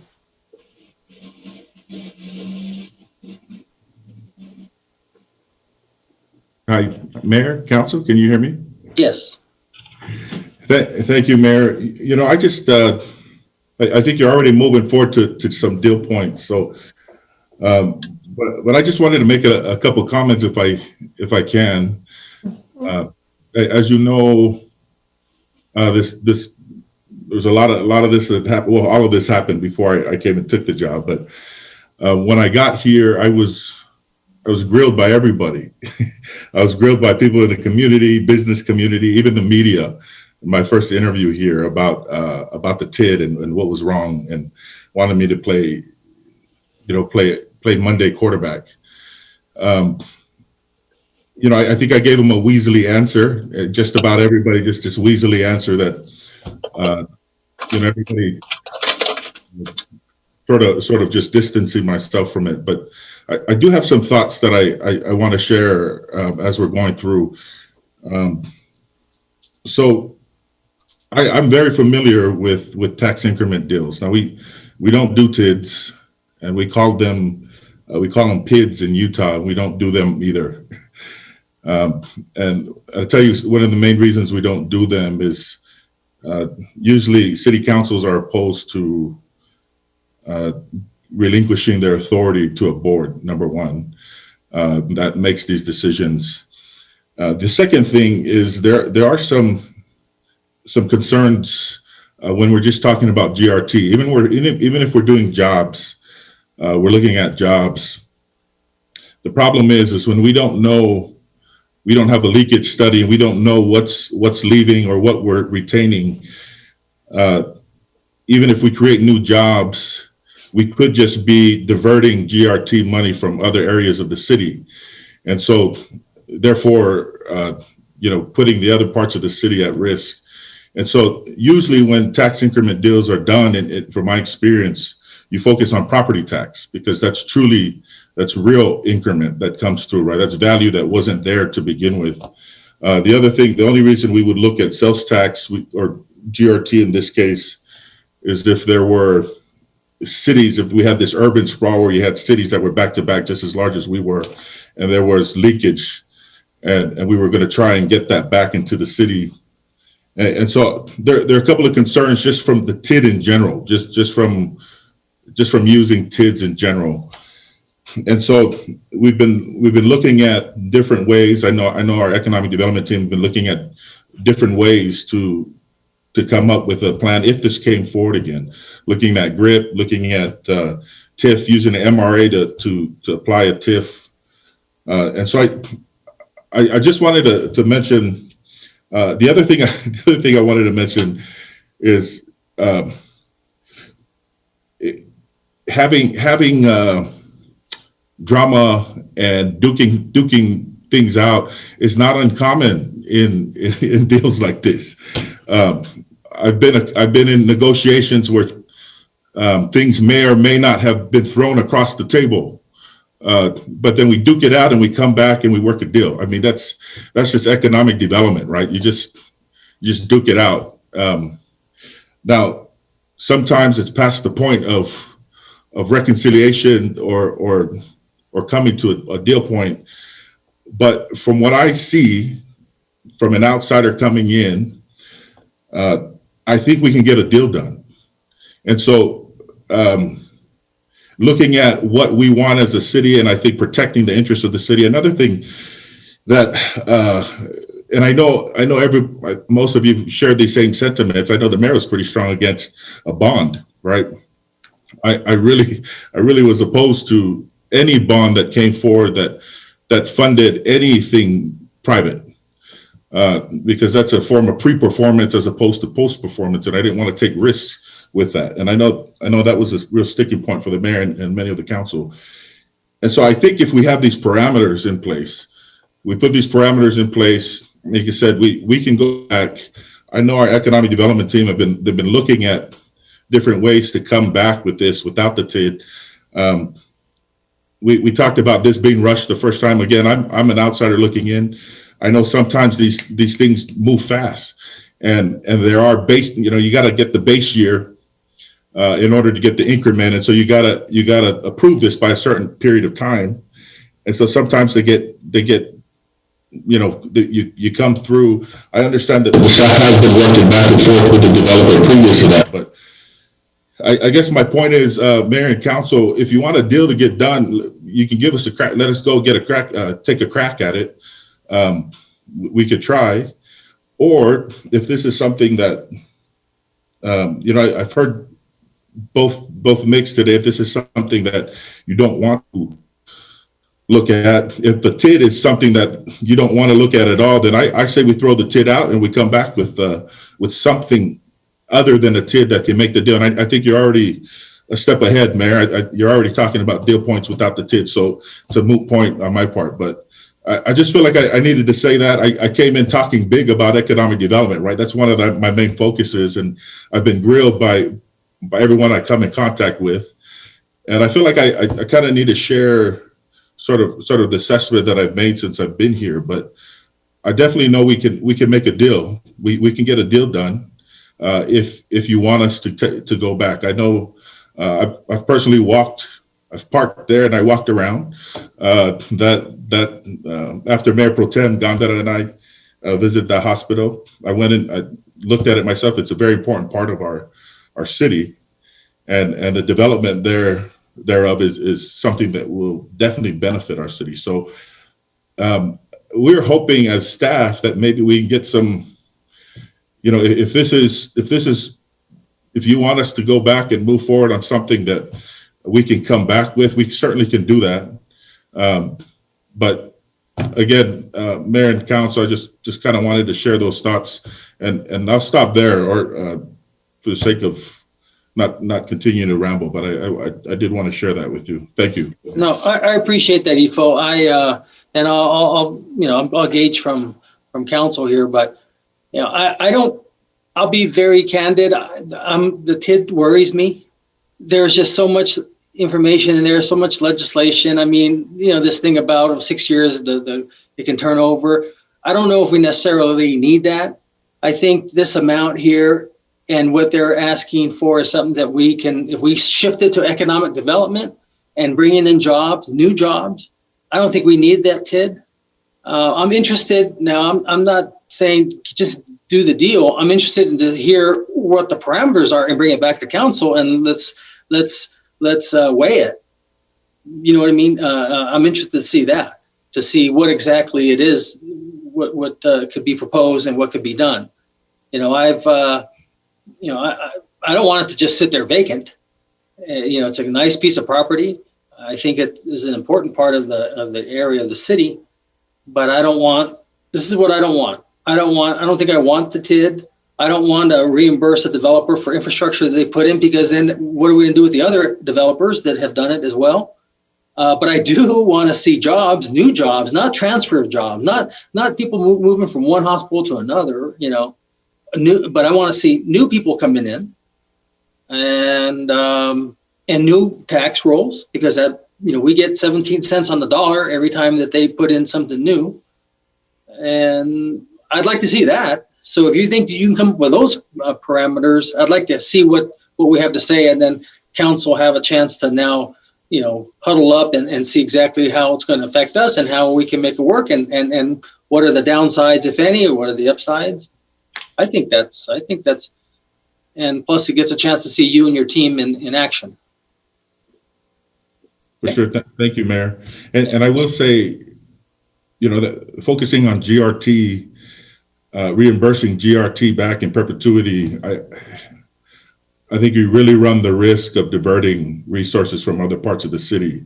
And so any deal that has to do with GRT giving back to the developer to reimburse, as opposed to property tax, you're going to run the risk. It's going to be hard, even if it's jobs, even if it's the indicators are jobs. If you're pulling jobs from other side of the city because they're going bankrupt, it's going to be difficult to follow. And so I think if we could, and I don't know if they'll, if this is something they'll be agreeable to, but I do think a focus mainly on property tax would be some of the parameters that we stick to. Certainly not bonding, right? And putting the city at risk through through any debt is something that parameters that I use in any deal. I would never like to do that. So, well, I'm interested to see. I think council would be too. I mean, especially if there's no downside to us. We don't give away our authority. We don't bond anything, and we bring in new jobs. That's what we give. That's what we give money to Movida to do. Yeah. That's what we do. I mean, that's what we'd like to see. And then you take care. And by the way, it wasn't a blighted area. It was a nice area. It was a golf course, and it's unfortunate that no one took care of it in the meantime. But I mean, I know that's not your problem, but anyways, I just thought I'd share that with you because it wasn't always like that. It was a nice place. Okay, well, let's see what the rest say. We've got two council that have, please keep your comments somewhat limited. You know, we've spent a lot of time on here. I think IFO has volunteered to do this and be a good chance to see how him and his team work. So, Councilor Bencomo? Thanks, Mayor. Yes, I appreciate that, IFO, you jumping in and saying that. I think that's really important. I just wanted to comment on Councilor Sorg's point about the hospital. Councilor Sorg, you are right. There is the hospital and then another building. However, there is plans to build out another like women's clinic, a rehab place, and then I think there's a third type of medical building. I can't remember. There's two now, but there are more planned. Yeah, right. Yeah. So I just wanted to clarify that. And then yeah, honestly, Mr. Mayor, I think for me, the reason I was disappointed, several months ago wasn't because it was a great deal or whatever. It was mostly because we didn't have that space to negotiate and to figure something out. And so for me, I'm personally open to that negotiation. I think that after today, though, Dina's presentation, I'm a lot more clear about, frankly, how scary this TID is. And I think that it's a very big deal. And that's why as the conversation went on, I kept thinking, well, is the TID even the right place to negotiate? And so I'm okay if we start elsewhere. I also think, though, that we should put some measurables, not measurables, but some, like, what kind of jobs? I want to make sure that our jobs that are paying people well, that are helping people build wealth, and that are improving our quality of life. Okay, good. Mayor Pro Tem?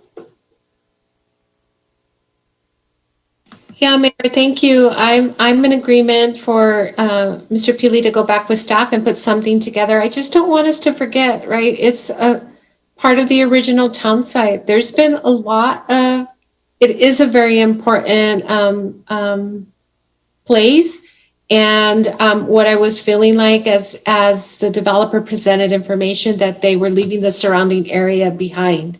Right here, you're going to do all this development in there and get reimbursed with no real improvements anywhere else. And so I just don't want us to forget that. It needs some rehab, renovating all around that Apodaca area to include Madrid. And there's some really, I think, businesses that would appreciate that and residents around there that would appreciate that help for sure.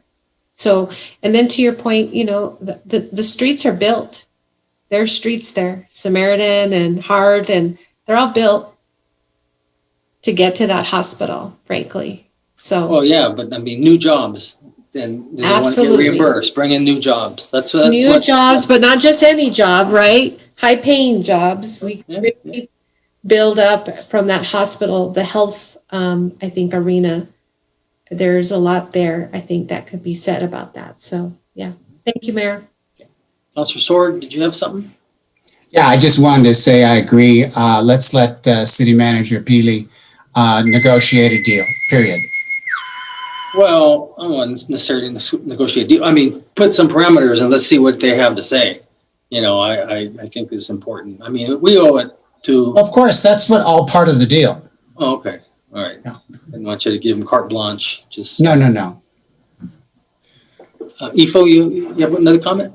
Yeah, Mayor, and one thing I do want to say too, just as again, outside coming in, I do have a little different opinion on the work that's been done up until this point. I do think that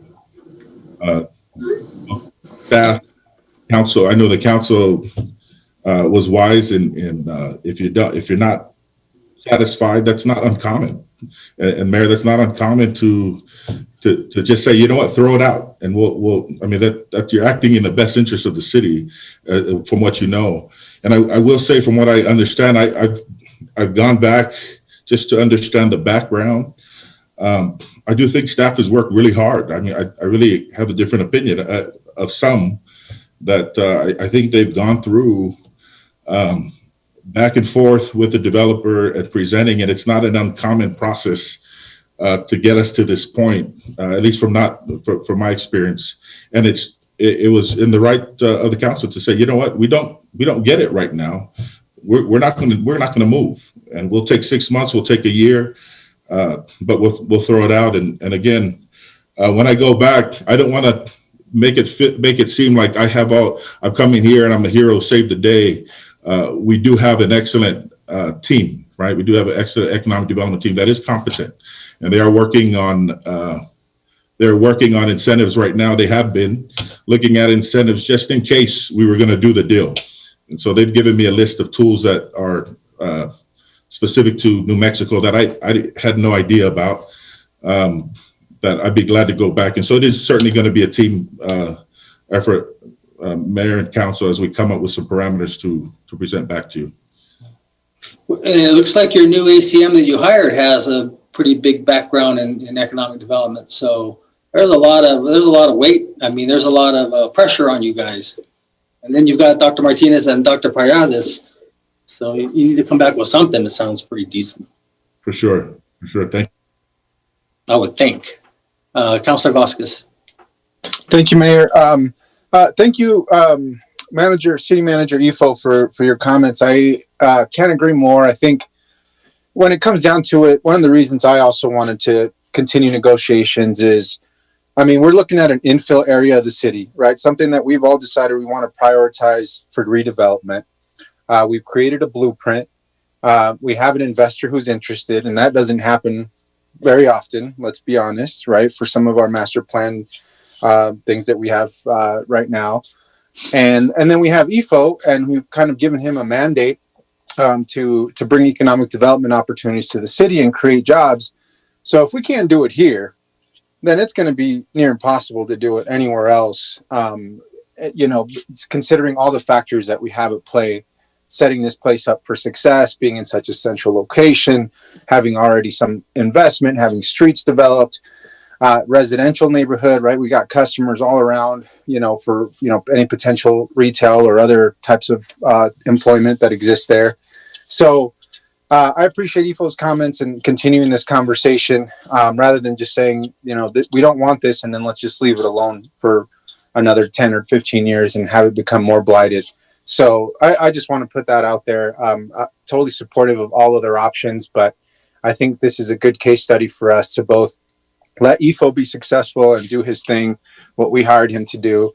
And then our staff also, to use all the talent that they have and to fulfill these priorities of both fulfilling the Apodaca blueprint, bringing in new jobs and redeveloping an inner part of the city where a lot of developers just aren't going right now. So just wanted to provide those comments as well and fully supportive to exploring all those options.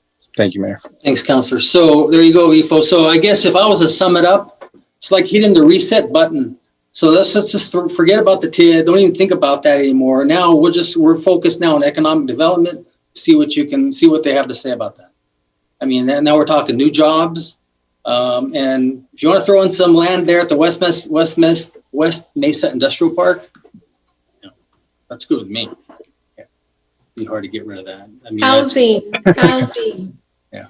Okay. All right. Great. Well, good. I think that's a majority consensus. So thank you for everybody. And Dina, thank you for your presentation. It really helped us a lot, and it allowed us to refocus, change our direction, and go after economic development instead of how to reimburse a developer for stuff that for infrastructure. Now it's a whole different ballgame, and like I said, we hit the reset button, and now we're just going to focus on that, and we appreciate it very much. Great, thank you. I want to say the privilege has been all mine, and I think you do have great staff. I really want to second what EFO said. So I think all the pieces are there. It's just how to make it work.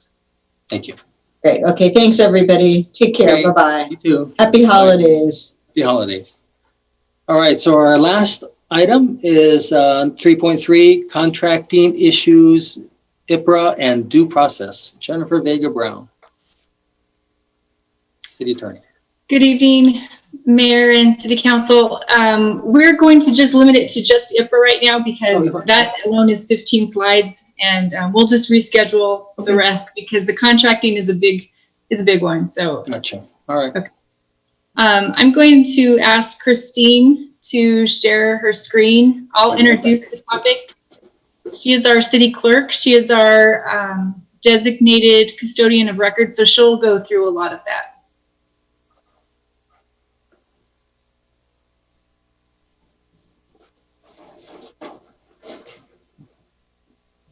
This is part of the information that we'll be presenting to City Council periodically regarding some of the issues that you all have to deal with. As you know, the Inspection of Public Records Act is a big one for us. We have a lot of requests and we fulfill a lot of requests.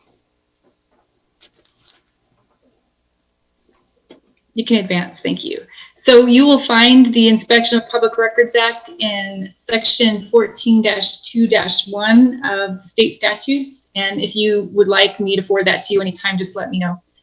Basically, this statute reads that every person has a right to inspect public records of this state with very limited exceptions. There is a very important quote that is used when describing public records. Access to public records is one of the fundamental rights afforded to people in a democracy. Even where there is no statute, a common law right to inspect and copy public records affords members of the public the opportunity to keep a watchful eye on government. Thank you. In New Mexico, the New Mexico courts favor disclosure of public records, and over recent years, the legislature has continued to expand IPRA. It's also been expanded in great deal by the courts, by the New Mexico Supreme Court and the Court of Appeals. You will see, as there used to be about, I believe, 10 exceptions to IPRA, that has been narrowed down to about 7, and one of the very broad exceptions has been eliminated, almost completely eliminated. You can advance. Thank you. So the law states, and you can find this also in the Attorney General Compliance Guide, and we can also provide copies of that to you or links to that anytime you need it, just let us know. The legislature has recognized that a representative government is dependent upon an informed electorate. It is the public policy of the state that providing people with information is an integral part of the routine duties of public officers and employees. One of the, an important thing about the act is that it does not require a public body to create a public record. We are only responsible for the records that already exist. I'm going to let Christine take over. And I just want to emphasize the city clerk's office is in the legal department, and Christine is our city clerk, and she is our designated custodian of records. So Christine, if you want to jump in.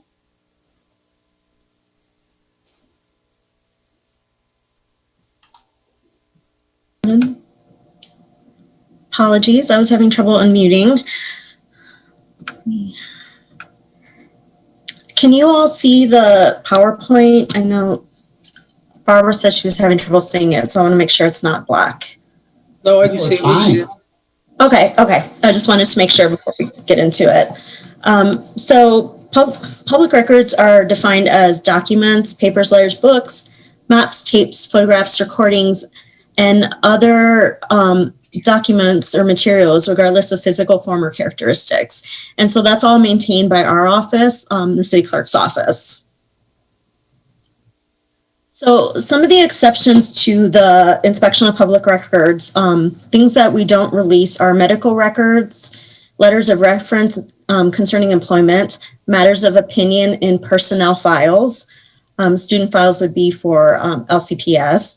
Law enforcement records that reveal confidential sources or methods, anything that is part of the Confidential Materials Act, trade secrets or attorney-client privilege information, as well as business plans of hospitals, tactical response plans that are developed by our police department, protected personal identifier information. This includes the last 4 of Social Security numbers, everything but the year of birth, account information. Those are just a couple. And of course, anything else that is provided by law. So when a person requests a public record from us, this is made by an oral or a written request, and this is made to the designated custodian, which would be me. The written request shall include the name, address, and the phone number of the person making the request. This is so that we can contact them regarding their request. As the city clerk's office, we also ask for their email address because a lot of our records are electronic, so we can give them access that way. The written request shall be identified with reasonable particularity. An example of this is somebody requesting to see city council minutes versus somebody who requests to see city council minutes for the month of November 2020. That's specific, and we're able to narrow it down and get them the records that they need. So when a person makes a request, they don't need to tell us the reason why they're making the request. They can request whatever it is that they want. And the procedures that we just went over are only for written requests. They don't apply to oral requests, but as a good practice within the city clerk's office, we do apply the same rules to an oral request. So as a records custodian, the city has designated me the city clerk. And in return, I have designated the records manager to process all records. And the records manager for our city is Lisa Herrera. Sure that you have all gotten wonderful little emails from her requesting stuff. And that's who that is. That's the records manager. So as a custodian, we can charge reasonable fees for copying up to $1. Our office currently charges 50 cents a page. We can also charge for costs of downloading the documents onto a storage device and for the actual cost of the device. So if we put something on a jump drive, we'll charge them for the jump drive, the price of the jump drive. We can also charge for actual costs of transmitting the request. So if we receive a request and it is not for the correct custodian, we have to forward the request to that custodian if we know who it is, and also notify the requester. So for example, if we get a request from the county, we are going to forward that request to the custodian for the county and also let the requester know that we have sent the request over, but also give them the notification information so that they can contact them themselves regarding their request. So as the custodian, we also have to separate exempt from non-exempt information. Exempt information is everything that was listed above. We go through and make sure that none of that is available for the public. And then we also have to state the reason why that has been exempt. We do that by listing the statute and the exemption that we have used. So when we receive a record, we have to respond as soon as practical, or which is usually about 3 days. And then we have to make sure that we have given them a written response within 15 days. So if we cannot give them a response within the first 3 days, what we do is we send them an email or call them and let them know when we believe that their response will be available. For the most part, we are able to close out requests within 15 days. We don't need to expand it beyond that, but there are times when we have to, and that's when it's called excessively burdensome or broad. And so as long as we are making contact with the requester, we are able to extend the request until we have all the information available for them.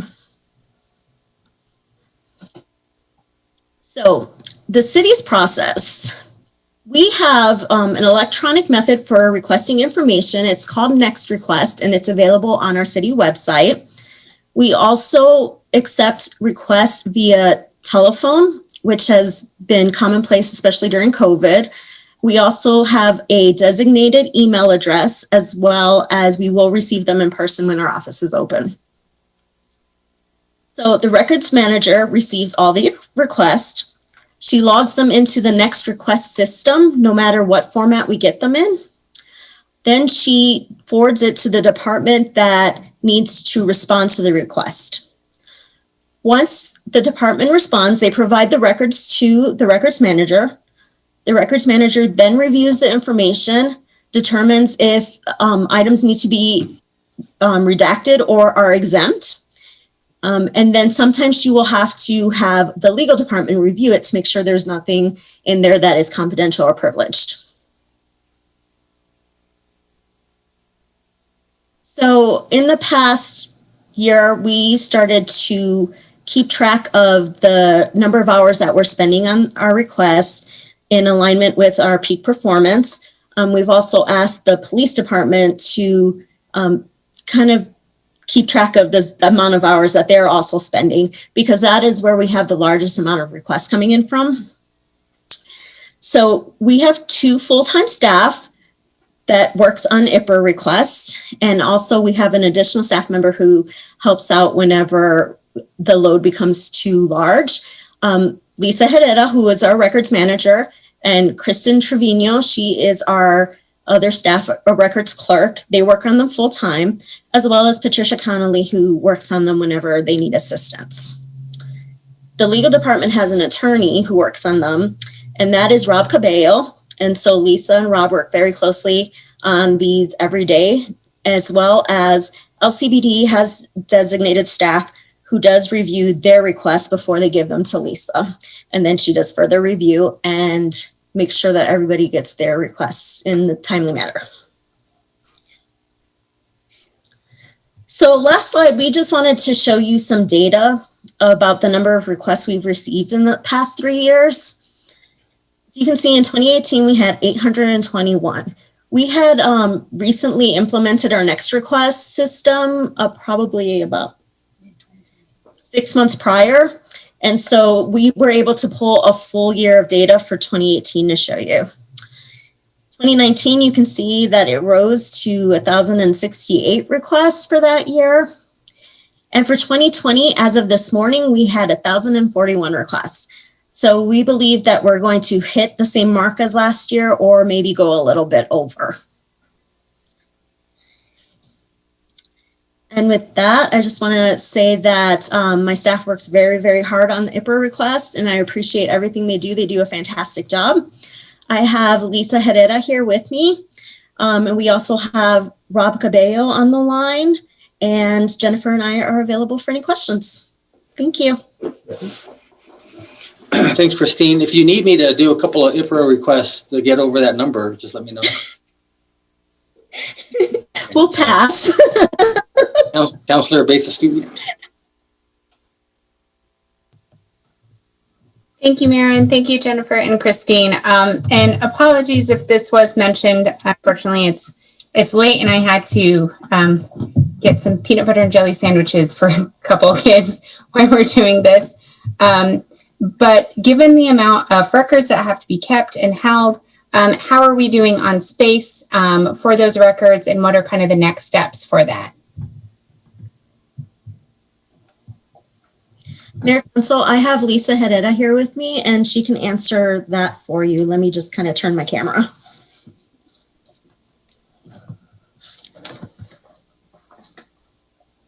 Councilors, Mayor, hi. Actually, there is a resolution that is going to be taken to you guys for approval at the beginning of January. Excuse me, Lisa, I don't mean to interrupt, but I know you guys are in the clerk's office, but can you just state your name?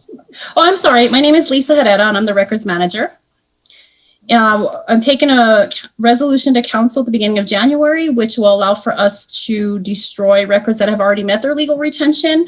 We try to do that once a year. We skipped 2019 for various reasons, so we actually have a double years for this resolution, but that's usually how we control the amount of information. Is once it's been approved for destruction, we can destroy all of those that have met their legal retention, and that's how we control the volume of records. Thank you. Thank you. That's all the questions I have for this evening. Thank you. Thank you, Councillor. I think we probably should end it soon so that you can go make dinner for your children, and we don't want to keep them eating just sandwiches. So with that, is there any other questions? I think it was pretty clear and succinct how you do it, and I don't know how you guys handle all that paperwork and all those emails and all that stuff that you have to look for, but thanks for doing it. I know that's a tough job, and I know that's important though. Like you talked about, this is what democracy is about. This is their government. They want to keep an eye on things, and especially keep a big eye on Councilor Flores and make sure she's doing what she's supposed to be doing. Mayor, Okay, so Mayor, if yes, I yes, may, I just want to say that our city clerk's office works extremely hard. Some of these requests are thousands of documents that they have to review, and especially our police requests that come in, they have to review body-worn camera and they have to redact it. So they might have to sit there and watch 3 hours of video at a time. So they work extremely hard, and I say with a lot of confidence, we have the best city clerk in the state. Yeah, good.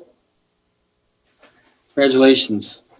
Councilor Beta Stuvie, did you have another Yes. question? One extra follow-up. I think I hear the kids crying, wanting something else. Okay, but go ahead. Well, thank you. I do have a question regarding that of some of the police items that we do see. I know that there was an issue that we have where, people post those videos online in different ways. Are there any laws or regulations on people making money off of those videos? And is there, what kind of protections? Because I understand needing, having the video, but it does bother me that people are then using it to, make money off of YouTube by posting those videos. Mayor and City Council, I'm not aware. I don't believe that those would be the type of information that is copyrighted, because it's a public document. And so I don't believe that there are some, the law protects the identity of victims of crime, the identity of juveniles. The law was just expanded, so some of that is reduced, but we do have to go through and protect the identity of certain people. Okay. Thank you. Thank you, Mayor. Mm-hmm. Mayor Pro Tem? One short question. I noticed 50 cents a page to copy whatever document. How do you work with folks that can't afford that and still maintain it's their right and democracy and making sure they have what they need? Mayor, Councilor Gandara, a lot of what we have is electronic, and so we will scan it and email it to them. And in the event they don't have access electronically, they're calling you, because you said, right, increase in calls. How does that work? Mayor, Councilor, sometimes we can answer the information over the phone. Sometimes what we do is we'll have them come in and look at it. We've also had them take pictures whenever they can't afford. So there are various ways we work with them to help them get the records that they need. Thank you so much, Christine. I think that's what I was looking for. Thank you. And when the library's open, they can use the internet. Mayor and Council, that what the mayor said is exactly correct. We and our library staff has really gone above and beyond on a few occasions and provided assistance in using the computer. I know that Rob and Lisa had also worked with a couple of people where they didn't have the correct software, and they helped them download it. So our staff really does go above and beyond to help people get the information they need. Thank you, Mayor. Okay, thank you. Jennifer. Anyone else who doesn't believe in letting the children go eat? Okay, I guess that's about it. Is that it, Jennifer? Yes, Mayor. Thank you. Okay. Well, good. Good meeting. Thank you for everyone. With that, I'll entertain a motion. Move to adjourn. Sorg. Second. Second by who? Como. Councilor Bencomo. I can hear that one. Okay, motion made by Councilor Sorg, second by Councilor Bencomo. Christine, will you call the roll, please? Yes. This is on the motion to adjourn the work session. Councilor Beta Stevie? Yes. Councilor Vasquez? Yeah, he took off. He went to go eat. His peanut butter and jelly sandwich. Counselor Bencomo, Yes. Counselor Sork, Yes. Counselor Flores, I can't answer, I'm too hungry. Counselor Canada, Yes. Mayor. Yes. Okay, we're adjourned. I won't leave. We're adjourned. It's 5:33 p.m. and then we've got our agenda setting meeting after. Good night, everybody. Good night. Merry Christmas. Merry Christmas. You're not going to meet us at our meeting next Monday, Councilman? Yeah, I will be here. Okay. Yeah, we have another. I want to get a head start. Okay, good. Okay, Mayor, I'm ready when you are. Oh, okay. All right, this is the agenda setting meeting for December 21st, 2020 City Council meeting. Number 1, non-consent. 1 non-consent, 2, consent. 2 consent, 3, consent. 3 consent, 4, non-consent. 4 non-consent, 5, non-consent. 5 non-consent, 6, non-consent. 6 non-consent, 7, consent. 7 consent, 8, consent. 8 consent, 9, non-consent. 9 non-consent, 10, non-consent. 10 non-consent, And 11, non-consent. 11 non-consent. There's 12. Oh, there is one. This is the one they dropped me off. What's the, They gave you the wrong one. they dropped me this morning. What, I have number 11 as an ordinance to repeal and replace chapter 15. Is that what you? Yes. That's number 12. That's number 12? Mm-hmm. Oh, my goodness. Oh my gosh. Okay, so I have number 1 as the resolution authorizing the city to accept various budget items. Yes. And number 2, I have as a resolution supporting participation in ARP. Yes. And number 3, I have a resolution authorizing to accept various grant awards. Yes. And number 4, I have a resolution approving contract for the city, Fire Station 3. Yes. Number 5, I have a reso for a design build for the jogging biking trail. Yes. Number 6, I have a reso for transfer of liquor license. Liquor license. Yes. 7 is a reso for professional service agreement. Yes. 8, a reso for extend purchase of electronic fuel cards. Yes. Number 9, reso authorizing the settlement with Doña Ana County on AMR. Yes. 10 is the reso reaffirming the city support for various legislative priorities. Yes. And then 11, we added one. Okay, so you added 11. Yeah. What did you Yeah. add? It's a resolution approving the Roadrunner Transit Public Transportation Agency Safety Plan. Okay, well, let's just put that non-consent. Okay. Perfect. All right, great. Thank you. Okay, Have a good night. thanks. Okay, you too. Good night.